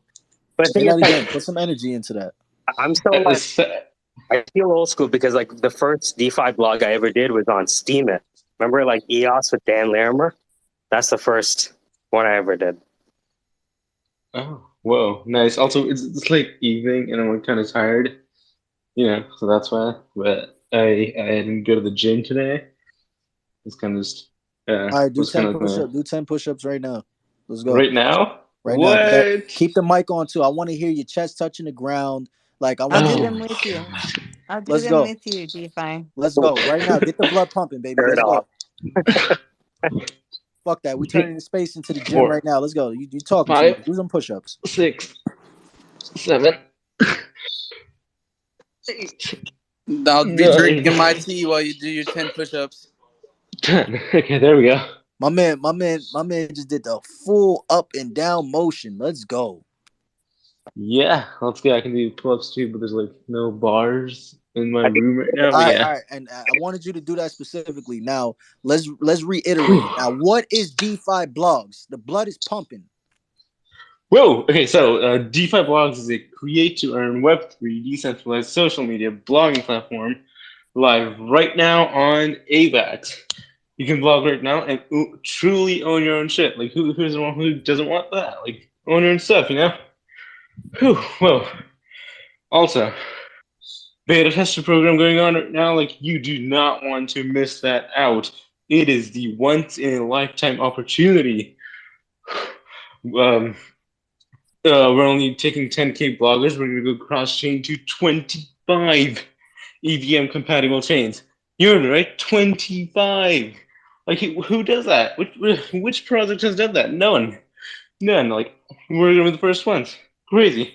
And we're the first ever create to earn blogging platform that actually has good platform. Like all the other platforms have have their own token, but we don't. Like we're gonna pay creators using the native blockchain token. Whoa, crazy. Also, That is beta testing crazy. program lifetime benefits. Like oh my god, lifetime. It's lifetime. Do you really want to miss out on that? Like damn, you must be crazy. There we fucking go. My man never did a push-up in his life, but we got it out of him today.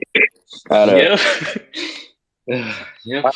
DeFi blogs, I tagged you in my digital mercenary blog on Substack. And so what I do is based on the conversations we have here, I'll often write posts that kind of summarize the learnings that we've had. So I've been posting there. And actually the number one source of my traffic is fucking DuckDuckGo. So, what? Oh my god. Yo, Track. We not about to like Melody. You owe us some push-ups, girl. I did them. I definitely did my 10. You did your 10? Whoa, what? Yeah, I don't know what the fuck Horny. this is, dog. I He don't know what just you think this breathed. is. He just breathed super heavies, and I wasn't. So it's okay. I did mine. Yo, Zay, I got a content idea for you. Like whenever you do your shit, do some push-ups though, and call them dick ups.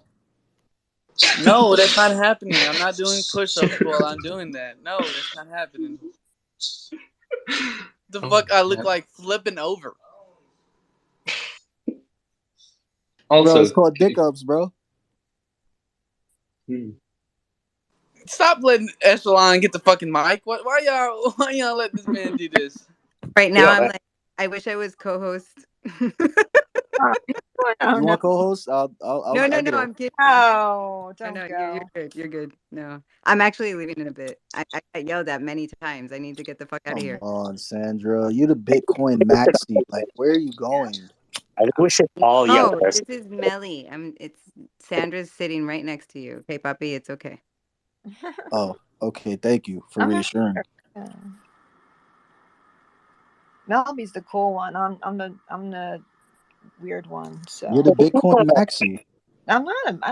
I've never been a maxi. I'm so bad at it. Enthusiast. Stop calling fucking people maxis unless they're psycho. Unless they're a pad. Yeah, hell yeah. Enthusiasts are okay. Hell yeah. She got it in her bio. Like, what do you mean? It's okay. We're calling it this right now. Okay. No, I don't. Bitcoin Bitcoin Magazine. magazine is the first fucking words. Bitcoin Magazine. Yeah, that means you're a maxi. Sorry, you're a maxi. Well, I mean, I write. They are a Bitcoin basically Bitcoin only magazine. Yeah, but All right, Sandra, it's not my fault. can we get an Avalanche magazine out of you? Really, you're gonna talk about? I mean, isn't like Oh, Avalanche and like you've shit already done it up though, right now? Sandra. You Can't remember when? hear you, Mike. Oh, hello. Check, check. I hear you. Go ahead. Um, Sandra, you already did the first installment of the Avalanche magazine because we covered Kyle Roche's interrogation together. Remember that? The Oh, that's right. interrogation of the lawyer that you were reading the article. Right. Was talking about how he was using, how they were using initial litigation offerings to commit lawfare against other crypto projects. Right. I That's remember that. mhm. I was about to say to E that, you know, they're kind of they. I would consider them perhaps a little unsavory, but if he wants to risk his neck on them, that's his choice, and perhaps he's more educated than I am. Look, like I want you to do a specific one about projects doing astronomical shit on Avalanche. We don't gotta like we can highlight the tech, we can highlight the projects, we can highlight the artists. Like I want that, if you don't mind. Oh, I don't particularly care. My concern for you is that Avalanche is going to run off with your shit. In It's my not true. It's not if you followed up with it, Eamon responded to it and the lawyer responded to it. So I mean, if y'all didn't, go check that out. well, I don't think they actually did anything blatantly incorrect that would like justify any action against the attorney involved. I mean, there may be a securities issue there, but that'll come up later. And maybe a tax issue, but they like to hang out for 6 years and hang you harder. Like they'll wait. But I would be careful if and don't assume that they're being honest. Do you think lawyers are honest people, E? Do I think who's honest? Do you think lawyers are honest people? No. They get paid to do a specific task and to make you look innocent, even Yeah, if you're not. Yeah. I represent serial murderers who mysteriously they have costumes and run around at night and do shit. It's like a cottage industry for me. But the point being is if one out of two people that got back to you about that issue you don't trust, then maybe the other person isn't trustworthy either. And then now you got your whole project on the pile of shit. That is true. Yeah. And do got an answer for that. Um That's why a lot of stuff we're doing, if worse come to worse, it's a bunch of EVM chains. We could transfer it over there and not trying to get back into what we're doing, but it's not all just directly pegged to Avalanche. So something we think about, something we're ready for just in case, just like the Harmony hack that just happened for 100 mil. And a lot of projects went from Harmony to Avalanche to Polygon to a bunch of other EVN chains. And, if worse come to worse, thankfully, like we're not pegging our project all the Avalanche coin or particularly not even at all because we're taking it and we're starting different streams of revenue in real life and we're building games that has EVM compatibility in it. So, if shit goes to shit, we'll move the ship. And anyways, we're about to get on another chain and it's alpha in between next month. Solana's the alpha drop, anyways. Yeah, so I mean, it's definitely a healthy concern, and Solana, that fucking piece of shit. Oh, I'm sorry. Whoa, whoa, whoa, whoa, Like whoa, whoa, Solana. whoa, No, let me whoa, whoa, finish. whoa, whoa. now, Solana's like your high maintenance girlfriend. Oh, I hey, don't run into you. Sandra, when y'all get I'm gonna Legion of throw you Soul, the when fuck y'all get out. look, when Fuck y'all That get was a you. perfect example of Baby, I Solana, by want the you way. back. I want Get you that. back, baby. I'm gonna say this to Okay. y'all. When y'all get Legion of Soul up here, say that to him again. That's all I'm gonna say. I'm I just mean, dude, it's built with Rust. I'm teasing. I mean, if you can't tell I'm like telling a joke when I'm like making sexual noises, you got serious problems. Thanks for calling me crazy without calling me crazy. Is there like an auger bet where you can bet on their execution of the phone? I'm pretty sure you can go find one, dog. There got to be. No, I'm just making fun, guys. I don't mean to make anyone tense. I I, I did a whole commercial for Solana with the I phone. think E's the only one in here that got the Solana phone. E, you gotta let me know how that goes. Get the fuck out. I will never buy a Solana phone. Never. I put the Solana commercial to the top that we did. Listen, I will never buy their sneakers, their phones, their merch. I won't even do avalanches, to be honest. Like, I fucking like. I'm not that much of a fucking enthusiast. have you read up on, and you may want to, if you have an attorney friend, you may want to have them do it for you. Have you read up on what happens in the event Avalanche goes into bankruptcy, like how that affects your business and your, what you have on their blockchain? Send me the source. I'll read it. No, well, I mean, it would be in whatever agreement you have with them. I wouldn't have access to that, presumably. Well, we don't have no agreement with them. They made an open source technology that we're using and we're building on it. So it's essentially no agreement directly with the team. Okay. It's just building on their chain, and that's why like chains being EVM compatible. Like Harmony literally just went through that, and there was projects with grants over there that had ties directly with the chain, but they went and moved over. We're not like we don't have any type of business with Ava Labs. Like we just building on the tech that they essentially provided us. Did you have to sign anything, or did you have to read anything from them before using their stuff, their blockchain, whatever Not API? at all. I mean, I read white paper, but they didn't have to. Essentially, they didn't send me none. Like unless I seeked out a meeting, I didn't talk to them at all. I mean, the only thing I would say is, I mean, our contracts are built on Avalanche, but I guess that would be the only type of agreement, I guess. So they have an API, right? Yes. Okay, and you need a key to use their API, correct? So I am not a dev. Maho, can you come up here and answer that?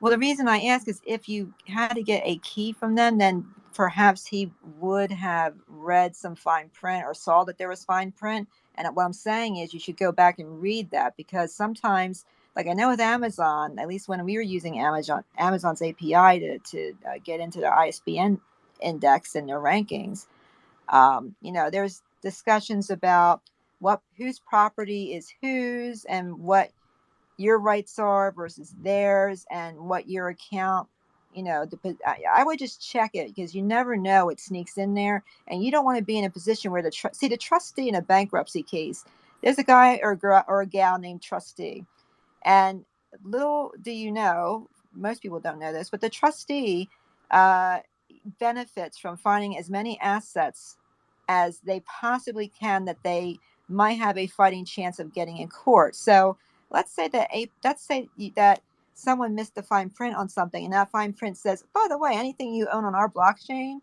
we have a right to use in some way or benefit from in some way, directly or indirectly. It's quite theoretically possible that the federal court will freeze everything you're doing and stay whatever is going on in your business while they figure out who is supposed to own you. So I would be careful with that. Yeah, 100%. I mean, I don't have the answer directly to that. I off of me knowing this, I don't essentially think that happens, but like I said, I don't know fully. So I mean, it's we'll not see. customary, but here's the issue: is where I see it. Thanks to Mike, I did read through some of the shenanigans, and that is something that I wouldn't see outside the possibility of some language getting in there, claiming some sort of proprietary ownership to your stuff. So just take a look and make sure there's nothing out there that's a concern. Yeah, Vinny, 100%. Yeah, if you got an API, man, it's not your key. Sorry to jump in. If there's an API, you got an admin key, not your key, not your coins, man. Kind of thing. You got an issue there.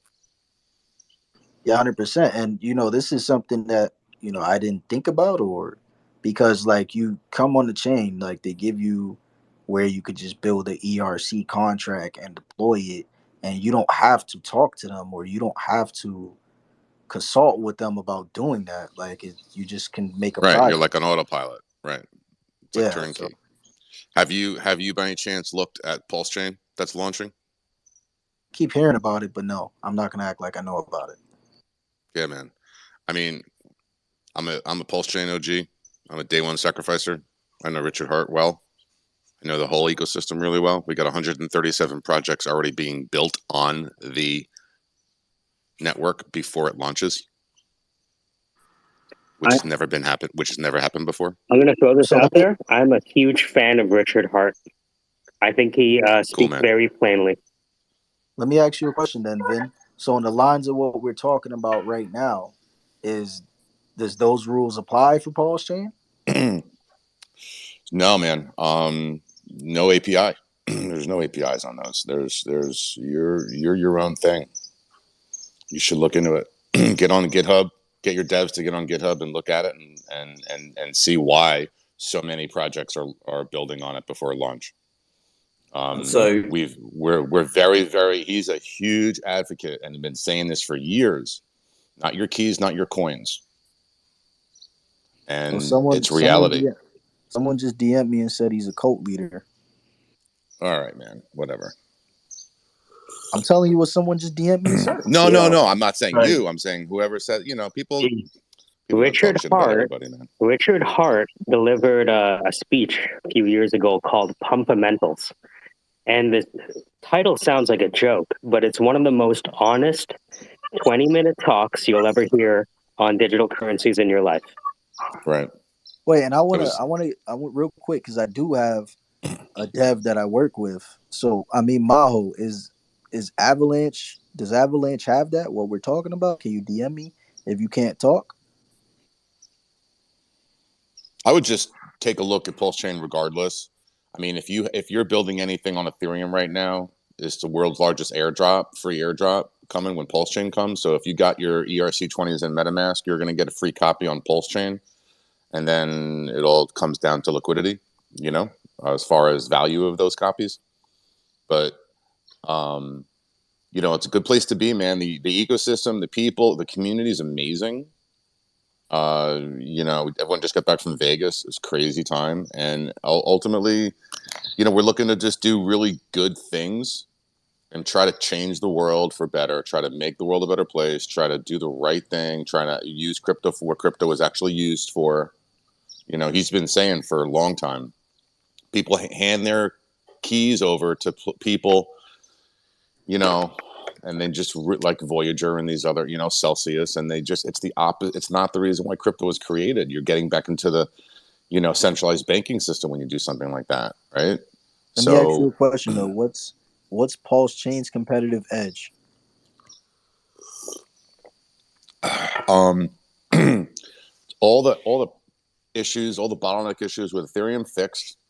3-second throughput, pennies for gas, massive ecosystem, has the first finished financial product for crypto ever. There's only one actual financial product, and that's on Pulse Chain. That's going to be, it's on Ethereum now too, but it's going to be the main financial product for Pulse Chain.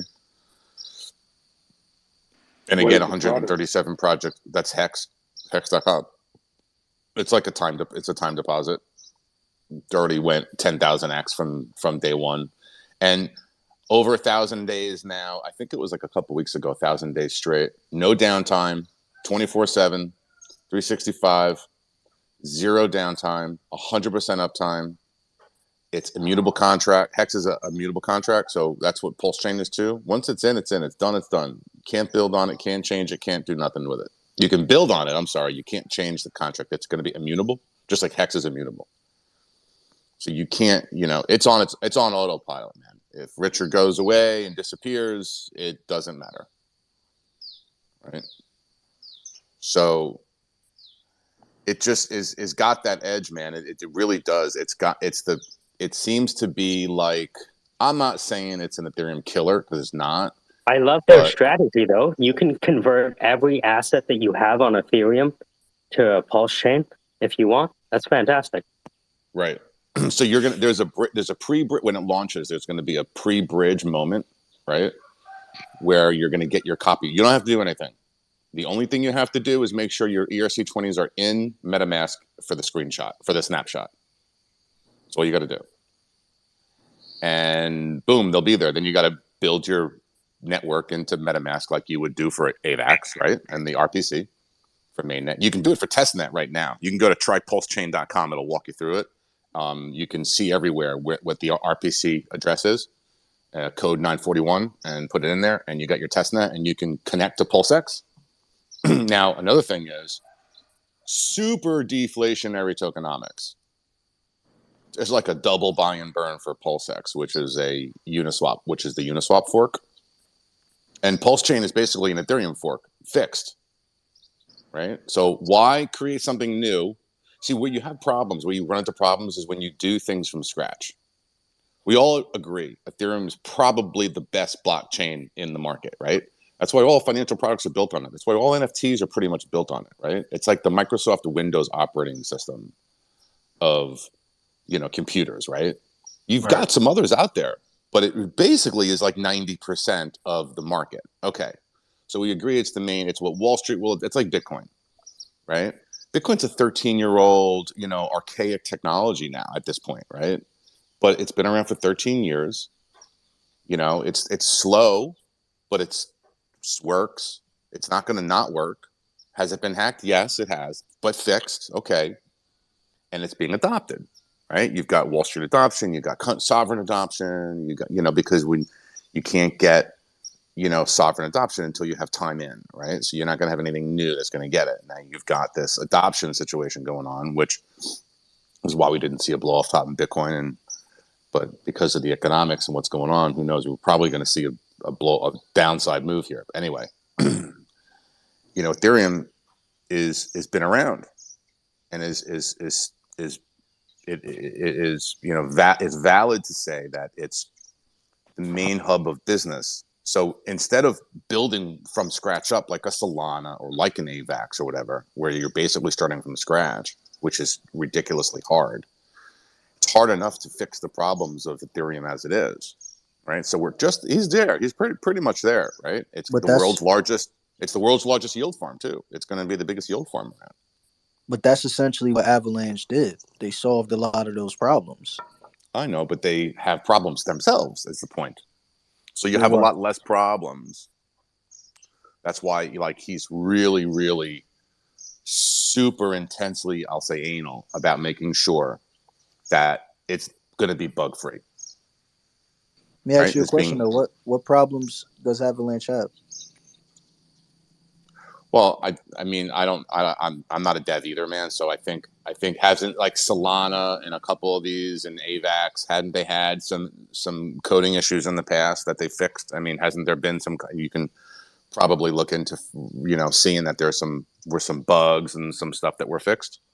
To my I'm just knowledge, saying. on Solana, yes, not on AVAX. Okay. Just in general, building from ground up is where you're going to have more problems than forking and fixing. So that's fine. I mean, I know AVAX well. I made some money in Time and some others, and I got out and I saw what they were all doing and everything, and it is what it is. But I would just say the ecosystem of Pulse is amazing, and if you have a project that you're trying to build games and you're trying to build cross-chain on, there's a company called Power City that's building a cross-chain bridge to multiple chains that's being built. Like there's wicked stuff being built on our ecosystem. There are some derivatives that are being built on top of Hex already, like Hedron and Maximus, that are unbelievable, like pooled staking and just different stuff, man. It's I mean, wild. one of the biggest things here is the timing. If there are a lot of people who are not excited about Ethereum's merge, and Right. if there was a way for them to cut over without losing their value on Ethereum, I don't see anyone who wouldn't want that level of redundancy inside their products. Well, Ethereum's not being okay. So Ethereum's the only coin that's not being fully copied because of the Ethereum maxis, because of the amount of Ethereum that's out there, it would have a liquidity issue probably. It's being basically diluted down 1,000,000 to 1 and turned into Pulse. Yes. So basically, you're saying all the shit coins will be copied, and you'll get credit for those. Is what you're saying? Well, I wouldn't. I mean, altcoins. I don't. There are some shit coins out there, but I wouldn't even call Shiba Yeah. Inu really a shit coin. I wouldn't say Link is a shit coin. There are plenty of shit coins You out there. smell You me. can. You smell me. It's not a I know. bullshit. I know what You you're know saying. what I mean? I know what you're saying. Come I know what on, you're saying. bro. Come on, bro. I know what you're saying. But listen, it's still a liquidity issue. Even in Shiba, when Hex is going to have liquidity, of course, but when Shiba Inu comes over, there was so much Shiba Inu that was sacrificed from the very beginning, right, into the sacrifice. I bet you that's going to have liquidity. Shiba will probably have liquidity. It's going to be a liquidity issue. We're not saying everything's going to have liquidity. Gala, right? The gaming company Gala. So If basically, it's that's like going to be there, who knows how much Hex is liquidity is going to doing be what the there? government did when they created the free money for COVID. They're just giving everybody what's on chain. I don't understand. I'm misled. Am I being misled? They're going to copy everything we have in our wallets, and we can get it when we switch over. Yeah, it's going to be a copy, and it's going to have There's no going to be a value. copy. It's just an experiment. That's it. Right. It's true. It's never been done before, so you can call it an experiment. My bad. I didn't mean to interrupt or ask questions. I'm just, That's okay. I'm not. No, I want to be clear, and not everything's going to have liquidity, man. Appreciate it. Everyone's very transparent about that. Just because it's getting copied does not mean it's going to have value, and there's going to be a liquidity issue. So who's going to bring the liquidity over? Is the question, right? The investors that want to partake in Pulse Chain and have a specific token. And I just use Gala as an example, right? It's just an example. It's a gaming token. You had mentioned earlier, something about you guys are building a game, a community, something like that on a multiple coins. Okay, if you thought, expand that game horizon, that coin horizon into Pulse Chain, it'll do good for you because there's a wicked community there that'll welcome you. Right? There's a reason why 137 projects are being built on this before its launch, which has never happened in any of the other layer ones. They all launch pretty much with 0 projects on there, right? So just think about that for a second. The last thing I'm gonna do is sit up here and I don't know nothing about this. I'm gonna look into it. I'm not gonna just rule it out, but essentially, you gotta look into it, man. Avalanche has a lot of solutions for ETH. There's nothing me and you can talk about right now that Avalanche did wrong or went down or have any type of issues. So, that's just where I'm at with it.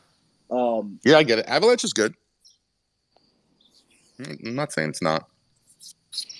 Yeah, I would consider this space somewhere where there's not too many maxis, and there's fear of that. So I mean, everybody likes to take gains, make money, and hear good stuff, and have options. And I just I got a lot of dumbass questions, and I appreciate your time. Yeah, definitely. Options are good, man. Options are important to have, bro. No matter what, And of course, I always look out for good little, good projects for people that are trying to do good, and that's important to me personally. And I think there's a lot of sure. Are you just a community member, or do you work for Pulse? I don't work for Pulse. I mean, there's no that was a long pause, Daddy. What's going no, on? no, no. Well, okay, so so just look at my bio. I mean, I'm creating Pulse Nation. It's a DAO. So you getting a check from the big dog? That's no, all not at all. Okay, so you're building zero. I'm a community member. I'm a known community member. There's no hate here at all ever. Get shilly with it for sure. I'm all interested, but it's good to know who's getting a little something. For sure. And what but the no. I am not at all. Richard doesn't pay anybody. No, right? For sure, 100%, man. That's why I'm actually building Pulse Nation DAO, because you want transparency. If we had transparency in our government, we'd all be a lot happier, right? So what if the community members follow everybody in this room? Then you know what I mean. Let's just get that popping. For sure. To the right, to the left. I appreciate how you came in here running shit, getting that love pumping and that octane. I love that shit in the space, and I want to continue it and not get too shilly with it. Just a quick little reset. Definitely been luck. Appreciate the Hex vibe. Yeah, I mean, look, Our Yeah, man, financial for sure. advice. Look, we can never give financial advice. Nobody up here is a financial advisor. To my knowledge, is worth looking into. We always talk about diversification. But yeah, Hmm. let's reset the room. I mean, I let's talk. already got Let's into on my one of my burner wallets. I got Pulse on there, and I got on the faucet, so I got my free 10 Pulse tokens from the Yo, faucet. listen, take that shit you doing in your bio on post. How about that? Go fucking build over there. Yeah, You I want want to me to hear make from. porn on? You want me to make So porn on you, Pulse, I dude? got a question for Herdis, Vin Luck. yeah, Hershey's, Hey, let's yeah, hear from forever, Hurls and then Ewich. Go ahead, yeah, Hurls, then Ewich. forever. So Vin Luck, he was talking about maybe having some opportunities with some community farming projects, which is why I invited you in earlier on. Was I right in saying I think I heard you speaking about you doing some sort of community farming projects uh, over around Indonesia or something like that? Is that correct? Was that one of your friends? So I'm in Southeast Asia. I've spent a lot of time in Indonesia as well, which is part of it. But I was economic advisor and power of attorney for the great grandson of President Sukarno, who was the first president of Indonesia. So long story. Um, so one of my goals is to create, is to use Pulse to enrich everyone here, to wealth everyone here, which I'm basically doing through my own wallets, right? My wife is Vietnamese. That's where I am right now in Vietnam, and I'm going to be setting up. Like it's already up in the mountains where we are. I mean, I live in the city, but I'm at the mountains right now for a family thing. Like, like one of these villages, man. Everyone's really self-sustaining. You know, like the world can go to shit, and it don't matter. They'll never know it. You know, it's a very inclusive kind of country, but really, like beyond that, what I'm planning to do is create a community, like a proper farming community, like a utopian kind of environment that. And I say utopia just just so you can see, use that word to bring it out. I don't for a second think it's going to be like this utopia, but I do think that there is going to be a pulse nation of people that's going to be on, whether it's 20 acres or 20,000 acres, um, that's going to come together and basically live in a kind of like a commune environment, not like a kibbutz in Israel, but you know, we're gonna just keep it real with each other, right? Because we do see a lot of shit happening in the world, and we gotta all stick together, and we gotta create an environment that is good for us. The politicians of the world suck. They're all fucking us, right? They're taking away our sovereignty. That's what Pulse Nation is about, right? Human sovereignty, getting your sovereignty back, understanding who you are as a human, as a man or woman, right? That you've been, in essence, you got a straw man. This whole thing is real. So, realizing all of that, getting together as a community, as one. And as far as Pulse Nation goes, if we launch the NFT, and I don't know if I'm doing it yet, I'm exploring it. Looks like we're doing it. But if we launch the NFT and we, raise a $10 million treasury, that's going into PulseX, on chain, transparent. And that PulseX, we don't know what it's going to do, but let's just hypothetically say it does what Richard said it's coded to do, which is a 10,000x. Well, that's $10 billion, and we're going to vote on that yield. It's the world's largest yield farm. And the DAO and the people are going to, transparently vote and see, well, what kind of goodness can we do? And half that money is going to go towards philanthropy. The other 48% will go towards benefits for the people, for the stakeholders of the DAO, and 2% to admin. So you can't really go wrong. It's kind of like City DAO, which I was a part of. So you can't really go wrong. It's just a matter of, I'm actually starting that just myself, even though I'm in, there's a lot of community members doing a lot of different projects and stuff. And, we'll see if it actually launches or not. At the end of the day, I'll do it all myself regardless, because I'm heavily staked. So I'll be fine to be able to do it myself. We'll see what happens.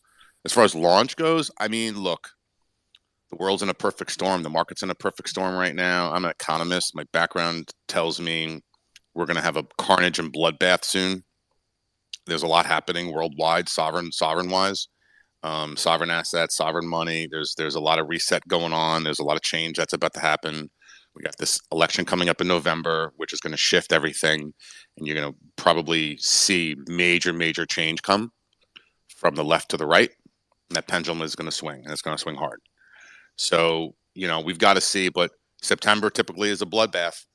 And we got a bloodbath coming, and I think Bitcoin is still gonna, trade down until, and we just, if I'm not mistaken, just are getting to the point where if you're a miner, you're about to start losing money. We got to get back there again so we can see a bottom. And Bitcoin, looks like Definitely somewhere the between bottom, bro. 7,000 and 10,000. Hey, Yeah. can I've I been just real saying quick? Hey, E Jump Rich, in E because Rich, you had your hand up for a while. Did you have a question? yeah, Yeah, well, real not quick. really. I Let's just go to. Oh yeah, let's go to hi. Rich and then No, Hurls. My bad. no, it's okay. But I just want to say something really quick. It's really exciting. I think this may be the first time she's made it to the space, which, by the way, guys, this is a big deal.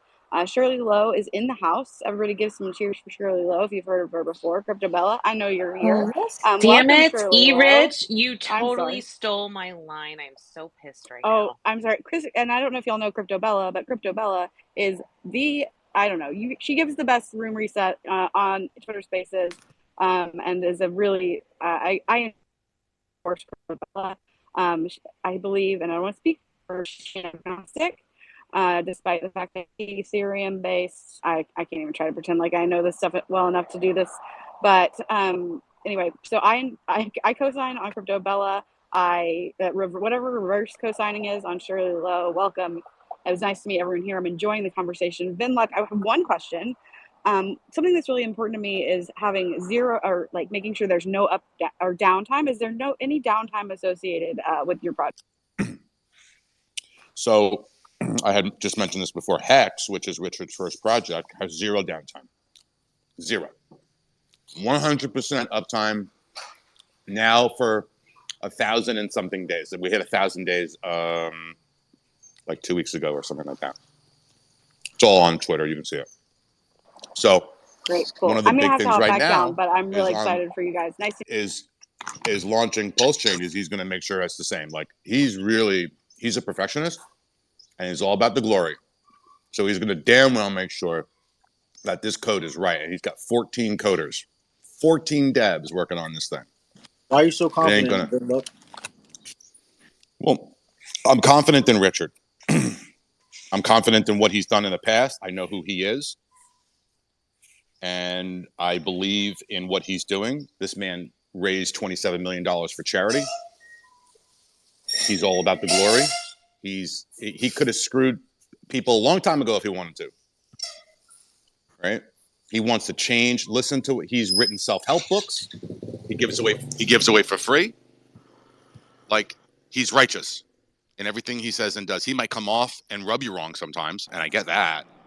He does some So you're crazy saying marketing. I get that. you're saying he's perfect? No, not at all. Vin, I got to push back a bit because the fact that we're using he and they is a problem. What do you mean? Well, you're trusting this person. The whole point of this space is decentralized, right? And you're saying you trust this person, this guy, them, they, he. Now you're trusting this It's got to be person. built eventually somewhere. Listen, man, No, it's got to be but built we know who it somewhere, is, though. right? That's the thing. Like we know who this Right, person is, so you don't want that. right. By Satoshi Look, eventually, gave it's going to be Bitcoin to everyone and decentralized, then stepped but away. But it's there's not going to though. But hold on. Like let him Hex finish, is man. decentralized. Hex is It's decentralized, not right? decentralized because you're Sure. trusting this OA address. This person owns 90% of the supply. So someone owns 90% of all the tokens. How is that You want to fair? have the All right. Look. I muted the space real quick, but let's not overlap and over talk each other. Like let's let one person talk and one person respond. Yeah, no, that's fair. I was okay. just pushing back a bit. But yeah, go on. I understand that question, and it's a fair question. A certain amount of centralization is when you're going to get your biggest pumpamental, right? There's a certain amount of decentralization and a certain amount of centralization, and you can find Richard speaking about this plenty on YouTube, and in plenty of debates and in plenty of conversations and live streams that he's had. And look at the equities markets. They're all centralized with a CEO and a board, and they've made tremendous moves. Now, we're trying to move away from that, from legacy markets. I agree. and we're trying to put ourselves in a situation that is where we're controlling our own destiny, right? Which basically is decentralization. But just remember, if there is a problem and something happens and there's an attack or a liquidity attack of some kind, you don't want decentralization, because then you got no one. You got some people there that'll some devs that'll be there, but you want a certain amount of centralization. Eventually, if there's an OA, like I said, you're gonna need a certain amount, even if it's a little bit, and it is what it is. Yeah. Okay. I don't All think right, and for real So quick, gentlemen, real quick. Hurls, go ahead, and then Bella, because go ahead. Yo, Hurls, you there? Doing Yeah, I'm pushes in the here. snow.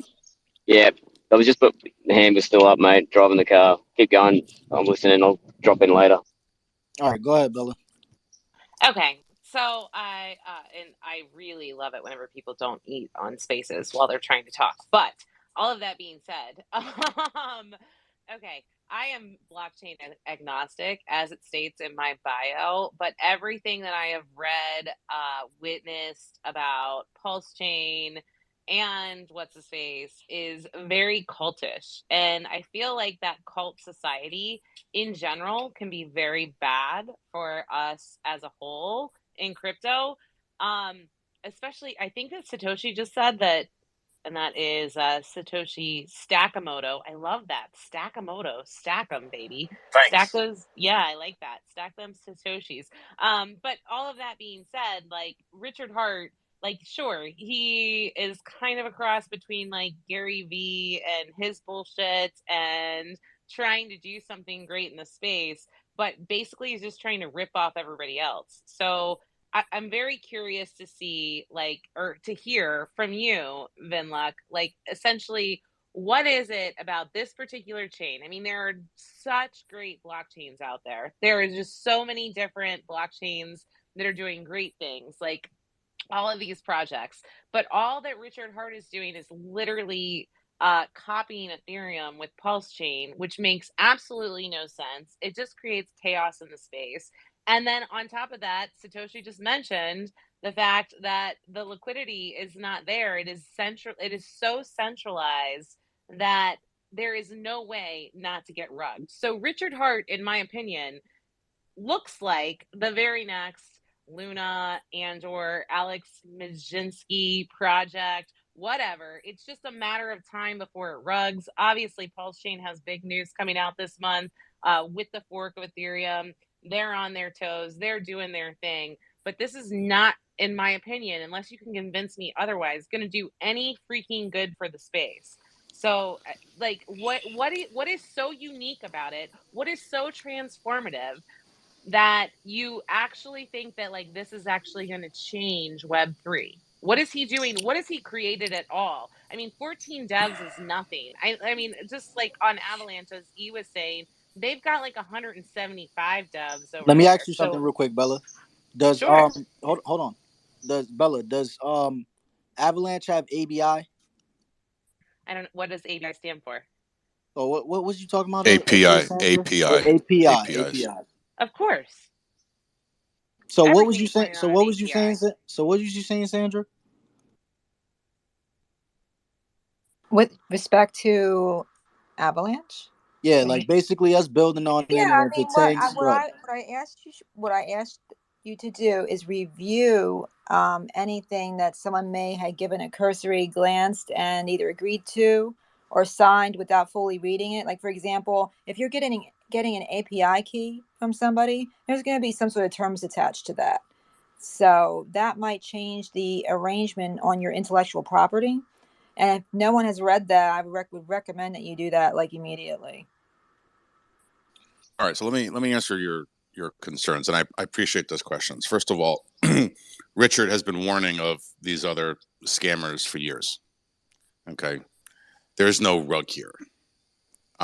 You can think what you want, you can feel what you want. I understand that, but no one else donated $27 million for charity. The guy's righteous. Dude, Whether I you need to like push his back on bling that or too. not, That place he donated to was pseudoscience. So It's not charity. It's pseudoscience. For longevity research, man, so you don't die. I mean, Yeah. come on. Yeah, no, that it's Okay, that is you can literally call what it that company pseudoscience, is. you can believe it or not, but it's real as it is, as If it he gets. donated it It's to a for homeless research, man. shelter, sure, I'd agree. Yo, we're Stop, going man. over the same You're thing. just Like, subjective, man. That's just a hold subjective. on, man. Hold on. Like, bro, how old are we? Like, we can't like talk one time and then respond. Go ahead, fucking Vin, and then please, Satoshi, I fuck with you, bro. Please. All right, so again, $27 million for charity, for research, for human longevity, which to me sounds pretty important. And there's a lot that's come out of it already. Whether you like to live longer or not doesn't really matter. He still did it. He's been saying, not your keys, not your coins for a very long time. So I don't know how you come out. You just don't know who he is, and I can understand why you would say those things. But if you know who he is, and you know the things that he's done, and how he's continually been helping people for years, in the information that he gives out to everybody, that he's been trying to save everyone from these debacles and these implosions for years. That's just who he is. So if you don't agree with that, with those things, then that's fine. You don't have to, buy Pulse Chain or Pulse X when they come out. At the end of the day, is it going to solve some of the gas problems that Ethereum has when the market runs? Yeah, it certainly is, because we'll take a lot of that business away from Ethereum. It is solving a bunch of problems that Ethereum has. Yes, there's a lot of concern about this upgrade in Ethereum. We'll see what happens. We all hope it works and doesn't break, but things break, so we'll have to see, right? All right, real quick. Let's because I got to get out of here in 3 minutes. I want to hear what Satoshi got to say, and then I want to hear what Ultra got to say. So go ahead, real quick, Satoshi. All right, the fundamental thing that we're trying to beat here, right? We're trying to change the money. All right, that's the big thing. We're trying to change the money. Inflation is running rampant around the world right now, and now hexagons think that inflation, because they mint their own inflation, it's a hedge against real world inflation. How does that work? All they're doing is enriching themselves. And remember, they're getting more of the token, not actual money. It's like a 40% interest rate on the token itself. So Hex doesn't really fix anything. And when you look at it, all you're doing is burning your tokens for X amount of time, and then you're reminting that principal along with interest on top of it. You're not actually creating any value. You're just sitting there and waiting. Where in the real world, when you earn interest, you're providing capital to companies, businesses, whatever, and they grow that company and they pay that interest back. All right, this is a longer conversation. If he's got it like now 2 minutes to go. Real quick. We fundamentally disagree on that, but the world is about, you get paid by inflation, even in the real world. Go ahead, Ultra. I want to hear Ultra. Hey guys. Yeah, I kind of like what Crypto Bella said before. I'm curious to know how the biggest airdrop in the world thing, where does the liquidity come from that? How does he, how's that going to be substantiated when people just all of a sudden you double the supply, but not the liquidity? It's not doubling the supply. It's completely new. That's the misconception. It's not doubling the supply at all. It's a completely different chain. You're not increasing the supply. It's important to understand that. But it's duplicating supply that's already there in the Ethereum network. No, right? it's not. So the question is there liquidity that's going to come over from those projects or those traders or from those investors? And are they going to use the Pulse Chain network, which is a faster, better network, for their whatever they're using, whatever token, whatever NFT, right? So a lot of times the question is, what about these NFTs and some of them like this, like the Ape Yacht Club thing, where you go to you got these benefits. Are they gonna like uphold to that side as well? Well, that's up to the owners of the project, right? Are they gonna allow for the copy to have that utility? That's the question. Give me one moment. Yo, Attract, I gotta go host on the block. I know you're probably gonna be going, so I'm gonna be in there after. Hold on, you're going somewhere right now? Because I don't want to hang out with these motherfuckers without you. Oh, oh, and trust me, like these. No, No, no, I've listen, never. listen, no, listen. These type of conversations is what we do on the block, but Okay, wicked. we are adults. Like that. Oh, your This guys are adults? I don't know about that then. well, I say it because we don't like this cutting each other off, turning No, into an I hear you. argument No, is I'm not a just thing. joking. Yeah, yeah, But yeah. do It's your thing. mhm. Do Hey, your look, thing. yeah, I'm gonna eventually follow Hey, you over there. I appreciate everything.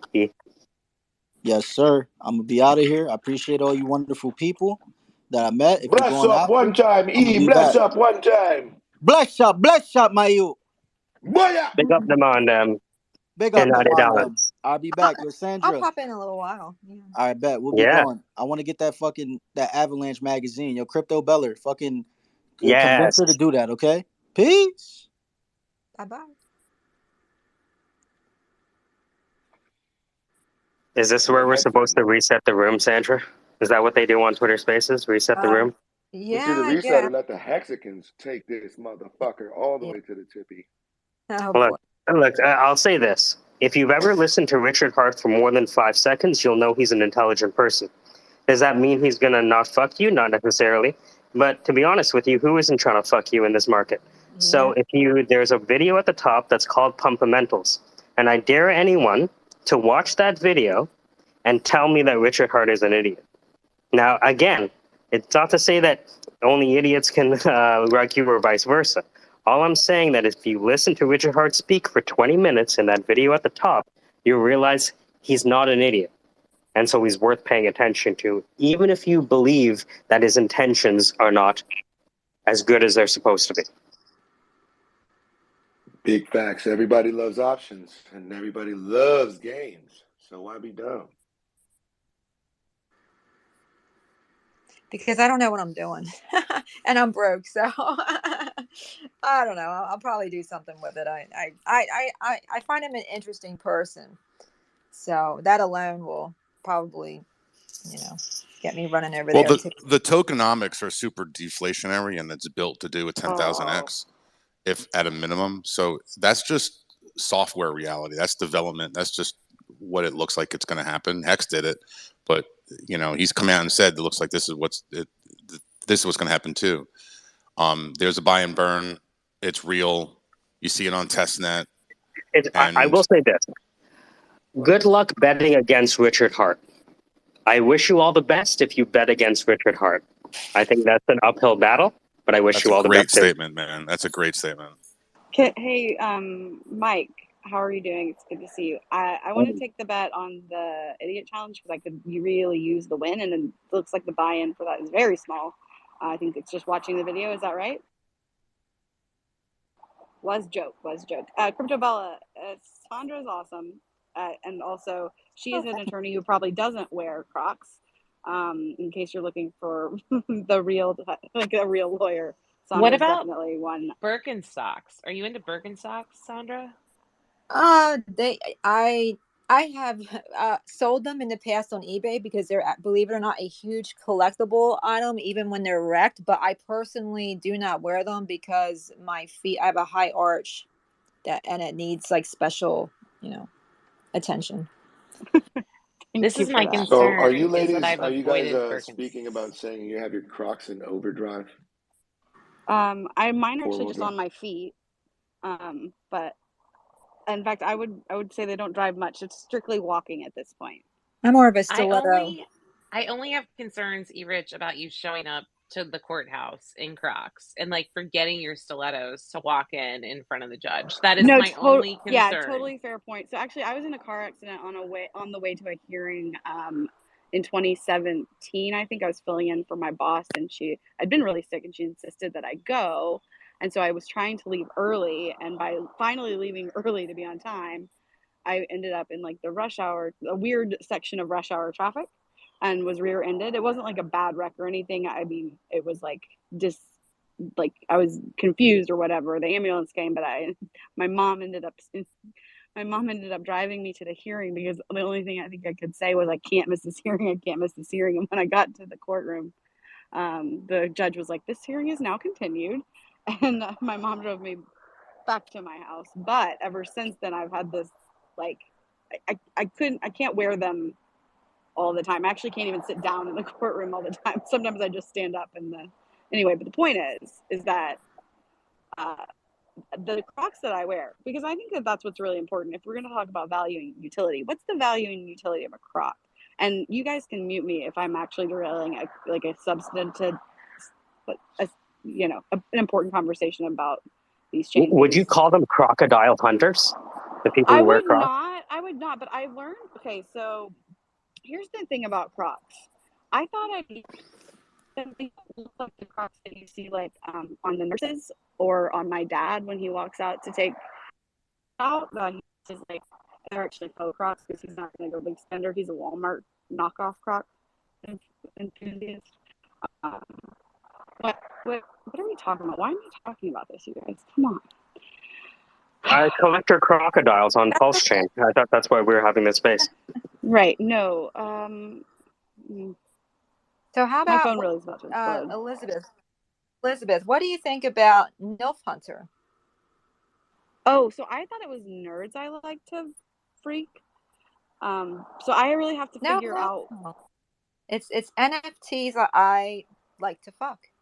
No, I get that. But when I saw the MILF Hunter thing, I didn't realize y'all had established the NFTs I like to freak yet. So I liked my peer review. Using peer review. Is saying the word fuck a problem? Like, is that right It's now? making her very nervous. She's sweating. I know. No, but can you say vagina? Like I can say it. I don't. Right now, like I don't know. I'm just not feeling it. I'm just not feeling vagina right now. That's all I'm saying. Okay. That was funny, you guys. That was funny. It is Sunday. Maybe I did just leave like a 4-hour get together with my 88-year-old that like Baptist cousin who the German kind of Baptist. Oh, you're a Baptist? Oh God, you're no, she is. No, she is. Oh, okay. When you're still all going to hell, yeah. I'm religion. Amen to that. Amen to hookers. Amen to that. And amen to hookers. Crypto Bella, how are you doing after last night? I'm doing just fine. How are you doing? Well, I'm like that guy Why from this question? Pink Floyd. Yeah, what were you ladies doing? Oh my gosh. Okay, so this was so much fun last night. Okay, so the saxophonist from Pink Floyd came into our random space called Whiskey Wednesdays. Yes, it was Saturday. We don't care. But he came in and chatted with us for like an hour. And I was like texting E-Rich in the back channel. And I'm like, oh my God, I'm so starstruck. Like literally we have like a 70-year-old man who is super bullish on music NFTs and is all about the freaking space. But not only that, like let's just talk about being like the main piece, like on the money breakdown, like money, like when that saxophone goes down, that is Scott. And he was with us last night. So I was a little starstruck, like, because think about the life that he's lived. Like he's been everywhere. He's fucking seen everything. And he is so super bullish on NFTs. And so it was so much fun. And then E-Rich, I just had another couple glasses of wine and fell asleep. Okay, so I went in the room because I've been in these spaces for so long that I was confused that it actually might be Wednesday before I was made aware that it's only held on any day that is not Wednesday, which I think everybody in this room can appreciate the irony in that. I've got to dip because I actually need to get a new phone. If something's happened, I don't know if it's Shirley Lowe because I've never called her out publicly. I've always tried to avoid it because I did believe that she was real. I still, I do believe in Shirley Lowe. I do. Shirley Lowe, come to the stage. We would love to hear from you. Will you Grab come up and the chat mic. with us? Like, we want to hear from Shirley Lowe. Yes, I follow you, Shirley. I think I actually heard from Shirley Lowe one time Stop it. in the other space. What is that called? Clubhouse. Clubhouse. No. Yeah. No. There are a couple of fake Shirley Lowe accounts that are pretending to be Shirley Lowe. They have stolen her PFP. But the actual Shirley Lowe, which is in the audience, nobody has ever actually heard from because I thought that too. What do you mean? I talk to her all the time. Like You we DM back and forth like literally every week. She's like so a what are you distant. two talking about in the DMs? Well, she's in law, and so I mean, just law crap. I just statute limitations, motions. The same shit you and I talk about, Liz. I mean, You know what? If you want to hear a great story, Cryptobella, Mike put together actually the best property story of all time, starring Sandra. What's the name? What's the Yeah, title? boring property law stories by Sandra. That she stole that story in this space, and he was able to rework it into quite. I mean, it's just a really impressive the talent that's in this room, including Cryptobella. Like you are really, really just an amazing example of how to be like a strong female presence on stage and like not apologize for things. And I appreciate you so much, and everyone in this room in general. I really enjoy it. So yeah, aw. even you, Vinluck, even though we haven't met, I wish you good luck. Yeah, for sure. Thank you. Oh wow, We all want everyone to do well. We all want everyone to do well. We don't, Right? Yeah. that's a there's boy. no hater Rising angst tides unless lift someone all creates boats. that hater angst. Yeah, as an NFT, Hater Inks NFT available tomorrow's mint. Chains. By the way, E-Rich, before you go, fix your phone, which I don't know how the hell you're going to do that on a Sunday night. But I mean, like, if you're going to I go fix mean, your I have phone, other phones I can trade it out for. This is just oh, ridiculous. I'm It gonna was go back to my Saturday night. iPhone 5, my iPhone 5S, which has a real button. Let's hear it for real buttons, not haptic bullshit. And Cryptobella, I'm so jealous you were hanging out with him. I love Pink Floyd. I know every single I was there tone and too. tune and note of all Pink Floyd. I gave a suggestion to him and he took it. I'm just I just saying. put Which the best was joke. Yeah. Go ahead. That's between me and that guy Scott fair enough. something's DMs. I posted the best Pink Floyd joke by a guy named Chris Locke at the top. Is that the boring property story? I put both, actually. Yeah, boring property law stories, and then right beside that, you'll see the best I Pink Floyd joke. thought that Yeah. was like you doing like a switcheroo, being like, Pink Floyd, you like Pink Floyd too? The thing that I created. No, Chris Rock has a great joke about how Pink Floyd music is old because he takes too long to do anything. Like half of the song, it sounds like a cloud making its bed, I think he said. So, yeah, I love Pink Floyd. But, That's Hurls, let's see if we can land this ship in the next 5 minutes. Go ahead, Hurls. Righto, cool. Sounds good. Just a quick question for Vinlock after I finished. Great show today. What energy and where it took us. We started rolling. We were really rolling. We were rolling the dough, making a pizza with all these different types of flavors. Disagreeing and agreeing on all sorts of ingredients, and then eventually we landed and we were eating and chewing it up and spitting it out, and then everyone got talking about dessert pizzas, and I think that's where we met. And then we saw some people in this room who were like laser focused, and that face like that that you have where you sort of nod your head down and you're looking at this person like you just want to chew their brain out and know everything. So really good.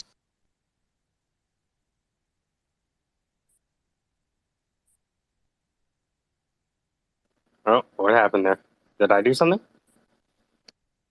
Oh, Vinlock, have you been in the spaces before? Like I'm sure you have. I'd be surprised if you're not. I haven't been in your guys' syndicate space here before. I think this is my first time here, so thanks for inviting me. I'm always on in Twitter spaces, different spaces that are up. Always. Too easy. So I'm taking credit for that networking little bit that happened there because I tried to get you in here. I'm not sure if you responded to it or we just I saw chewed you your. in here with That's our why I'm here. energy. I'm here because of your DM. Like I was when I woke up this morning, I saw it. Look, I'll say this. Yeah. There's a lot of Richard Hart hate out there because he speaks very plainly and he can have an opinion. And anyone with an opinion, especially when it's educated, will make a lot of enemies. And so all I'm saying is that if you think that we have good conversations about digital assets here, Richard Hart is a source of information that you won't often hear maybe anywhere else in the space, I would argue. I know he's, made some enemies, but who worth listening to hasn't made enemies. Yeah, for sure. I mean, that's a great. The way you're saying it, man, is spot on. You know, he was a Bitcoin maxi at once. He was mining 50 blocks of 50 Bitcoin when it was at like 10 cents or 50 cents, Yep. like in 2011. Yeah, I mean, when you the meet guy miners, knows. well, the thing is, like, there's a lot of people live action role playing being leaders in this space, and when you hear about someone who actually mined more than 5 years ago, my ears perk up because miners Right. know more about what's going on than anyone, and everyone else is pretending they know about what's going on and don't understand how miner extracted value is sweeping their floors without knowing it. So, you know, a lot of the stuff that he's brought up has borne out to be true, including his That's price right. goal. Now, that, again, not necessarily making him the most popular person on the planet, but who wants to talk to the most popular person on the planet? No, you're right. And listen, he's all for the glory. He says it. He's already a multi-billionaire. He doesn't, you know what I mean? Like he's about being righteous. That's the whole thing that this is about. And so when Pulse Chain comes out, you know, yes, there's other chains out there, but at the end of the day, there's a reason why there's 137 projects already being built in this ecosystem before it's ever launched. And that's never been done for any of the other layer ones. Just think about that for a second. There has to be a reason for that. There has to be a reason for that.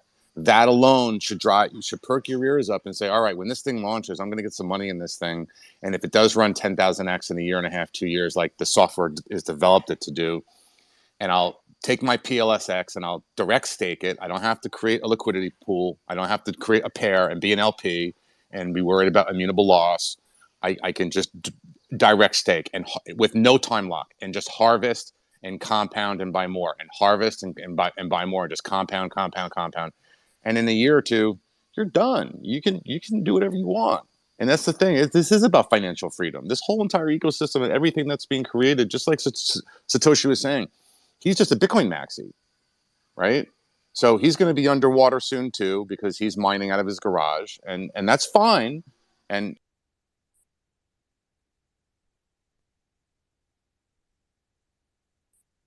We lose you? Maybe I lost you. Yeah, I don't hear him. But this is a good time. So while we got Vinlock in the space, just to give everyone a bit of an intro of what the Syndicate is and what it is, where it's born from, and where it's going. Like, I think too, while we're waiting for Vinlock to tune back in if he hasn't already gone. It's a good question. What are we doing here, Sandra?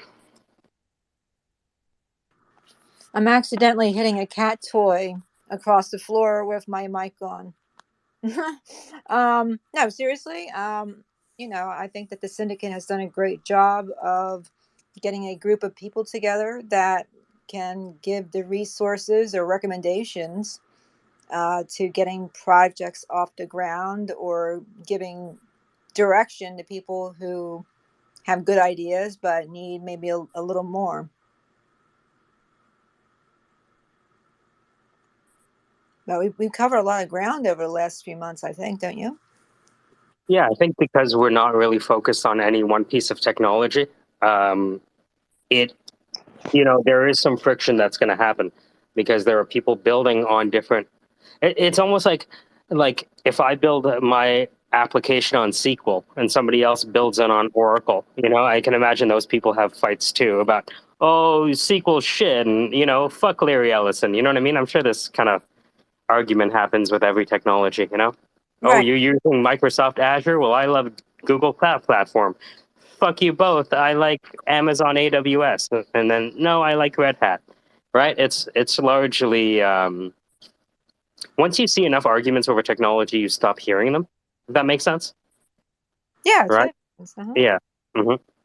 It's kind of nerve wracking to have like Michael Saylor's face and then Shirley's face like in a row like that. It's funny. Hey, Is that Michael don't Saylor? knock the sailor. Don't knock him. I'm not. I'm just saying it's a little unnerving. There is no second best. I know that, but what I'm saying is that it's unnerving having like Shirley and Satoshi, their faces looming over me like this. It's like being We're in front not of looming. Well, I know you're not looming. I would love to see a conversation between Michael Saylor and Richard Hart. I think that'd be entertaining. I mean, I wouldn't even bother, honestly. Like, you're right, Richard is a genius, but he's also going to get a lot of people hurt. Well, I mean, who got more people hurt than Michael Saylor, though, right? I mean, if no you one copied really. his if you copied his trades, you'd be bankrupt. But he has, I mean, he to has an extent. considerably more leverage than the average human being. So Yeah, and his leverage isn't that much. Oh yeah, okay. Also, Richard got terribly wrecked early on. He lost a lot of money, and that's why he's making it back through Hex. He lost a lot of money, enough to cry on stream. So look, there's not a person who's not successful in blockchain that hasn't lost a lot of money, right? I'm sure they've all had their private cries. I mean, I still don't. Yeah, the blockchain is a buzzword to me, but yeah, you're right. I mean, technically, hasn't Michael Saylor lost more in Bitcoin value than anyone on the planet? Yeah, I know, but you got to understand Michael Saylor's. I'm not saying he's not intelligent. I'm just saying, like, if we were to look at his P&L, right? In USD terms, sure, but he's got a long-term outlook. I mean, Anyone who understands Bitcoin has a long-term outlook.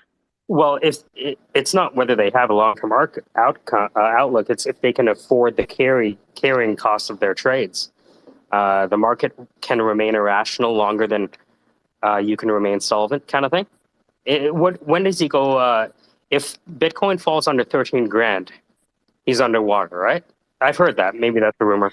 I mean, yeah, but he can just deploy more. It's not hard for him to do that. Oh, that's right, because he's the chair. Didn't he take a chair role?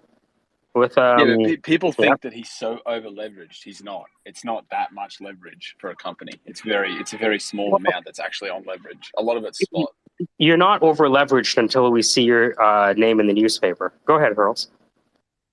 I'm just wondering, Satoshi, why have you got a picture of your dad or your granddad up in your profile picture?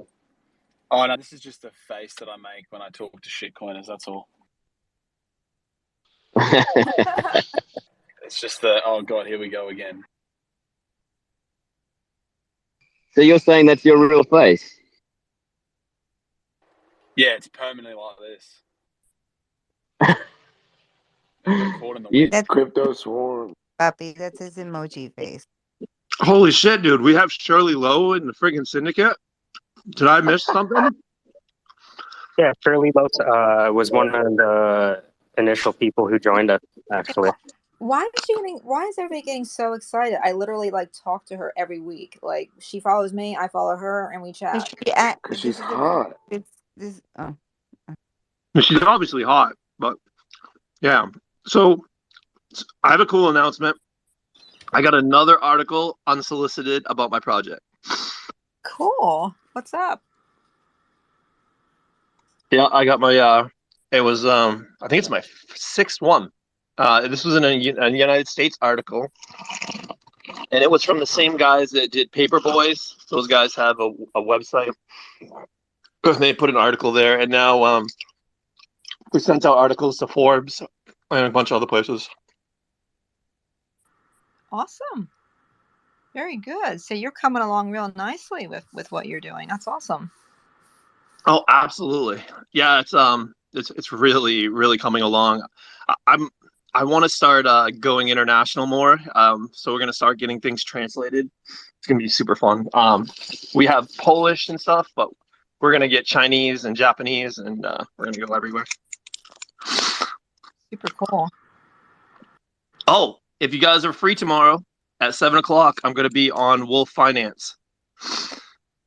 Oh, in the morning? Like what? No, at night. Oh, okay. 7 tomorrow evening. I'm gonna be on Wolf Finance. Wow. You want to be more specific? What's the time zone? EST. And I'm eating the best friggin' chicken nachos I've ever had. Yeah, I can tell.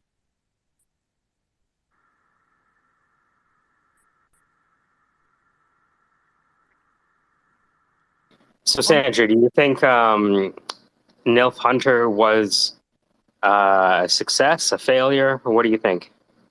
I think that it's got as good as a shot as others, and I think that it's got a cool name and it's got buzz, and you know, I think it's worth looking at. Yeah, I can tell the field's a little crowded, but if we come up with the right tool at the right price and it's easy to use, that'll be good.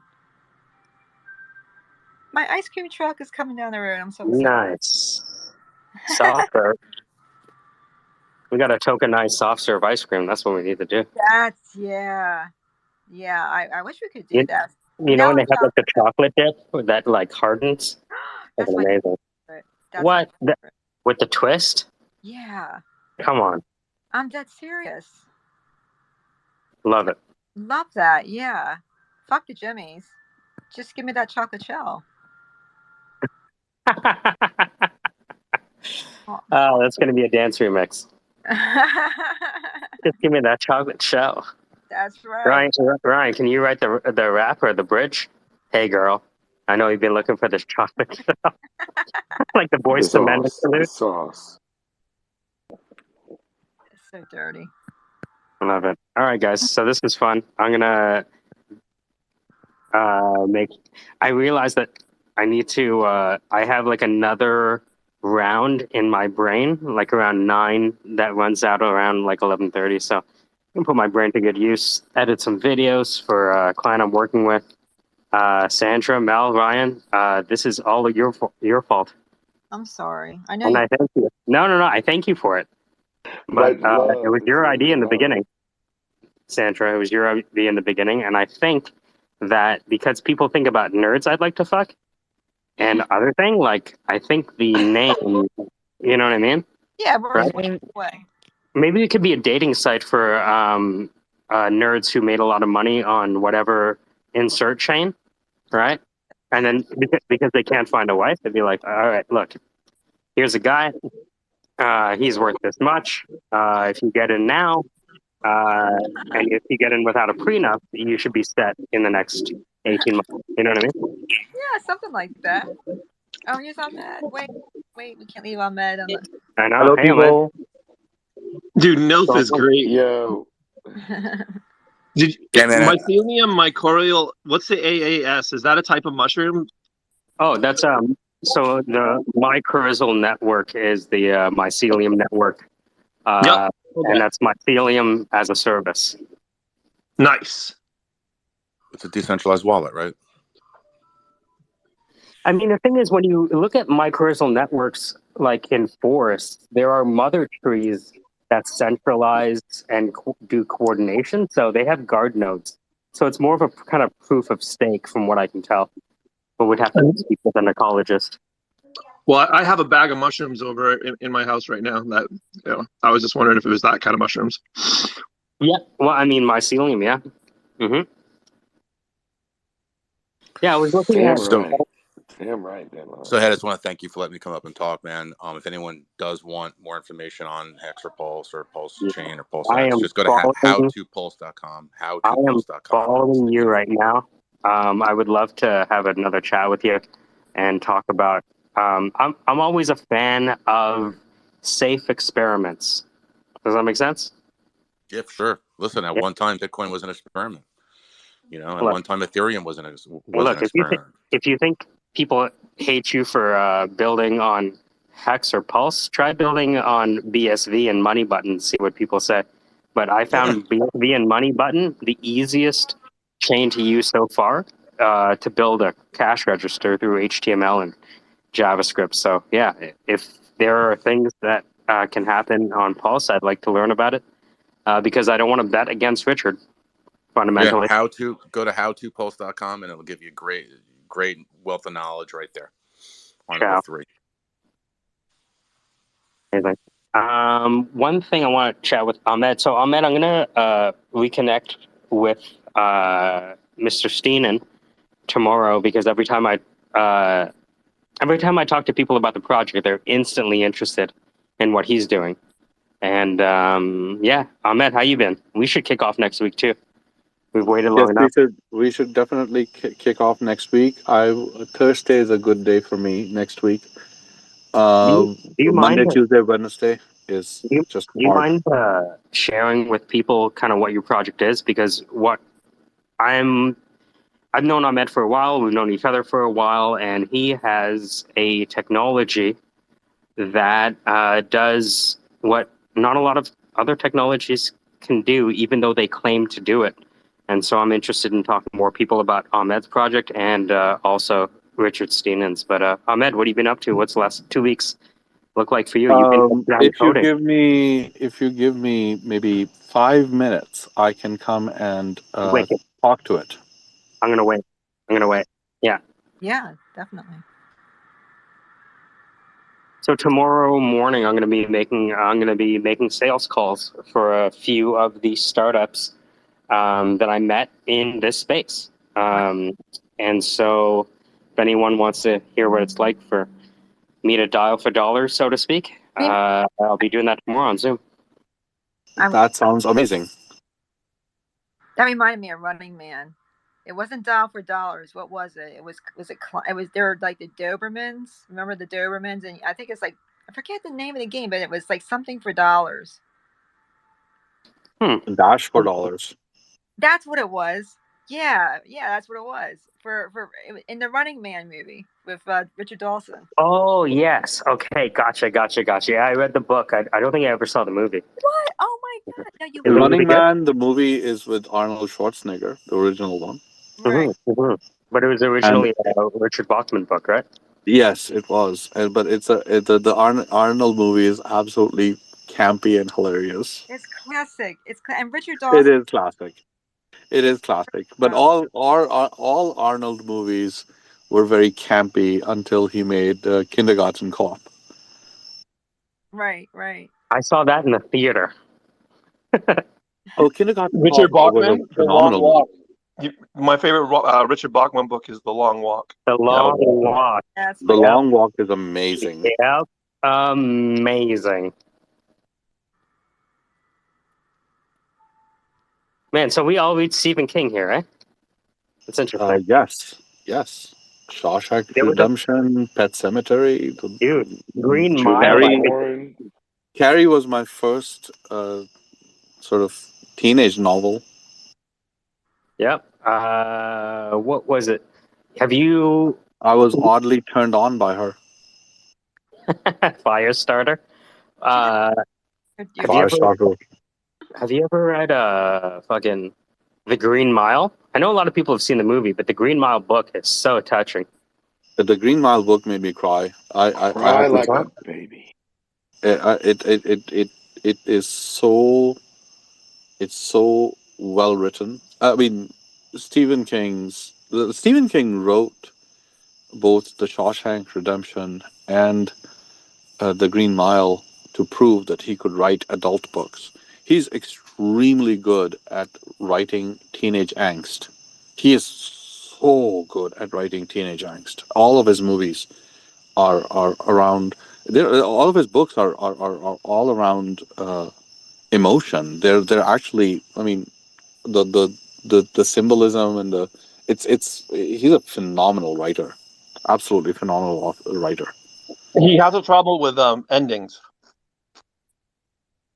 Yeah, he has hard time wrapping things up. But I think with that he matured, right? I mean, as things went on, his endings ended up being very abrupt in the beginning. like things just completely collapsed very, very quickly. So I'll tell you a little story. Is when I was a kid, my father was a little odd, and he would read me the horror stories for Stephen King's The One with Lawnmower Man and the Army Man battles. That was my bedtime stories. So that's why I am like I am. Damn. Well, listen, all of us will fuck up our children. That's just the truth.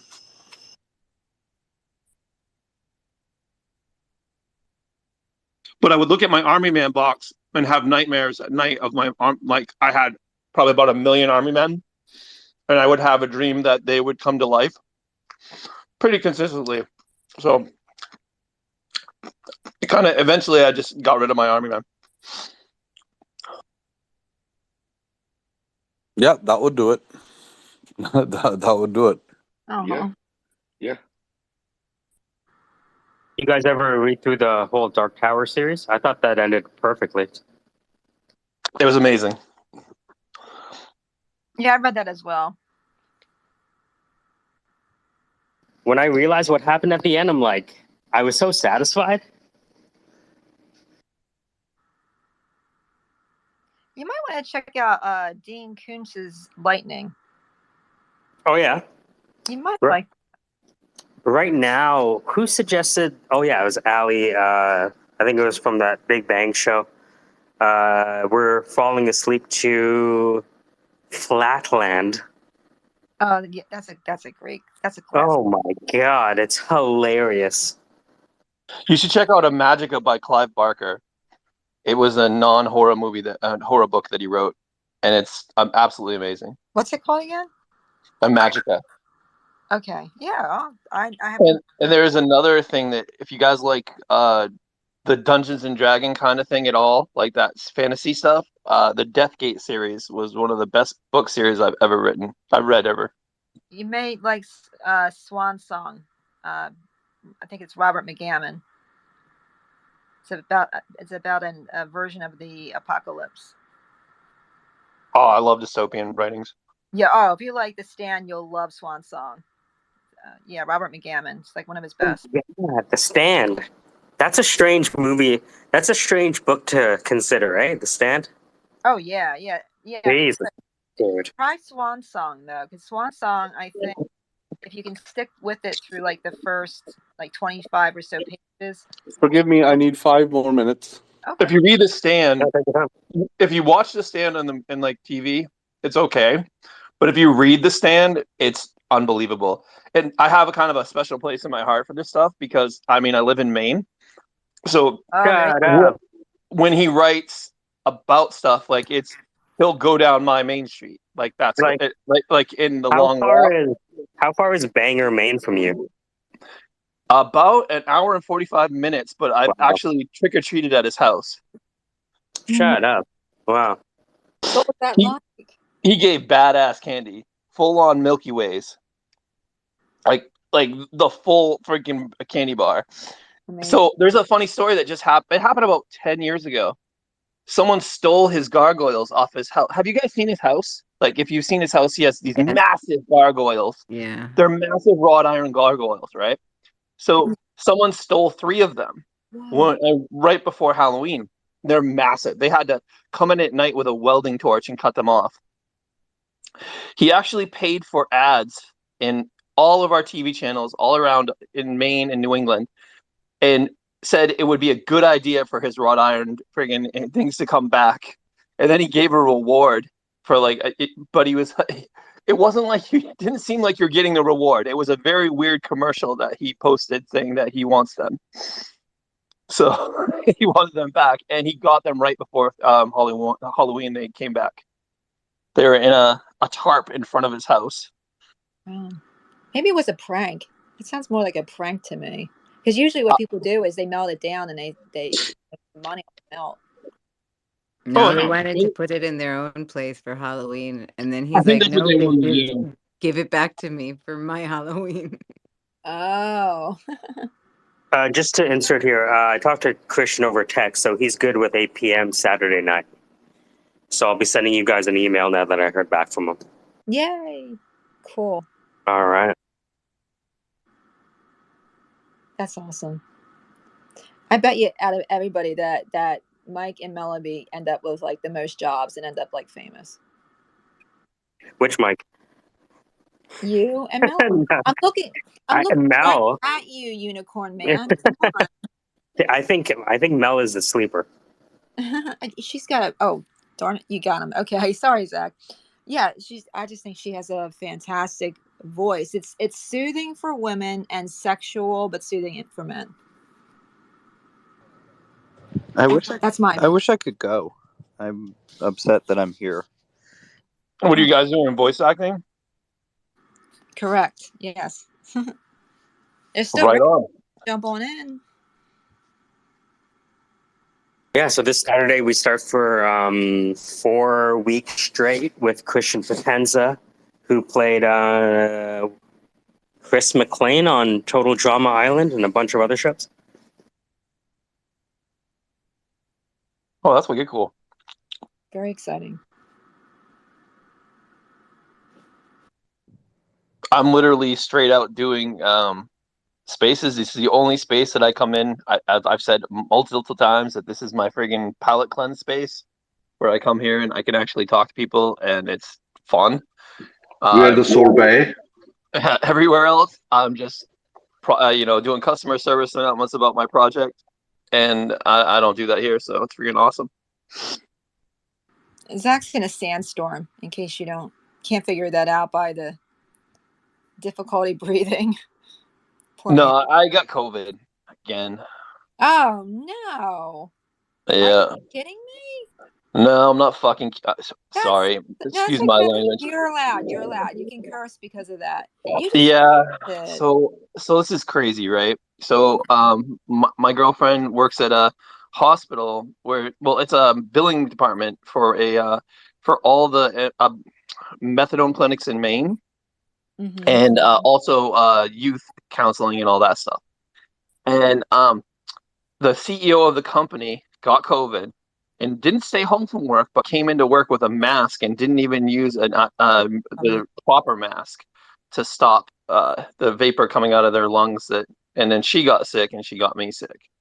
So yeah, Oh wow, joy. that is so So irresponsible. it's irresponsible, man. It's almost at a point where it's inhuman.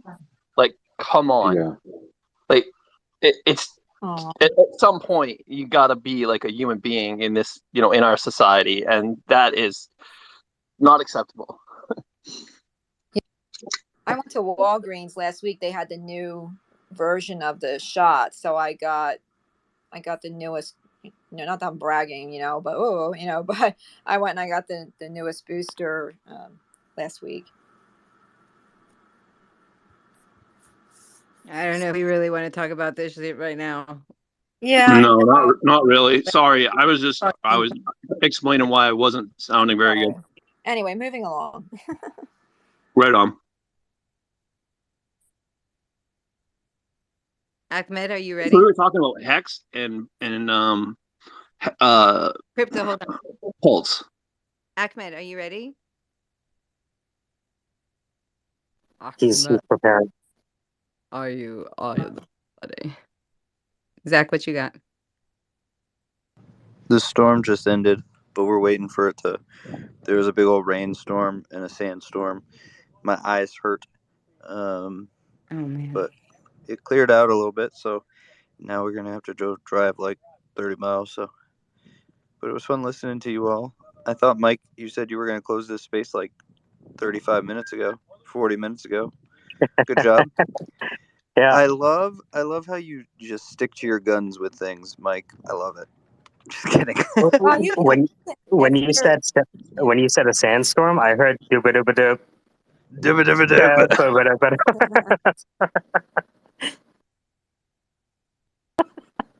Yeah, all of that. People talk about like 90s hip hop. What about 90s just like dance music? That's the shit. Yeah, for real. Give me a beat. I'm gonna go look for one. Hold on. Hot music Soho. Well, the temperature's gonna drop drastically tonight. So if I'm sleeping out here, I didn't bring any sleeping bags because it's been like 100 and some odd degrees every night. So this should be interesting. Wish me luck. I'm gonna freeze, but it'll be fun. You can cuddle up with, I was just gonna say, who's your cuddle buddy out there? Yeah, I don't have any. I'm on my own. So. Are the other people partnered up? Yeah. But Mike, you want to volunteer? Come on up. As long as I can That be on the sounds bottom. cozy. That sounds very, very cozy. Sorry about not responding earlier. I was in the middle of something. Did you get? No, that's fine. It's fine.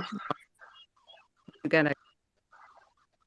So Zach, I'm not sure if I told you, but I'm gonna be doing I'm gonna be selling next week for a few companies, and I'm gonna be presenting Ahmed's company and a few other companies we know to targets. And so I'm gonna be making sales calls over Zoom tomorrow morning. So Ahmed, just going to give people a background about what we're up to. Sure, sounds good. By the way, before I kind of kick off, um, are you going to be recording these Zoom meetings? Yes. Yeah, Okay. absolutely. Because I just want to show people what it's like to live and die on the phone, you know? So that's awesome. That is absolutely awesome. So We're gonna start training our sales assassins. so all right. Let me know whenever you want me to kick off, and I will. We are ready. So let me just reset the room. So if you're just joining us, this is the Syndicate. The Syndicate is made up of members that represent a combination of capital, people, process, technology, doctrine, and leadership. And those members are in the room right now. Today we're talking to ahmedmasud, who is the founder of Safe AI and Resiliate, software that allows people to increase their resilience to cyber attacks using a method that has not been applied before. Okay. Well, thank you for that wonderful introduction. Let me kind of start with the bottom line up front, right? So, uh, and I'm going to talk about it in terms of technology modernization. And the example that I will use is cloud adoption. So one of the biggest challenges that exists right now from of people moving from regular technology to cloud is that there's a big concern over security, cybersecurity. Similar challenges exist in other parts of business, and one of the core um, problems that all businesses are facing right now is the problem of ransomware. And this was a problem that was faced by a friend of mine back in 2017, where he lost his his law firm, to a ransomware attack, where essentially there was 80 lawyer firm, not a big firm, but significant enough, and essentially they got attacked 6 times over a period of 4 months, and because of that, that firm no longer exists. And when he had called me, it had been a little bit too late in the game, and even though we did try to help him, it was not something that we could have solved in 2017 in any meaningful way after the attack. So I started thinking about the problem fundamentally and asking the question, what technologies do we have right now that can defend us from the impact of a cyber attack? So we're not talking about stopping people from coming in, because we know by the sheer data that you cannot stop someone from getting into your network. So the question is, what do you do after they're in your network and they have access to all your data? Is there a way to stop it? And the only method that I could really think of was that the data actually had to defend itself. And in order for data to defend itself, data has to become self-aware and participate in its own defense, because it's the target of attack. And if we analyze any type of cyber attack, what we find is that cyber attacks succeed not because the cyber defenses weren't good, but because the cyber defenses were bypassed, right? So all of the cat and mouse game is around about evasion, and the target of attack, which is the data. It's not people, it's not computers, it's not networks, it's always the data. The target of attack is a passive thing, like your Word file, your PDF file, your social security number. They don't defend themselves because they're passive entities.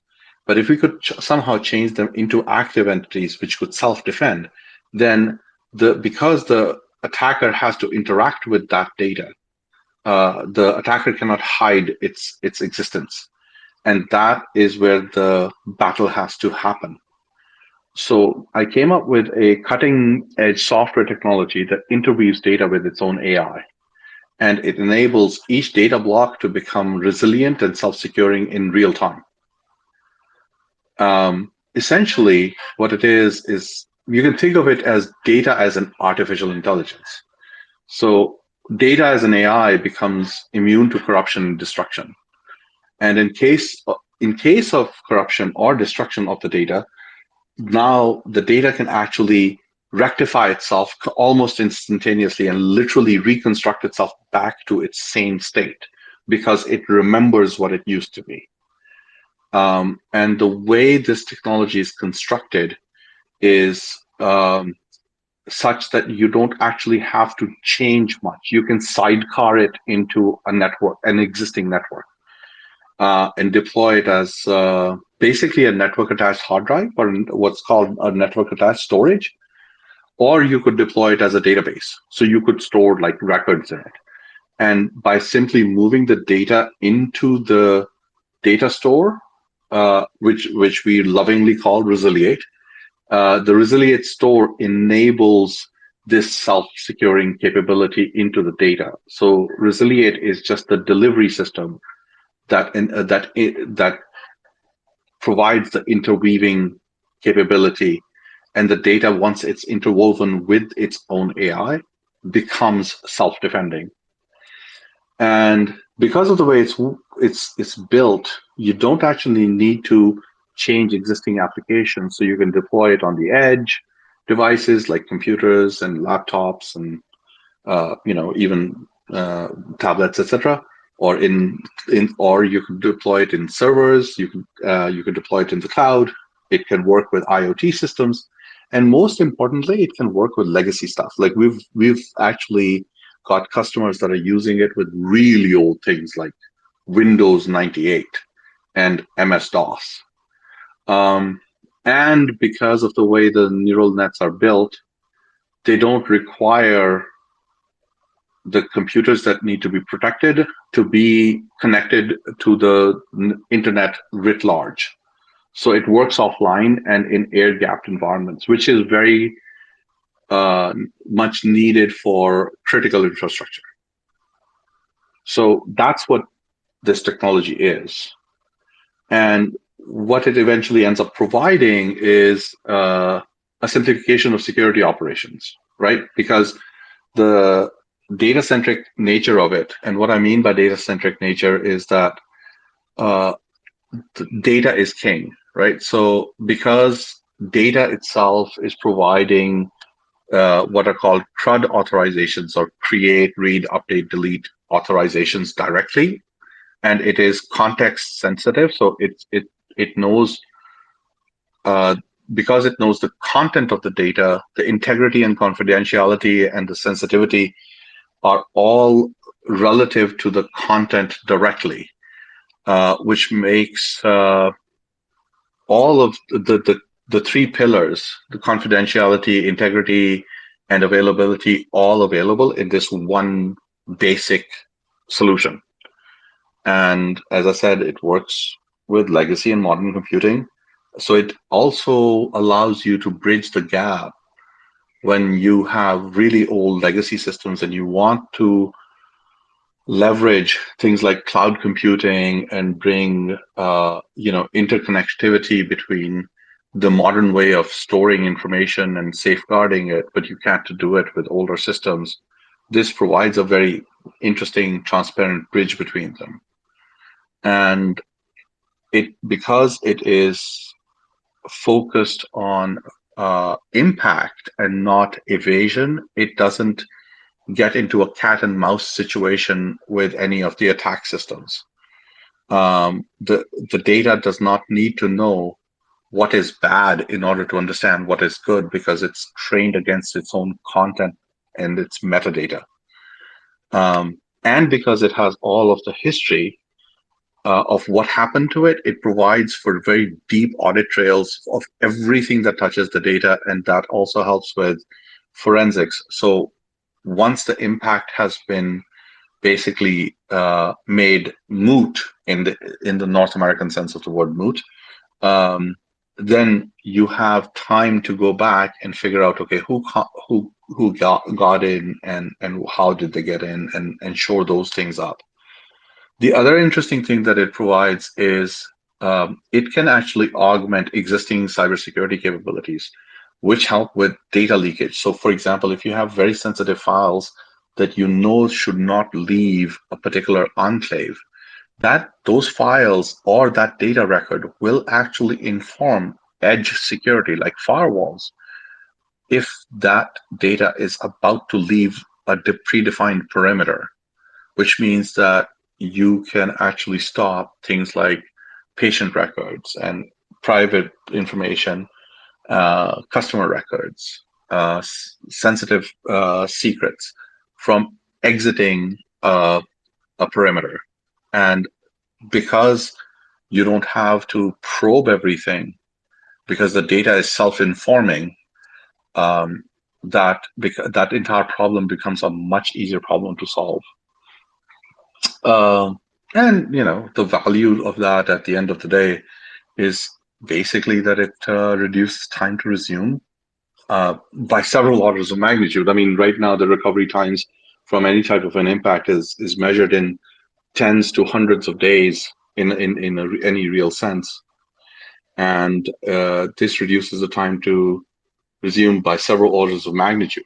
We can recover like 100 terabytes of data from complete destruction in a matter of seconds, minutes, obviously dependent on the speed of the hardware. But if you look at the largest test that we've done is recover 1.5 petabytes of data, that is 1,500 terabytes of data, that is 1,500,000 gigabytes of data from complete corruption back to complete sane state in under 2 hours. It provides very deep controls over data leakage, as I said, significantly lowers the cost of cybersecurity and technology debt. So what that means is that right now, as your technology, as newer and newer technologies come about, you have the technologies that you might be using in production become older, and because they're becoming older, they accumulate. That's debt that you're accumulating because they're becoming obsolete. By having a system that can secure older systems, you get more value out of that initial investment in those systems. And it in a bearish market today, where companies are, in order to survive, are moving more and more towards operational automation and cloud adoption.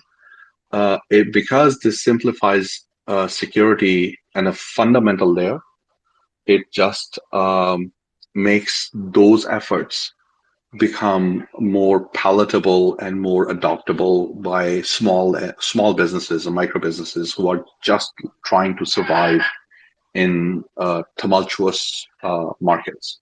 Anyways, so that's basically the too long didn't read of it. Amazing. I mean, that's, especially for legacy systems, that's incredibly helpful. Very cool. What do you think, Mike? I've been involved with the cybersecurity industry as a recruiter and just someone in that world in Toronto for a while.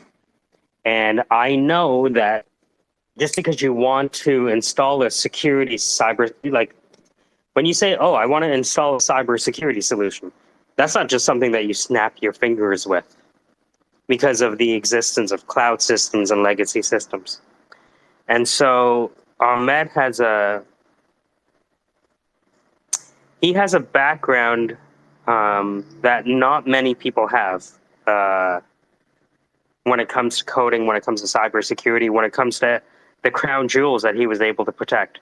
So, I mean, the first reason, not the first reason, but one of the things that impressed me about Ahmed was that he was able to help secure the Harry Potter manuals so that they didn't get leaked before the release date. I don't know many people who can claim that their software has done that.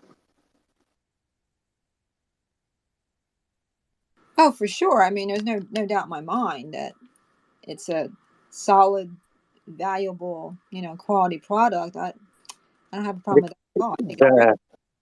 Yeah, it's the communication of it, right? So it's like, okay, so in the challenge with, contacting people about a solution that can help them is one, they're, really busy. And two, there's also sometimes with people who have been in technology maybe a little too long, is there's an aspect of incredulity. You know what I'm talking about? Yeah, right. Your software doesn't do that. Fuck off. You know what I mean? And so in my head, I hear a lot of answers that I'm going to need. So I'm going to have to re-listen to his answers and kind of make notes for myself before I start making calls, because I never know what the other person is going to say on the other line. And so, in the next week, I want to focus on a specific niche that we can really, really, really dig into. Right. And I really don't know anything until I start making phone calls. So, for example, when Ahmed introduced me to one of the advisors on his board, Richard Steenan, who founded the cybersecurity practice at Gartner over 20 years ago. Right. And so when I started making phone calls to develop prospects and sales for it-harvest.com, I knew the value in my head, but that doesn't mean it's the value that someone else wants. And so I'm interested to kind of jump into the deep end and see what people have to say. Sounds like a plan. And to be honest with you, I believe that when people demo this, especially the right Linux administrator, they will see the value immediately. It's just one of those things where I don't know what the customer is going to say before they say it, right? And it's when I start making the calls this week, we're going to be like, oh, okay, so this is what their pain point is, And sometimes you have to give them what they want before you give them what they need. So I'm interested to hear, what they say back to me. Hi, my name is Michael. We haven't spoken before. I'll take some of the mystery out of my call. Blah, blah, blah, blah, blah. And when I stop speaking, that's when I'm going to start learning. Right. Yeah. Sounds like a wild ride. I'm interested. I want to sit in tomorrow if that's okay. Absolutely. Yeah. You and Mel, At what you can time? listen to me and it'll be interesting. I'm always afraid to do it, right? I'm not some fucking knight in shining armor who's never been afraid of anything. I still get afraid to make calls right before I make them. And then when the phone's dialing, I'm like, oh man, I hope they don't pick up. And they're like, fuck, they picked up. Oh no! Oh no! Well, Yeah. it's marketing, right? In telemarketing, once you figure out what the typical conversion is per hour, you know that as long as you talk to X amount of people at a time, you're going to get X amount of sales. Eventually that is something that can be measured. Yeah, it's not pretty, that process, but you know what I mean? It's it's an emotional process calling strangers, let's say, for me personally. Mm-hmm. But I know I can do it, and I know if I believe in the founder, I can find the words, if that makes sense. Oh, it totally does. Yeah, absolutely. I think you'll be fine.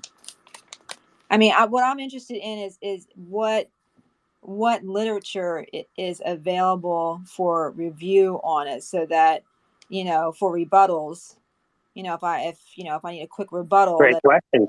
Yeah, overcoming objections is a core aspect of sales, right? So if you wanted to, if you want to get, I can get you guys, I can get you all that information, Mikey. Um, we've got frequently asked questions. We've got. What what kind of objections have you gotten in the past when you've made sales? Well, it depends on who we're talking to. The people that we talk to um, fall into three core categories, right? So those who don't know that they have a problem, those are the people that we want to avoid. The second is the biggest objection that we get is from people, especially junior people, is um, we have Microsoft things and we have backups, right? So that's a typical re, uh, re, question from mid level. They might say, "No, I'm not interested. I already have a backup solution." Yes, and at that particular point in time, you really, yeah, and in that particular case, there is a document that we have that I'll send to you. Actually, you can look it up right now. Let me see if I can post it. Hold on. Yeah, that'd be great. Yeah, that's kind of the meat of it, right? Yeah, a lot of people have nimble systems. So if they do go down and there's an issue, they bring up their last backup, and depending on how many times a day that they back up their system on nimble, they can be back up in a matter of a few hours. Like for example, Yeah, yeah. So sorry. yeah. So those people, people who use tools like Nimble, are not our customers, right? Uh, uh,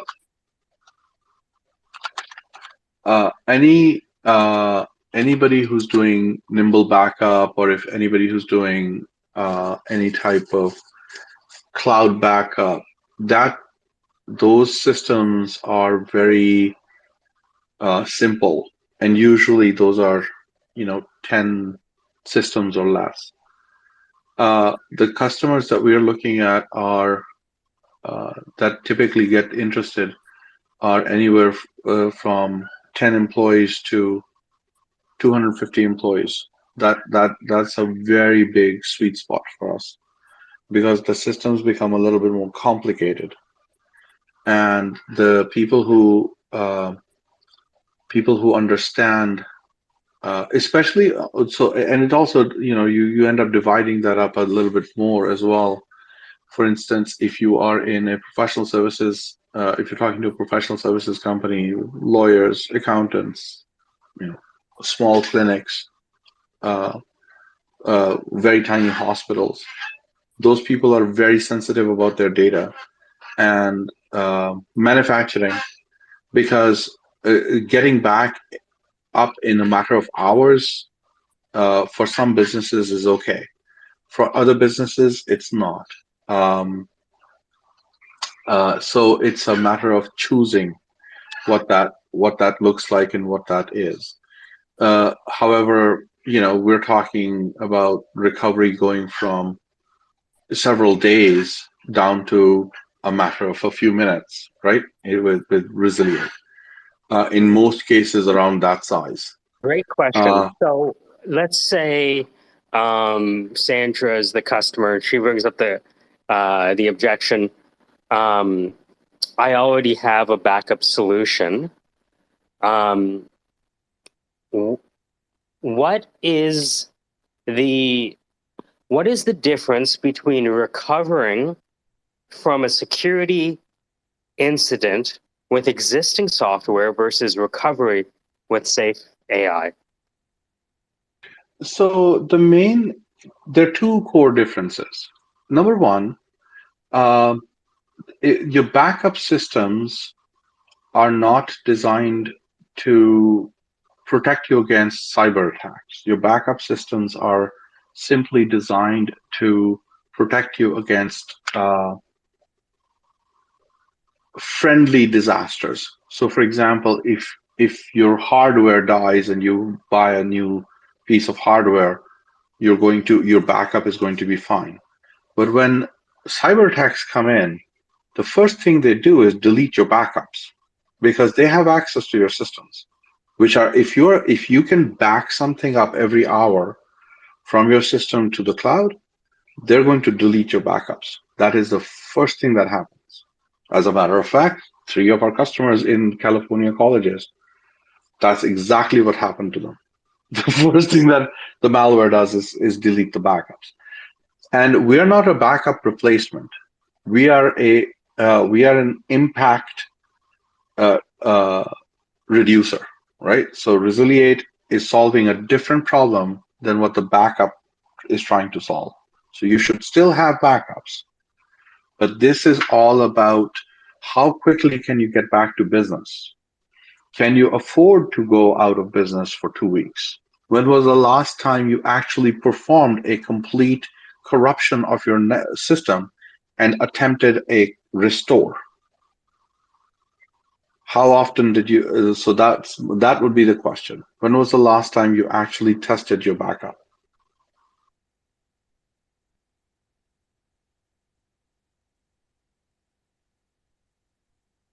When was the last time you tested your backup, son? Well, I have no backup, right? So No, No, it's good. okay. It's So we it turns find out different the issues up there. statistics are the following. So I'll tell you what the stats are. Only 10% of companies actually test at any level the ability to restore their environment from backups.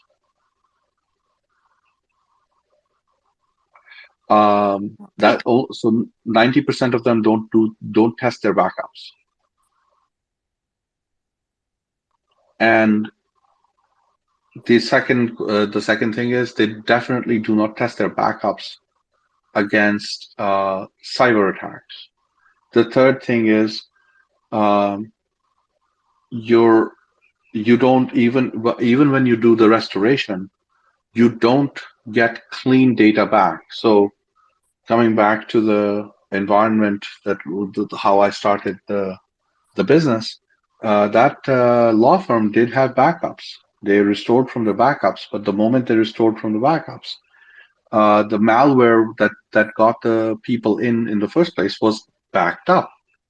So there was the people got in again. That's why they got attacked 3 times, right? So your backup is not a entities, companies that have been around that have been fighting malware for 2 decades have not been able to come up with a solution to stop them. A backup company that just develops some type of behavioral system to try and fix it in some way, shape, or form, like the advanced backup systems that are out there right now that try to hunt for ransomware, they don't do a good job because the technologies they are using are naive compared to the advanced technologies that are being developed by actual cyber threat hunters. And the advanced technologies that are being developed by cyber threat hunters are not good enough because in all of these cases, the main problem is that the defensives get turned off by the malware. The first thing that happens is when a cyber attack happens, your defenses get turned off. The reason that is not possible in Resiliate is because the defense is actually interwoven with the data. So in order to, the moment you touch the data's defenses come into play. And that is an algebraic statement. That is a statement based in mathematical theory. Even if you were to make a copy of the disk, write down all the bits and try to extract the data from the bits by hand by doing paper and pen calculations, those calculations will take you down the path of running that artificial intelligence neural net that is the data now. The very act of those matrix multiplications. and those differential equations that you would have to solve is running the AI. So you have to get those parameters right in order to get the data out. Danny, yes, sir. Yes, hello. Nice to see you all. Um, any opinion about the polymorphic encryption? Oh, definitely. Well, polymorphic encryption is weird, but holomorphic encryption for sure, because polymorphic encryption uh, requires the underlying data shifts as you try to interact with it. It is Mhm. possible in a weird way, but it's not always. It's more science fictionally. We do not have the mathematical instruments right now to make that happen. But holomorphic encryption is there, and that achieves the same effect. Yeah, That homomorphic practically. bank bank bank usage, certain hospitals. I think Yeah, schools are using it. no.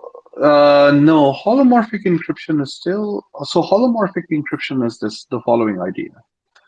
The idea is that you want to share some data with me, but without revealing to me what the actual content of the data is. You just want me to figure out the trends in it because that's what I'm buying from you. So if you send me the raw data in an encrypted form, in a very specific encrypted form, I will not be able to read that data, but I will still be able to get out trend information from it. But I will not be able to reconstruct the actual data.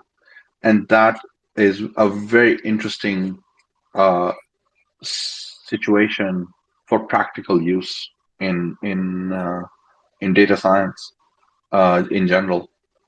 So that is definitely possible today. But polymorphic encryption says that the underlying encryption algorithm changes whenever you're trying to mess with the data, and that is possible in quantum mechanics, but it's not possible in classical computing. Is it because it uses tries to use multiple forms, multiple keys? No, For extension? because no, that's not how that works. Because from a pure analytic perspective, you can treat multiple encryptions or multiple keys that use the same encryption, or even different encryptions. You can use them all as a compound single black box that does encryption, right? Even if it's doing like multiple ones, it's just right. So algebraically, it's just one big, more complicated operation, but that's what it is, because you can linearly represent it, or you can represent it in with a finite equation. What would be interesting to see is if you are if you have a system where when you interact with it, its state changes because of the interaction. So quantum systems are really good at that. Their state collapses into one or the other. One of the multiple possibilities. And if you set it up right, then you can do it so that if you interact with it the wrong way, it collapses into the wrong thing, and therefore you don't get access. So there's like variants of polymorphic encryption in there, but polymorphic encryption is more right now more science fiction than it is science fact.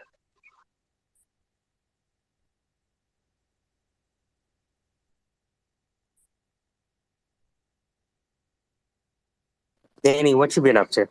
I know you've been looking at cybersecurity for a bit. Where are you on your journey? Yes, I have a few more math credits and get to go. And well, looks like I think Ahmed was talking about being like eighth, ninth, maybe 10th grade kind of math level. You should be kind of good to go. So yeah, gonna test the waters. Wait, what was that? What are we talking about? Well, I remember Ahmed saying about 8th grade knowledge in math. So yeah, we pretty much Well, just yeah, use that. well, yeah. If you, but that knowledge has to be very solid, and you kind of Of have to, course. right? But everything is based on core algebra and fundamental principles that you just have to build on. There's uh, I was being probably a little facetious when I said it, but it's not far from the truth.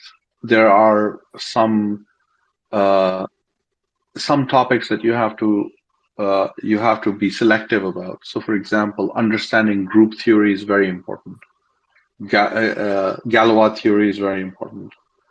So that's abstract algebra. That's like a couple of steps up. But if you have your core algebra solid, like your 8th, 9th, 10th grade algebra solid, picking up on Galois is just a matter of a couple of months of reading, and you have that. And once you have that's the foundation of abstract algebra. And once you How have do you that spell it? I'm so sorry. Galois, Galois. Galois. Oh, Galois. Yes, Okay. Galois. G. Oui. Okay. En français. Yeah, Galois is Galois was 19 when he died because in a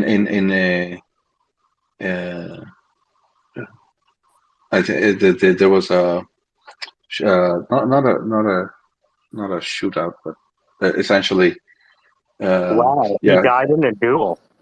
he died in a duel, and he died in a duel because he was accused of sleeping with the woman of a very rich man, and he was 19. And before he was 19, he had invented this entire abstract algebra basis. It wasn't all proven. But his ideas were so phenomenal that they formed the foundation of modern abstract algebra, a lot of our computer science, like so many things.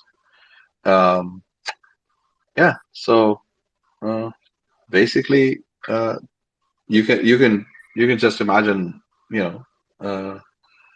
how much math would a 19-year-old know? Just that much math is what you need to know. So these mathematicians were beefing, eh? So how do you say his name? Augustin Louis Cauchy refereed his paper? Cauchy. Wow. Augustin Cauchy. In English, you would say Cauchy. In French, you would say Cauchy. Well, it's like Cauchy refereed his papers but refused to accept them for publication for reasons that still remain unclear.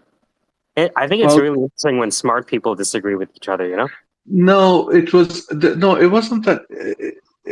He refereed their paper, his Galois papers, but the reason he refused to, Augustin Louis was actually kind of full of himself because he came from aristocracy, and he was, I mean, obviously a great influence over a lot of contemporaries, and he was considered one of the people that you would have to get the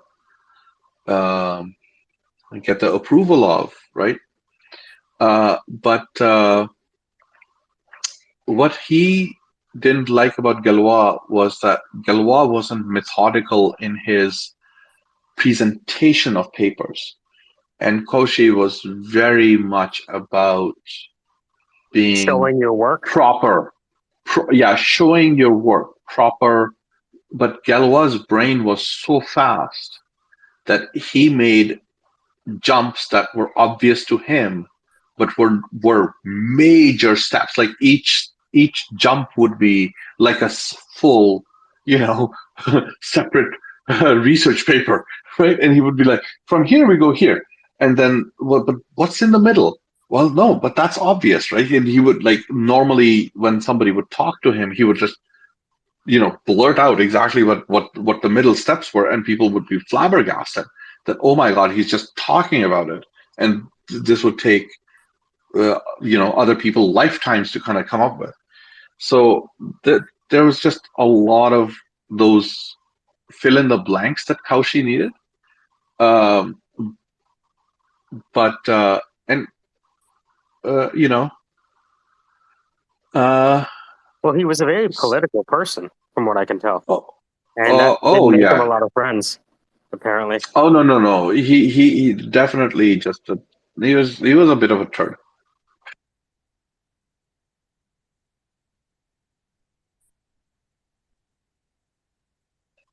Right, but I mean, he's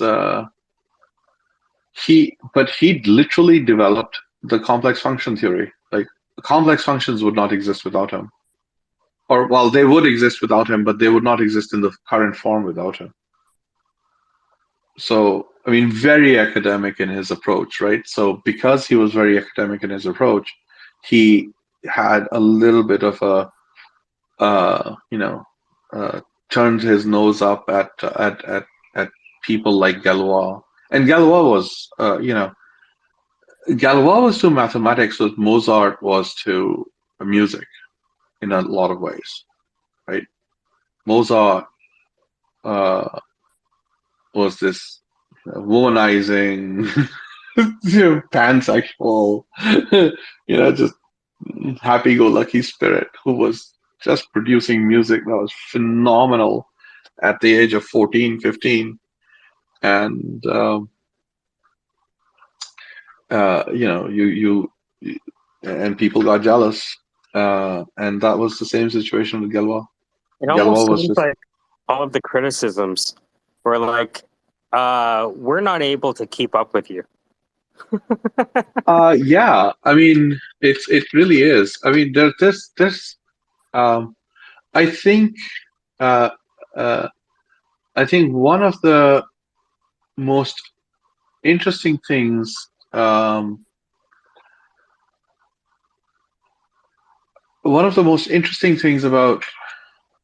brains like that is that they're only appreciated like years, decades, centuries after they're left. Galois is one of them, in my opinion. Von Neumann.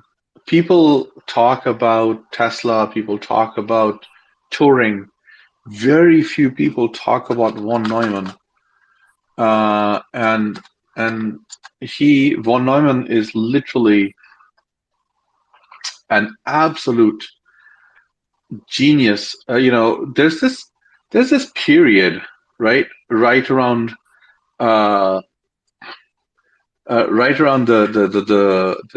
during right after World War II, where there are 7 absolute geniuses coming out of Hungary, right?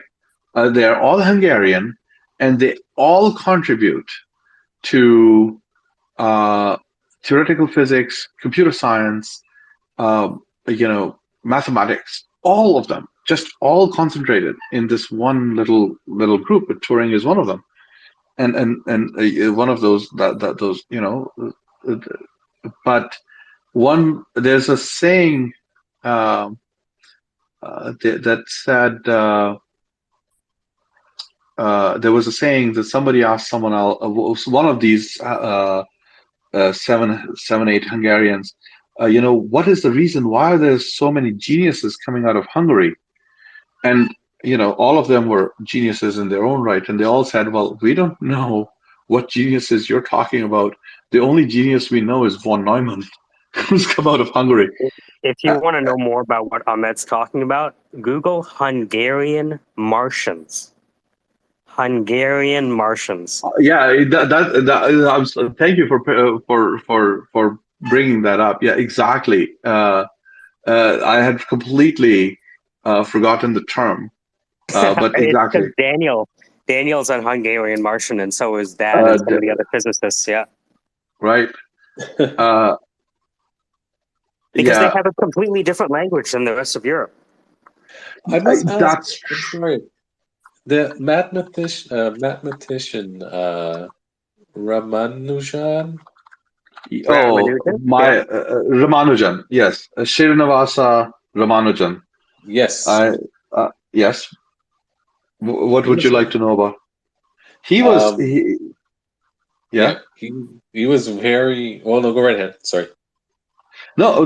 Please go ahead. I mean, I have a very deep relationship with Ramanujan because that's really actually the was the focus of my number theory. Um, were so It's the method I that he used to try and figure out those equations. Was highly interesting. well, which equations? He's got three books that are full of about 100,000 to 150,000 new equations that he discovered and proved. So which ones are you talking about specifically? Not no specifically. I cannot tell you. I would like you for more elaboration than that. If you tell me, a little bit of context, I might be able to remember because he is famous for a lot of different equations. But I do Well, no, know it's just all. the method he was using. From what I heard, there was probably certain equation he just got it in his sleep, in his dream, or something like that. That kind of What method. But yeah. he believed he was a very devout Hindu, and he believed that he was a conduit for the goddess of knowledge, and that his mathematics knowledge came from something divine. He did not attribute it to his own genius.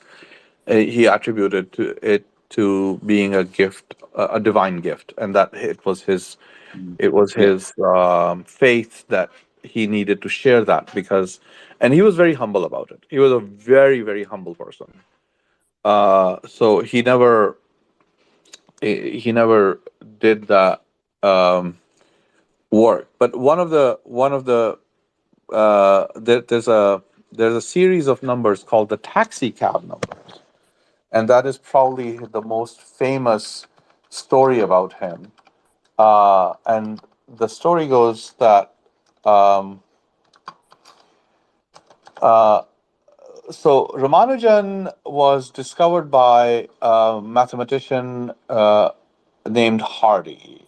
Discovered in the sense that Ramanujan was doing some research on his own without having access to any type of formal mathematics education, and he basically developed um, all of his mathematical knowledge after reading one advanced book. As a matter of fact, he did not even so he had discovered all these relationships, and he had proven a lot of different um, a lot of different problems that were outlined as being unsolved in this one book, and he discovered a lot of these proofs. And what he did was he wanted to be recognized for those proofs, so he sent them out to Professor Hardy, who was the head of, I believe he was, G.H. Hardy was the dean of mathematics. But he was up there. I don't remember off the top of my head where what his position was, but it was very prestigious in London. And Let me look it up actually. Okay, so they became friends, and Hardy invites Ramanujan over to to London, to England, at Trinity College. Oh yeah, Cambridge, right? So he comes. He invites Ramanujan to Cambridge, and they do a lot of work together. But because Ramanujan was a devout Hindu, he was a vegetarian. Vegetarian food was very difficult to find in London, and London air and diseases were not good for him. His immune system wasn't that great, so he got really sick, and uh, he was in the hospital, uh, in England, and he was there at I believe Putney, and essentially Hardy went to visit him at the hospital, and he when he came in, he said to Ramanujan, he said, uh, "Hey, you know, I just came in this taxi cab, which had the number 1729, and remarked that the number was a rather dull one." And he said, "Hey, I hope that this is not like a bad omen. So I hope that 1729 is it a prime number? No." So Ramanujan said, after sort of blinking for a couple of seconds, he said, "No, it's a very interesting number. It is the smallest number expressible as the sum of two positive cubes in two different ways. 1729 is can be expressed as 1 cube plus 12 cube, as well as 9 cube plus 10 cube." Damn. So And he just had this shit in his bones, eh? he had this thing in his head, and that's why any numbers that can be expressed as so the first taxi cab number that can be expressed as just the sum of two positive cubes is 2. 1 cube plus 1 cube is equal to 2. The next number that can be expressed as two sum of two different cubes is 1729. There's no other number between 1 and 1729 that can be Wow. expressed in that way. Wow. The next number that can be expressed as three distinct sum of two cubes in three distinct ways is 875939319, and that is 167 cube plus 436 cube, or 228 cube plus 423 cube. It And sounds a lot like the equation that they were trying to address with Fermat's last theorem. Or am I off base? so because these numbers are known as taxi cab numbers, and Yes. there are only 6 taxi cab numbers that are known, and only the first 6 taxi cab numbers are known. Subsequent taxi cab numbers, we don't know what they are, but they're definitely we know what their upper bounds are. But it turns out that Ramanujan had brought these 2 books of the things that he had, and it was said that just studying one of them would take a lifetime, and it actually did. Took several, but eventually, at one point in time, um, much after Ramanujan's death, and I think down to his grandkids, um, Dr. Watson, not Dr. Watson, Dr. Andrews went down to see one of his descendants, and who were saying that they were going to throw away all of his stuff, and he said, "Hey man, can I just look through them?" And he found his old journals, which is called the Lost Book, and in there were formulas, treasure troves of formulas, where including taxi cab numbers. So apparently, before Ramanujan had died, he had studied these numbers, these sums of cubes, and what he didn't tell Hardy when he's talked about 1729, like just off the top of his head, is because like several weeks ago he had actually off by some other reason, for some other reason, he had studied the number 1729. And so he knew it. He didn't just come up with it in the moment. He knew it. But he was a brain like that. It is said that every positive integer is Ramanujan's personal friend. Pretty wild. Yeah, It's so interesting. The absolute kind of horrible lives led by some of the most brilliant mathematicians. I remember there was this 4-part documentary on these mathematicians who were toying and using the idea of the infinite in their math.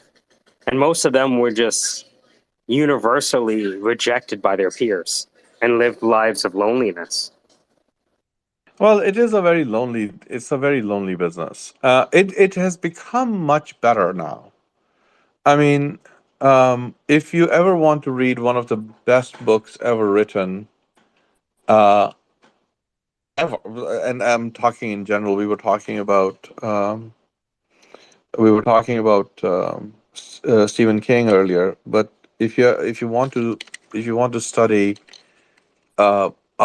absolute wonderful book on how mathematicians think and what type of world that is and how romantic it is actually. A book by Simon Singh on Fermat's last theorem. It's called Fermat's last theorem, and the author is Simon Singh. He's a modern author. He's quite young, and he's one of the best writers of the history of mathematics. And I think that book, which was eventually also turned into a documentary by BBC. But the book is just a wonderful read, and it's a very light read. So you can, if you happen, I would highly recommend it. Dropping like the $19 or $20 that it's for, on Amazon, and ordering one and have a paper copy and just read it. It's very accessible. It talks about a lot of it talks about 300 years of mathematics history in a very, very accessible way, and it's you don't need a lot of maths to really enjoy it. I've always been a fan of mathematics, but I didn't enjoy the homework, if that makes sense.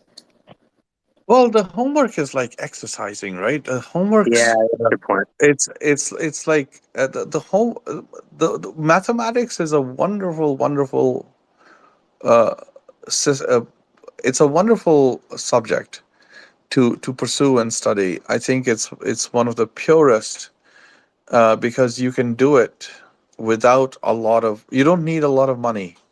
All you need is chalk and a surface, and you can do mathematics for your entire life. It's like everyone's the same size behind a chalkboard. Everyone's the same size behind a chalkboard, and I think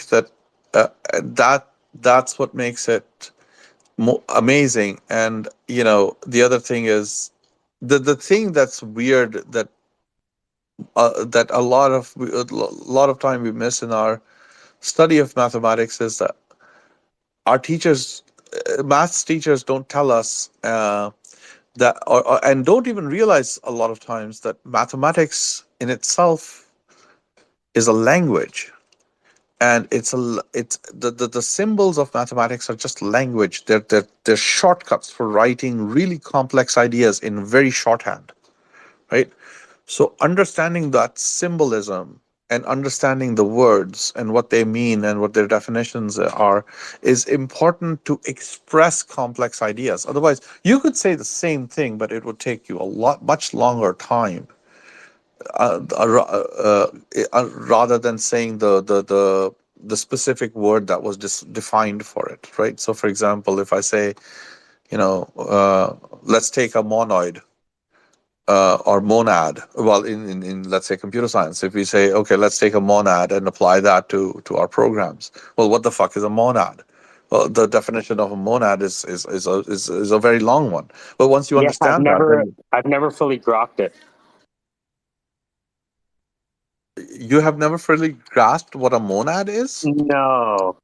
Matthias and I initially got together because we were looking at definitions from monads, and I think what we discovered, I'm not sure if this is true, but the computer science way of using a monad is maybe different than the way, was it Leibniz? No, it's the same. Okay. It's the same. It's just the way it's approached is the way it's taught is weird in computer science. They have somehow made it more difficult than it needs to be.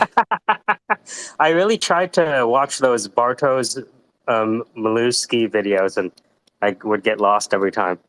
I probably started about 50 different monad lectures and gotten lost every time. Okay, do you want me to explain to you what a monad is? Please, yeah. Is anybody else interested in what a monad is?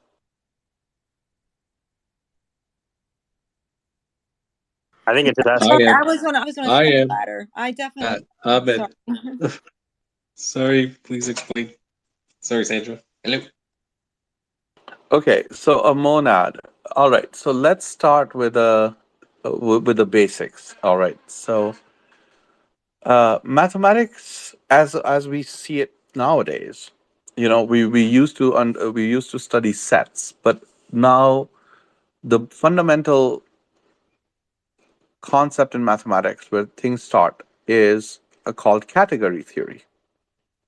And category theory is basically a fancy way of saying a collection of objects, right? So you take something and you collect it, and that is a category, right? So you could say a category of fruit, right?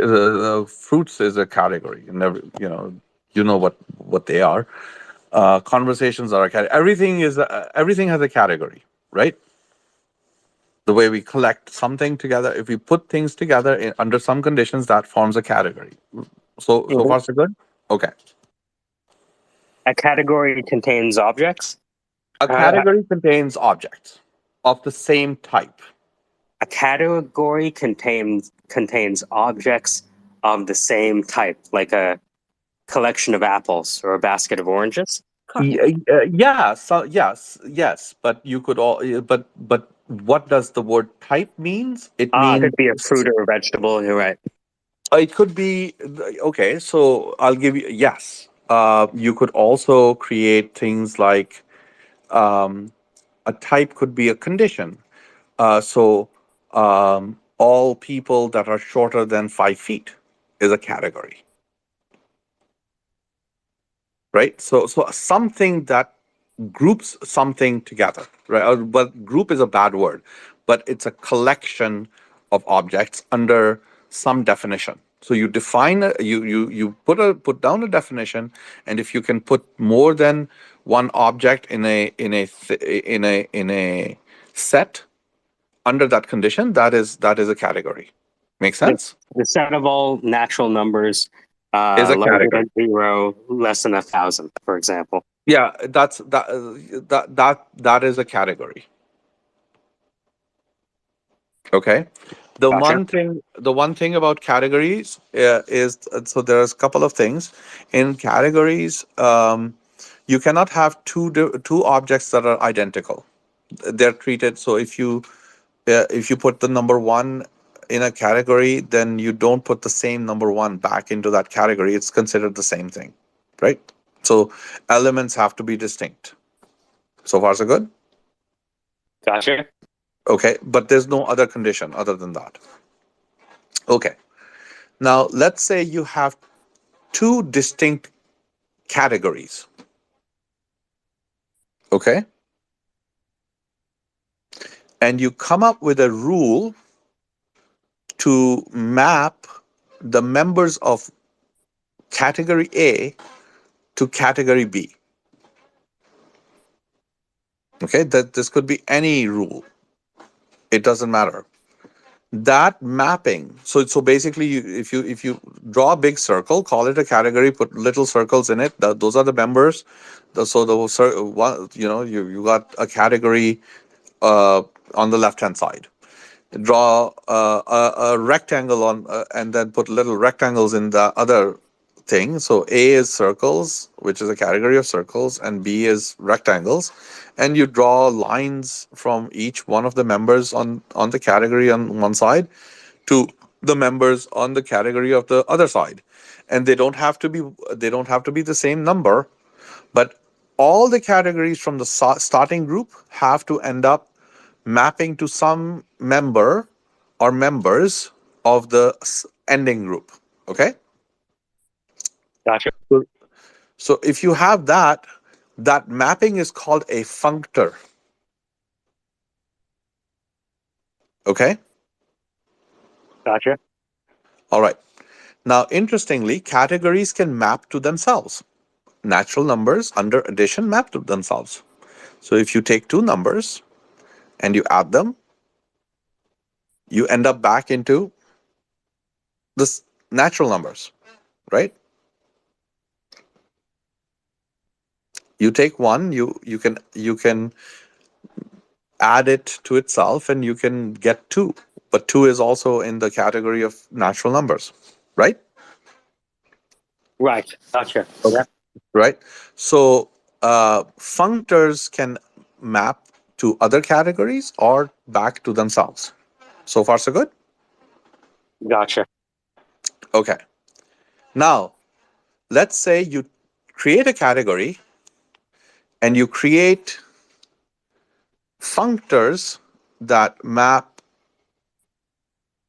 in different ways to itself. For example, addition and subtraction and multiplication are three different functors that map natural numbers back to natural numbers. Right. Okay. Like the 1729. No. Just keep it simple. Mm-hmm. Addition, subtraction, and multiplication take natural numbers back to natural numbers, right? Gotcha. Okay. So there's a functor called addition. There's a functor called subtraction. There's a functor called multiplication, and they all map back to natural numbers, starting from natural numbers. With me so far? Gotcha. Now, put these three functors that you have into a category, because you can have categories that are made of functors.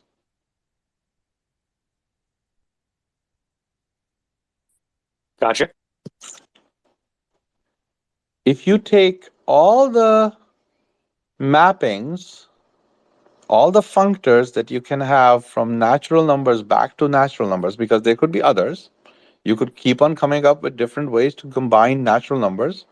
As long as they end up back into the natural numbers, that's a functor, right? It gets shoved into that category of functors, of natural numbers to natural numbers. So far, so good? Yeah, it sounds like almost like a. It's a collection of functions that maps Yeah. natural numbers to natural numbers. Gotcha. That collection is called a monad. The members of that collection is called a monad. That collection of functors is called a monad. Okay, so can we rewind 2 steps? There are functors called addition, subtraction, and multiplication. You're saying that we can take these functors and put them in a category because these functors are all of the same type? Yes. Gotcha. If you And take that's okay, what's the next step? So once you put them in a category, because they map natural numbers back to the natural numbers, or so you basically, what you say is any functor that maps a type back to its own type or to another type that can then eventually be mapped back to its own type. That type of a functor can be, so it's a self, it's a special type of functor. It brings things back to the same type. Okay, it's, you put all of them into its own category. You say, okay, we have all these functions that bring, functions is a bad word, but we have all these functors that map something to something which is well defined. You put a couple of other conditions on it, and that collection is called a monad. It's just a collection of mappings of operations. So a monad is just an operation on a category, right? Addition is an operation. Sticking the letter A in front of every number is an operation. That is a monad.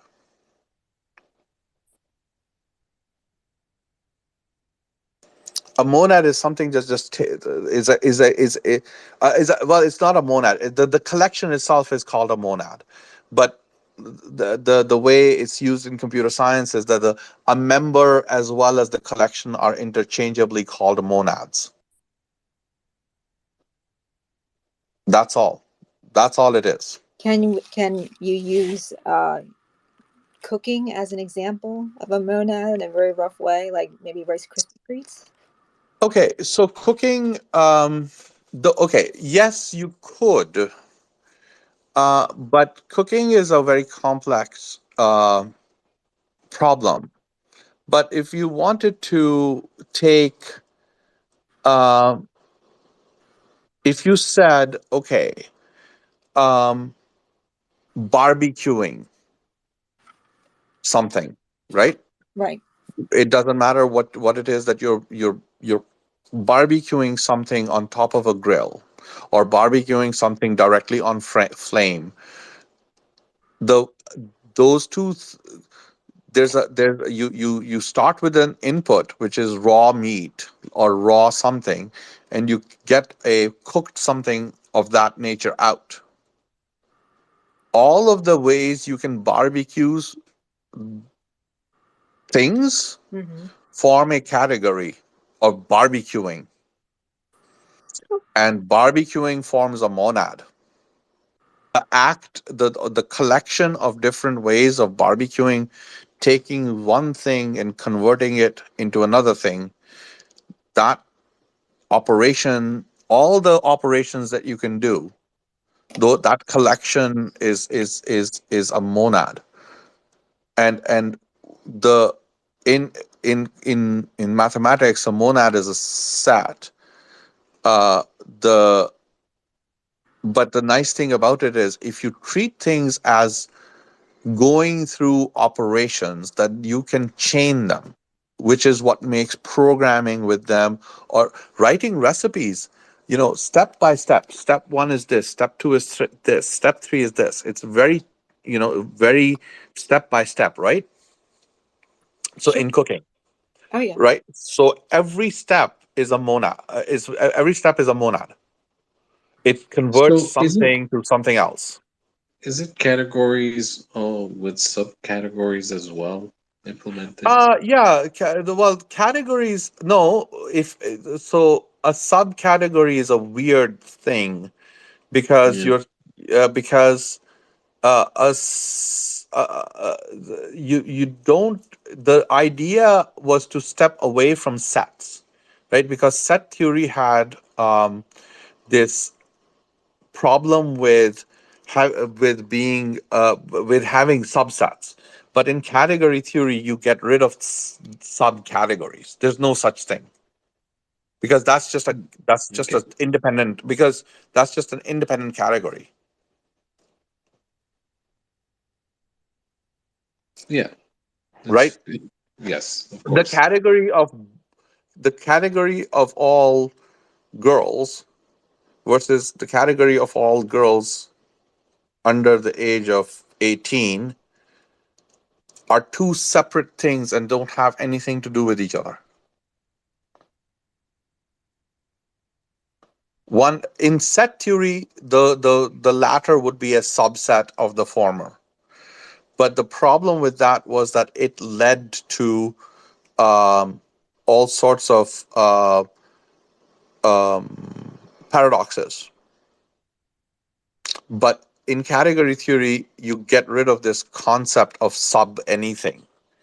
And because of that, it is not subject to the paradoxes that arise in set theory. That is why category theory is liked so much.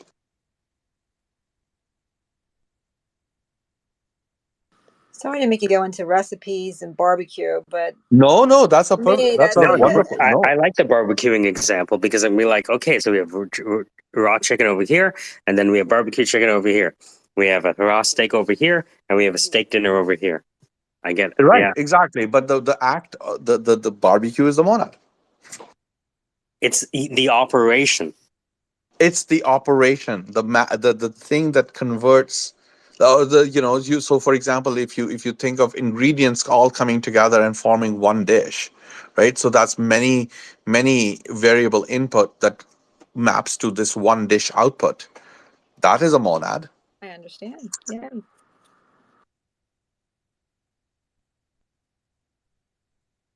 I'm going to start using this recipe example as the thing to describe monads from now on. But I wanted to give the foundational stuff. I know it may have bored the crap out of people, No, I but think Hey, no it's way. Who does not love food? absolutely, yeah. So uh, in food, just uh, I think the food is fantastic, and just going through. But I like I I feel that it's okay to present. Um, like I'm told a lot of times not to present complex ideas to people, but I feel that it is disingenuous to do so, to not do so. I think people are able to just understand whatever is put in front of them. Um, I think it's your ability to bring forth metaphors that people are intimately aware of already. And you can do that. Well, in a way, also like they were talking about dumbing it down. If that's how you know that you're a great, let's say, teacher or anything else like that, but it doesn't mean the person itself. But it's if you can like, what's it called? Teach, I don't know, engineering to a 6-year-old and make them understand. That means you're doing something great. So Dude, it's I that think kind of yes. mentality. Oh no, I agree with that, but I also think that it is not that some things should not be dumbed down. Like dumbing it Yes. down is such a just a bad phrase, I feel, It's like because I saying think layman's terms and stuff. well, right, I but mean, there is loss in compression, right? there is Yeah. loss in compression, and the thing is that human beings in general are capable of very complex thoughts and complex understanding. I mean, every human being is like that, no matter no matter what their background is. So I think that the idea is to present. I believe that ideas should be presented in their entire glorious complexity, and then but you should be open to answering questions and then filling in the gaps where those are needed, but not with any type of holier than thou attitude that, oh well, this will be too complex for you to understand, so I will dumb it down for you. That sounds a Fully little agreed. That right. fully agreed. That I think that there is this um, um, arrogance in some academic circles where there is an expectation that if you do not understand domain-specific language, or if you don't understand their nomenclature or their ontology or the words that they have defined in the ways that they have defined them, essentially. If you don't have their thesaurus, if you don't have their dictionary, then you don't get to speak with them. And I think that is disingenuous. A lot of people are intimidated by the idea that someone could understand what they spent a lifetime understanding. A lot of people are kind of jealous, you know. I like these conversations because I had to, no, not I had to, I got the opportunity to sit in with some really, really, really high level, deep level physicists talking about thermoelectric power generation, novel material synthesis. And these mathematical discussions, whether it's, talking to you guys, mostly talking to my wifey, it was surprising that I was able to have a conversation with the physicist, and I was afraid to even talk to him because when you're talking to somebody really senior, you don't want to feel like an idiot, and you don't want to waste their time. But I found with these intuitions that I was able to grok a lot more than I thought I would. Not that I could do their homework, but I could have the conversation with them, and that was good enough for me. And that's it's just a matter of sharing ideas, and and all mathematics is basically a shorthand code for sharing complex ideas, but it builds on very simple stuff. It starts from a dot. It starts from a dot, right? A point, an infinitesimal point, and builds everything around that. So that I like that about mathematics, but I think that it is accessible. It should be accessible, and I think we should study it as a fundamental language to express their thoughts and ideas in, because it is very, very, very expressive, and it's very terse in the sense that you can pack a lot. If you could pack like if I was to write an equation, a simple equation. We were talking about Ramanujan. There's something called if you Google the hard hexagon model is a beautiful set of equations that ended up coming up in crystallization theory. And as a matter of fact, these were equations that were discovered by Ramanujan and proven by Dr. Watson. And then it turns out that they described fractals in certain in certain crystals, or fractal sort of they were the kernels to fractals in certain crystallizations of certain polymers that produced the really stable really stable polymers, and and stable fuel, as a matter of fact, jet fuel forms. So that that was done like 80 years after death of Ramanujan. So all of that magic that is found in that chemistry was buried in that one equation that was found 80 years ago, that had nothing to do with chemistry. It was just this concept of how are two quantities without any units associated with them. So, no meters, no seconds, no time, nothing associated with them, just quantities. How do these different quantities and their relative changes are interrelated?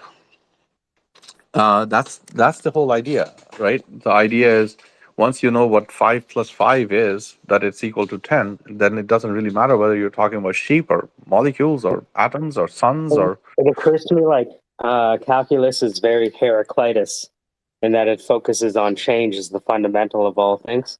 It's fascinating.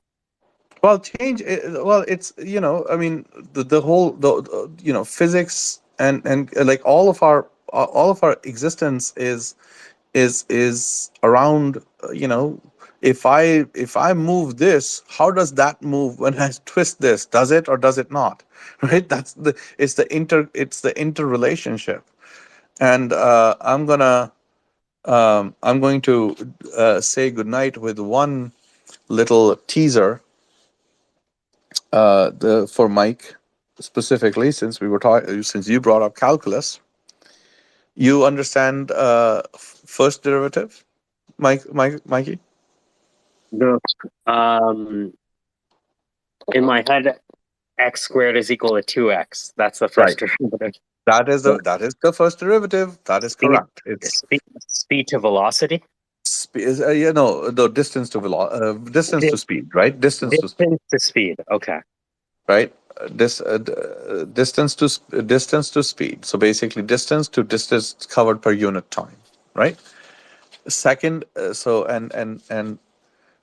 second derivative. You understand second derivative, right? So if what we start with is distance, then the first derivative is Speed. how much land is crossed per unit of time. Yes. Okay. Second derivative is how you change your speed per unit of time. So that's acceleration, right? Right. So the differentials in speed, land cross per unit of time over the trip. The change in how often you were able to cross specific segments of time, specific segments per unit time. So if you go from 20 miles per hour to 30 miles per hour, your acceleration was 10, let's say over a period of 1 hour, then your acceleration was 10 miles per hour squared, right? So so along the way you started speeding up, and therefore the amount of distance you covered changed per unit time every moment along the way. And calculus allows you to add all of that up, and that's that's why you get the So we're looking at second integral. more and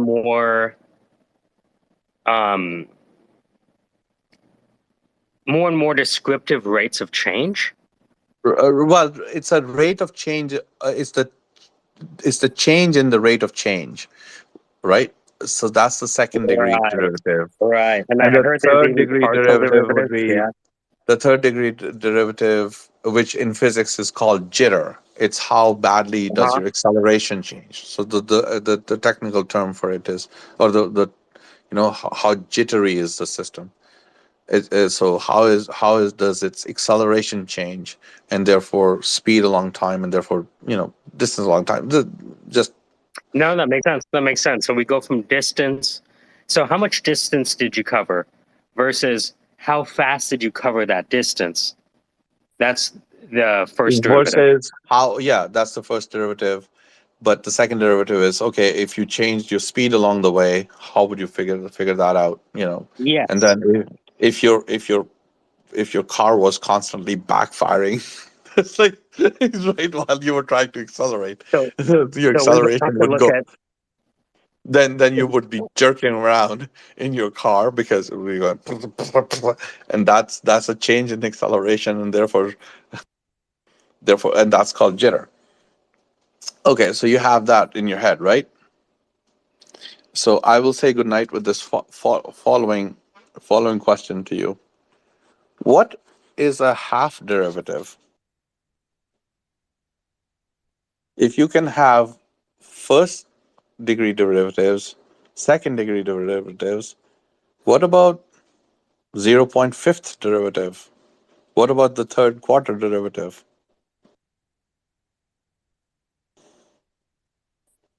It's a good question. If we have distance and then the first derivative gives us speed, which is how fast you cover that distance, what would be a partial of that? What is in the middle? What does it mean to have a half derivative with respect to time of the distance? it doesn't actually have a physical world equivalence, but there is nothing stopping you from defining it. Yes, there's nothing stopping you from using it mathematically towards a certain end. Correct. Gotcha. Because, okay. It's almost like an imaginary derivative.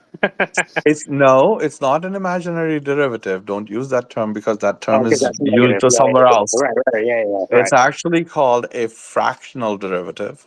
Okay. So everything below 1, in between 1 and No, 0. it could be 2/3. No, it could be 3/4 derivative. Oh, Don't even. okay. Well, Oh, oh. 3/4, but it can't No, be no, no, no, no. Well, 1.5, like 2 and 2, 1 and like 1.5. 5/3. 5/3. 5/3 derivative. 5/3. Okay. You could I get have it the now. pith. You could have the pith derivative. Not. It doesn't have to be fractional. It could be irrational derivative. But what the fuck does it mean? That's Is a different. fascinating. That's But mine. it would be completely fractional. So let's say it's probably going to be No, reduced. fractions are fractions. But let's stick to fractional derivatives for now. Okay. Rather than irrational, just stick to rational numbers. And let's, for sake of simplicity, let's just say that the derivatives we are interested in are between 0 and 1 for now. There is an entire calculus around it called fractional calculus. You should look it up. Yes, that's what I'm observing too. So yeah, interesting. And fractional calculus has applications in understanding what happens at the different layers of neural nets, of partially interconnected neural nets. So what I looked at online was that partial derivatives tell you how a multivariable. No. You said partial derivatives. I said fractional derivatives. Okay, good. I'm glad we make that so Partial fractional. derivatives have to do with multiple variable calculus.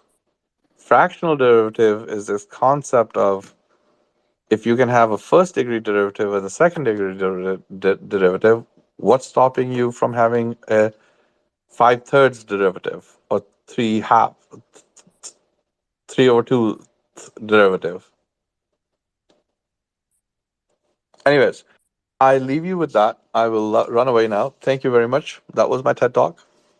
Thank you for coming. I love it. Fabulous. Thank you so much.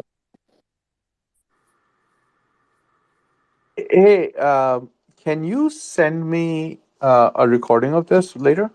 100,000%. Yeah, it's usually today's Drop show it in was the Google Drive. I'll do that. 100%. Thank you, sir. Bye bye. Good night, everyone. Thank you for putting up with me. All my love and all. Take care of it. Putting up with us. Have a good night. Wishing you all good things. Bye bye. Bye. Yes, sir. Covered a lot of ground today. Yeah, but I was gonna put a meme up for everyone to get a good laugh, and everybody had to spoil it for me and freaking leave. Anyway, this has to do with irrational things, and it's a joke. And since I'm a woman, I can like make it. Hold on, let me add the comment. Irrational. Now it's irrational derivatives, right? Mm-hmm. Derivative. I can't freaking spell. Okay. Yeah, I mean, you could always make it up. There's nothing wrong with getting the math wrong. Anyway. Right? So I attached it to the last post. The art, that's a fractal hexagon, by the way. Let me take a look. And then under it is the irrational derivatives. Wow. Tracy is wrong. Use an example to show that Tracy is wrong. It's a math problem. She's a woman is the answer. It's like one of my favorite memes of all time, and I really don't understand why, but the whole thing's just so goofy that it makes me laugh. It's like, well, she's wrong because she's a woman. That's why she's wrong with her math thing, you know. Sounds like a variation on a monad, but yes. Get out the bar. I was going to use Rice Krispie treats. I was trying to simplify it, like, because I was having, I'm struggling. I'm like, well, Rice Krispies is like a pretty easy If you're going to make Rice Krispie treats, that's a pretty easy way, maybe, to explain this. But barbecue works fine too. I like barbecue. Yeah, who doesn't? It's a very tasty example. Absolutely. Now I want to eat something. Go ahead, Fitz. You're going to have the last word of the day. Oh, great. Okay. I feel like this is a good pivot because I found these are these chicken breast potato chips, protein chips. So, I feel like this is another one of those things where we just kind of can't explain it.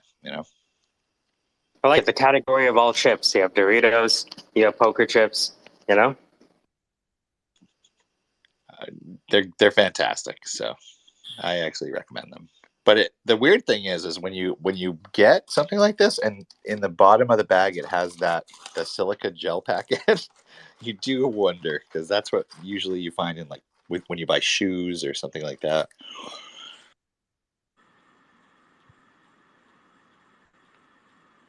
Anyway, so hopefully that tied everything together for you guys. Oh, I'm sorry, Fitz. I mean, it's been a bit of a long day for everybody, so we're probably a little. That's crazy. It's a fancy snack when they use that bag. That's the special expensive stuff bag. Himalayan pink salt. Ooh. I asked the lady at the gas station if they were any good, and she said they were pretty good. Tapioca starch. Now we're living. Oh wow. That is science. Super fans. I got wild for. I'm gonna jump on a few calls, but All right. this is great. Oh wait, tomorrow. When should I? Tomorrow, I'll probably start making calls. I don't know, 9:30. Okay, so I'll try.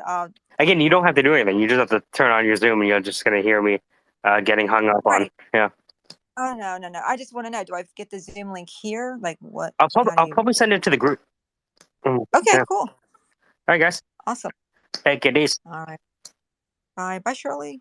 Bye, everybody. Bye, Shirley. Take care, Michael. Take care, Dan. Take care, everyone. Sandra. Bye. Thank you, Mike. Bye, Danny.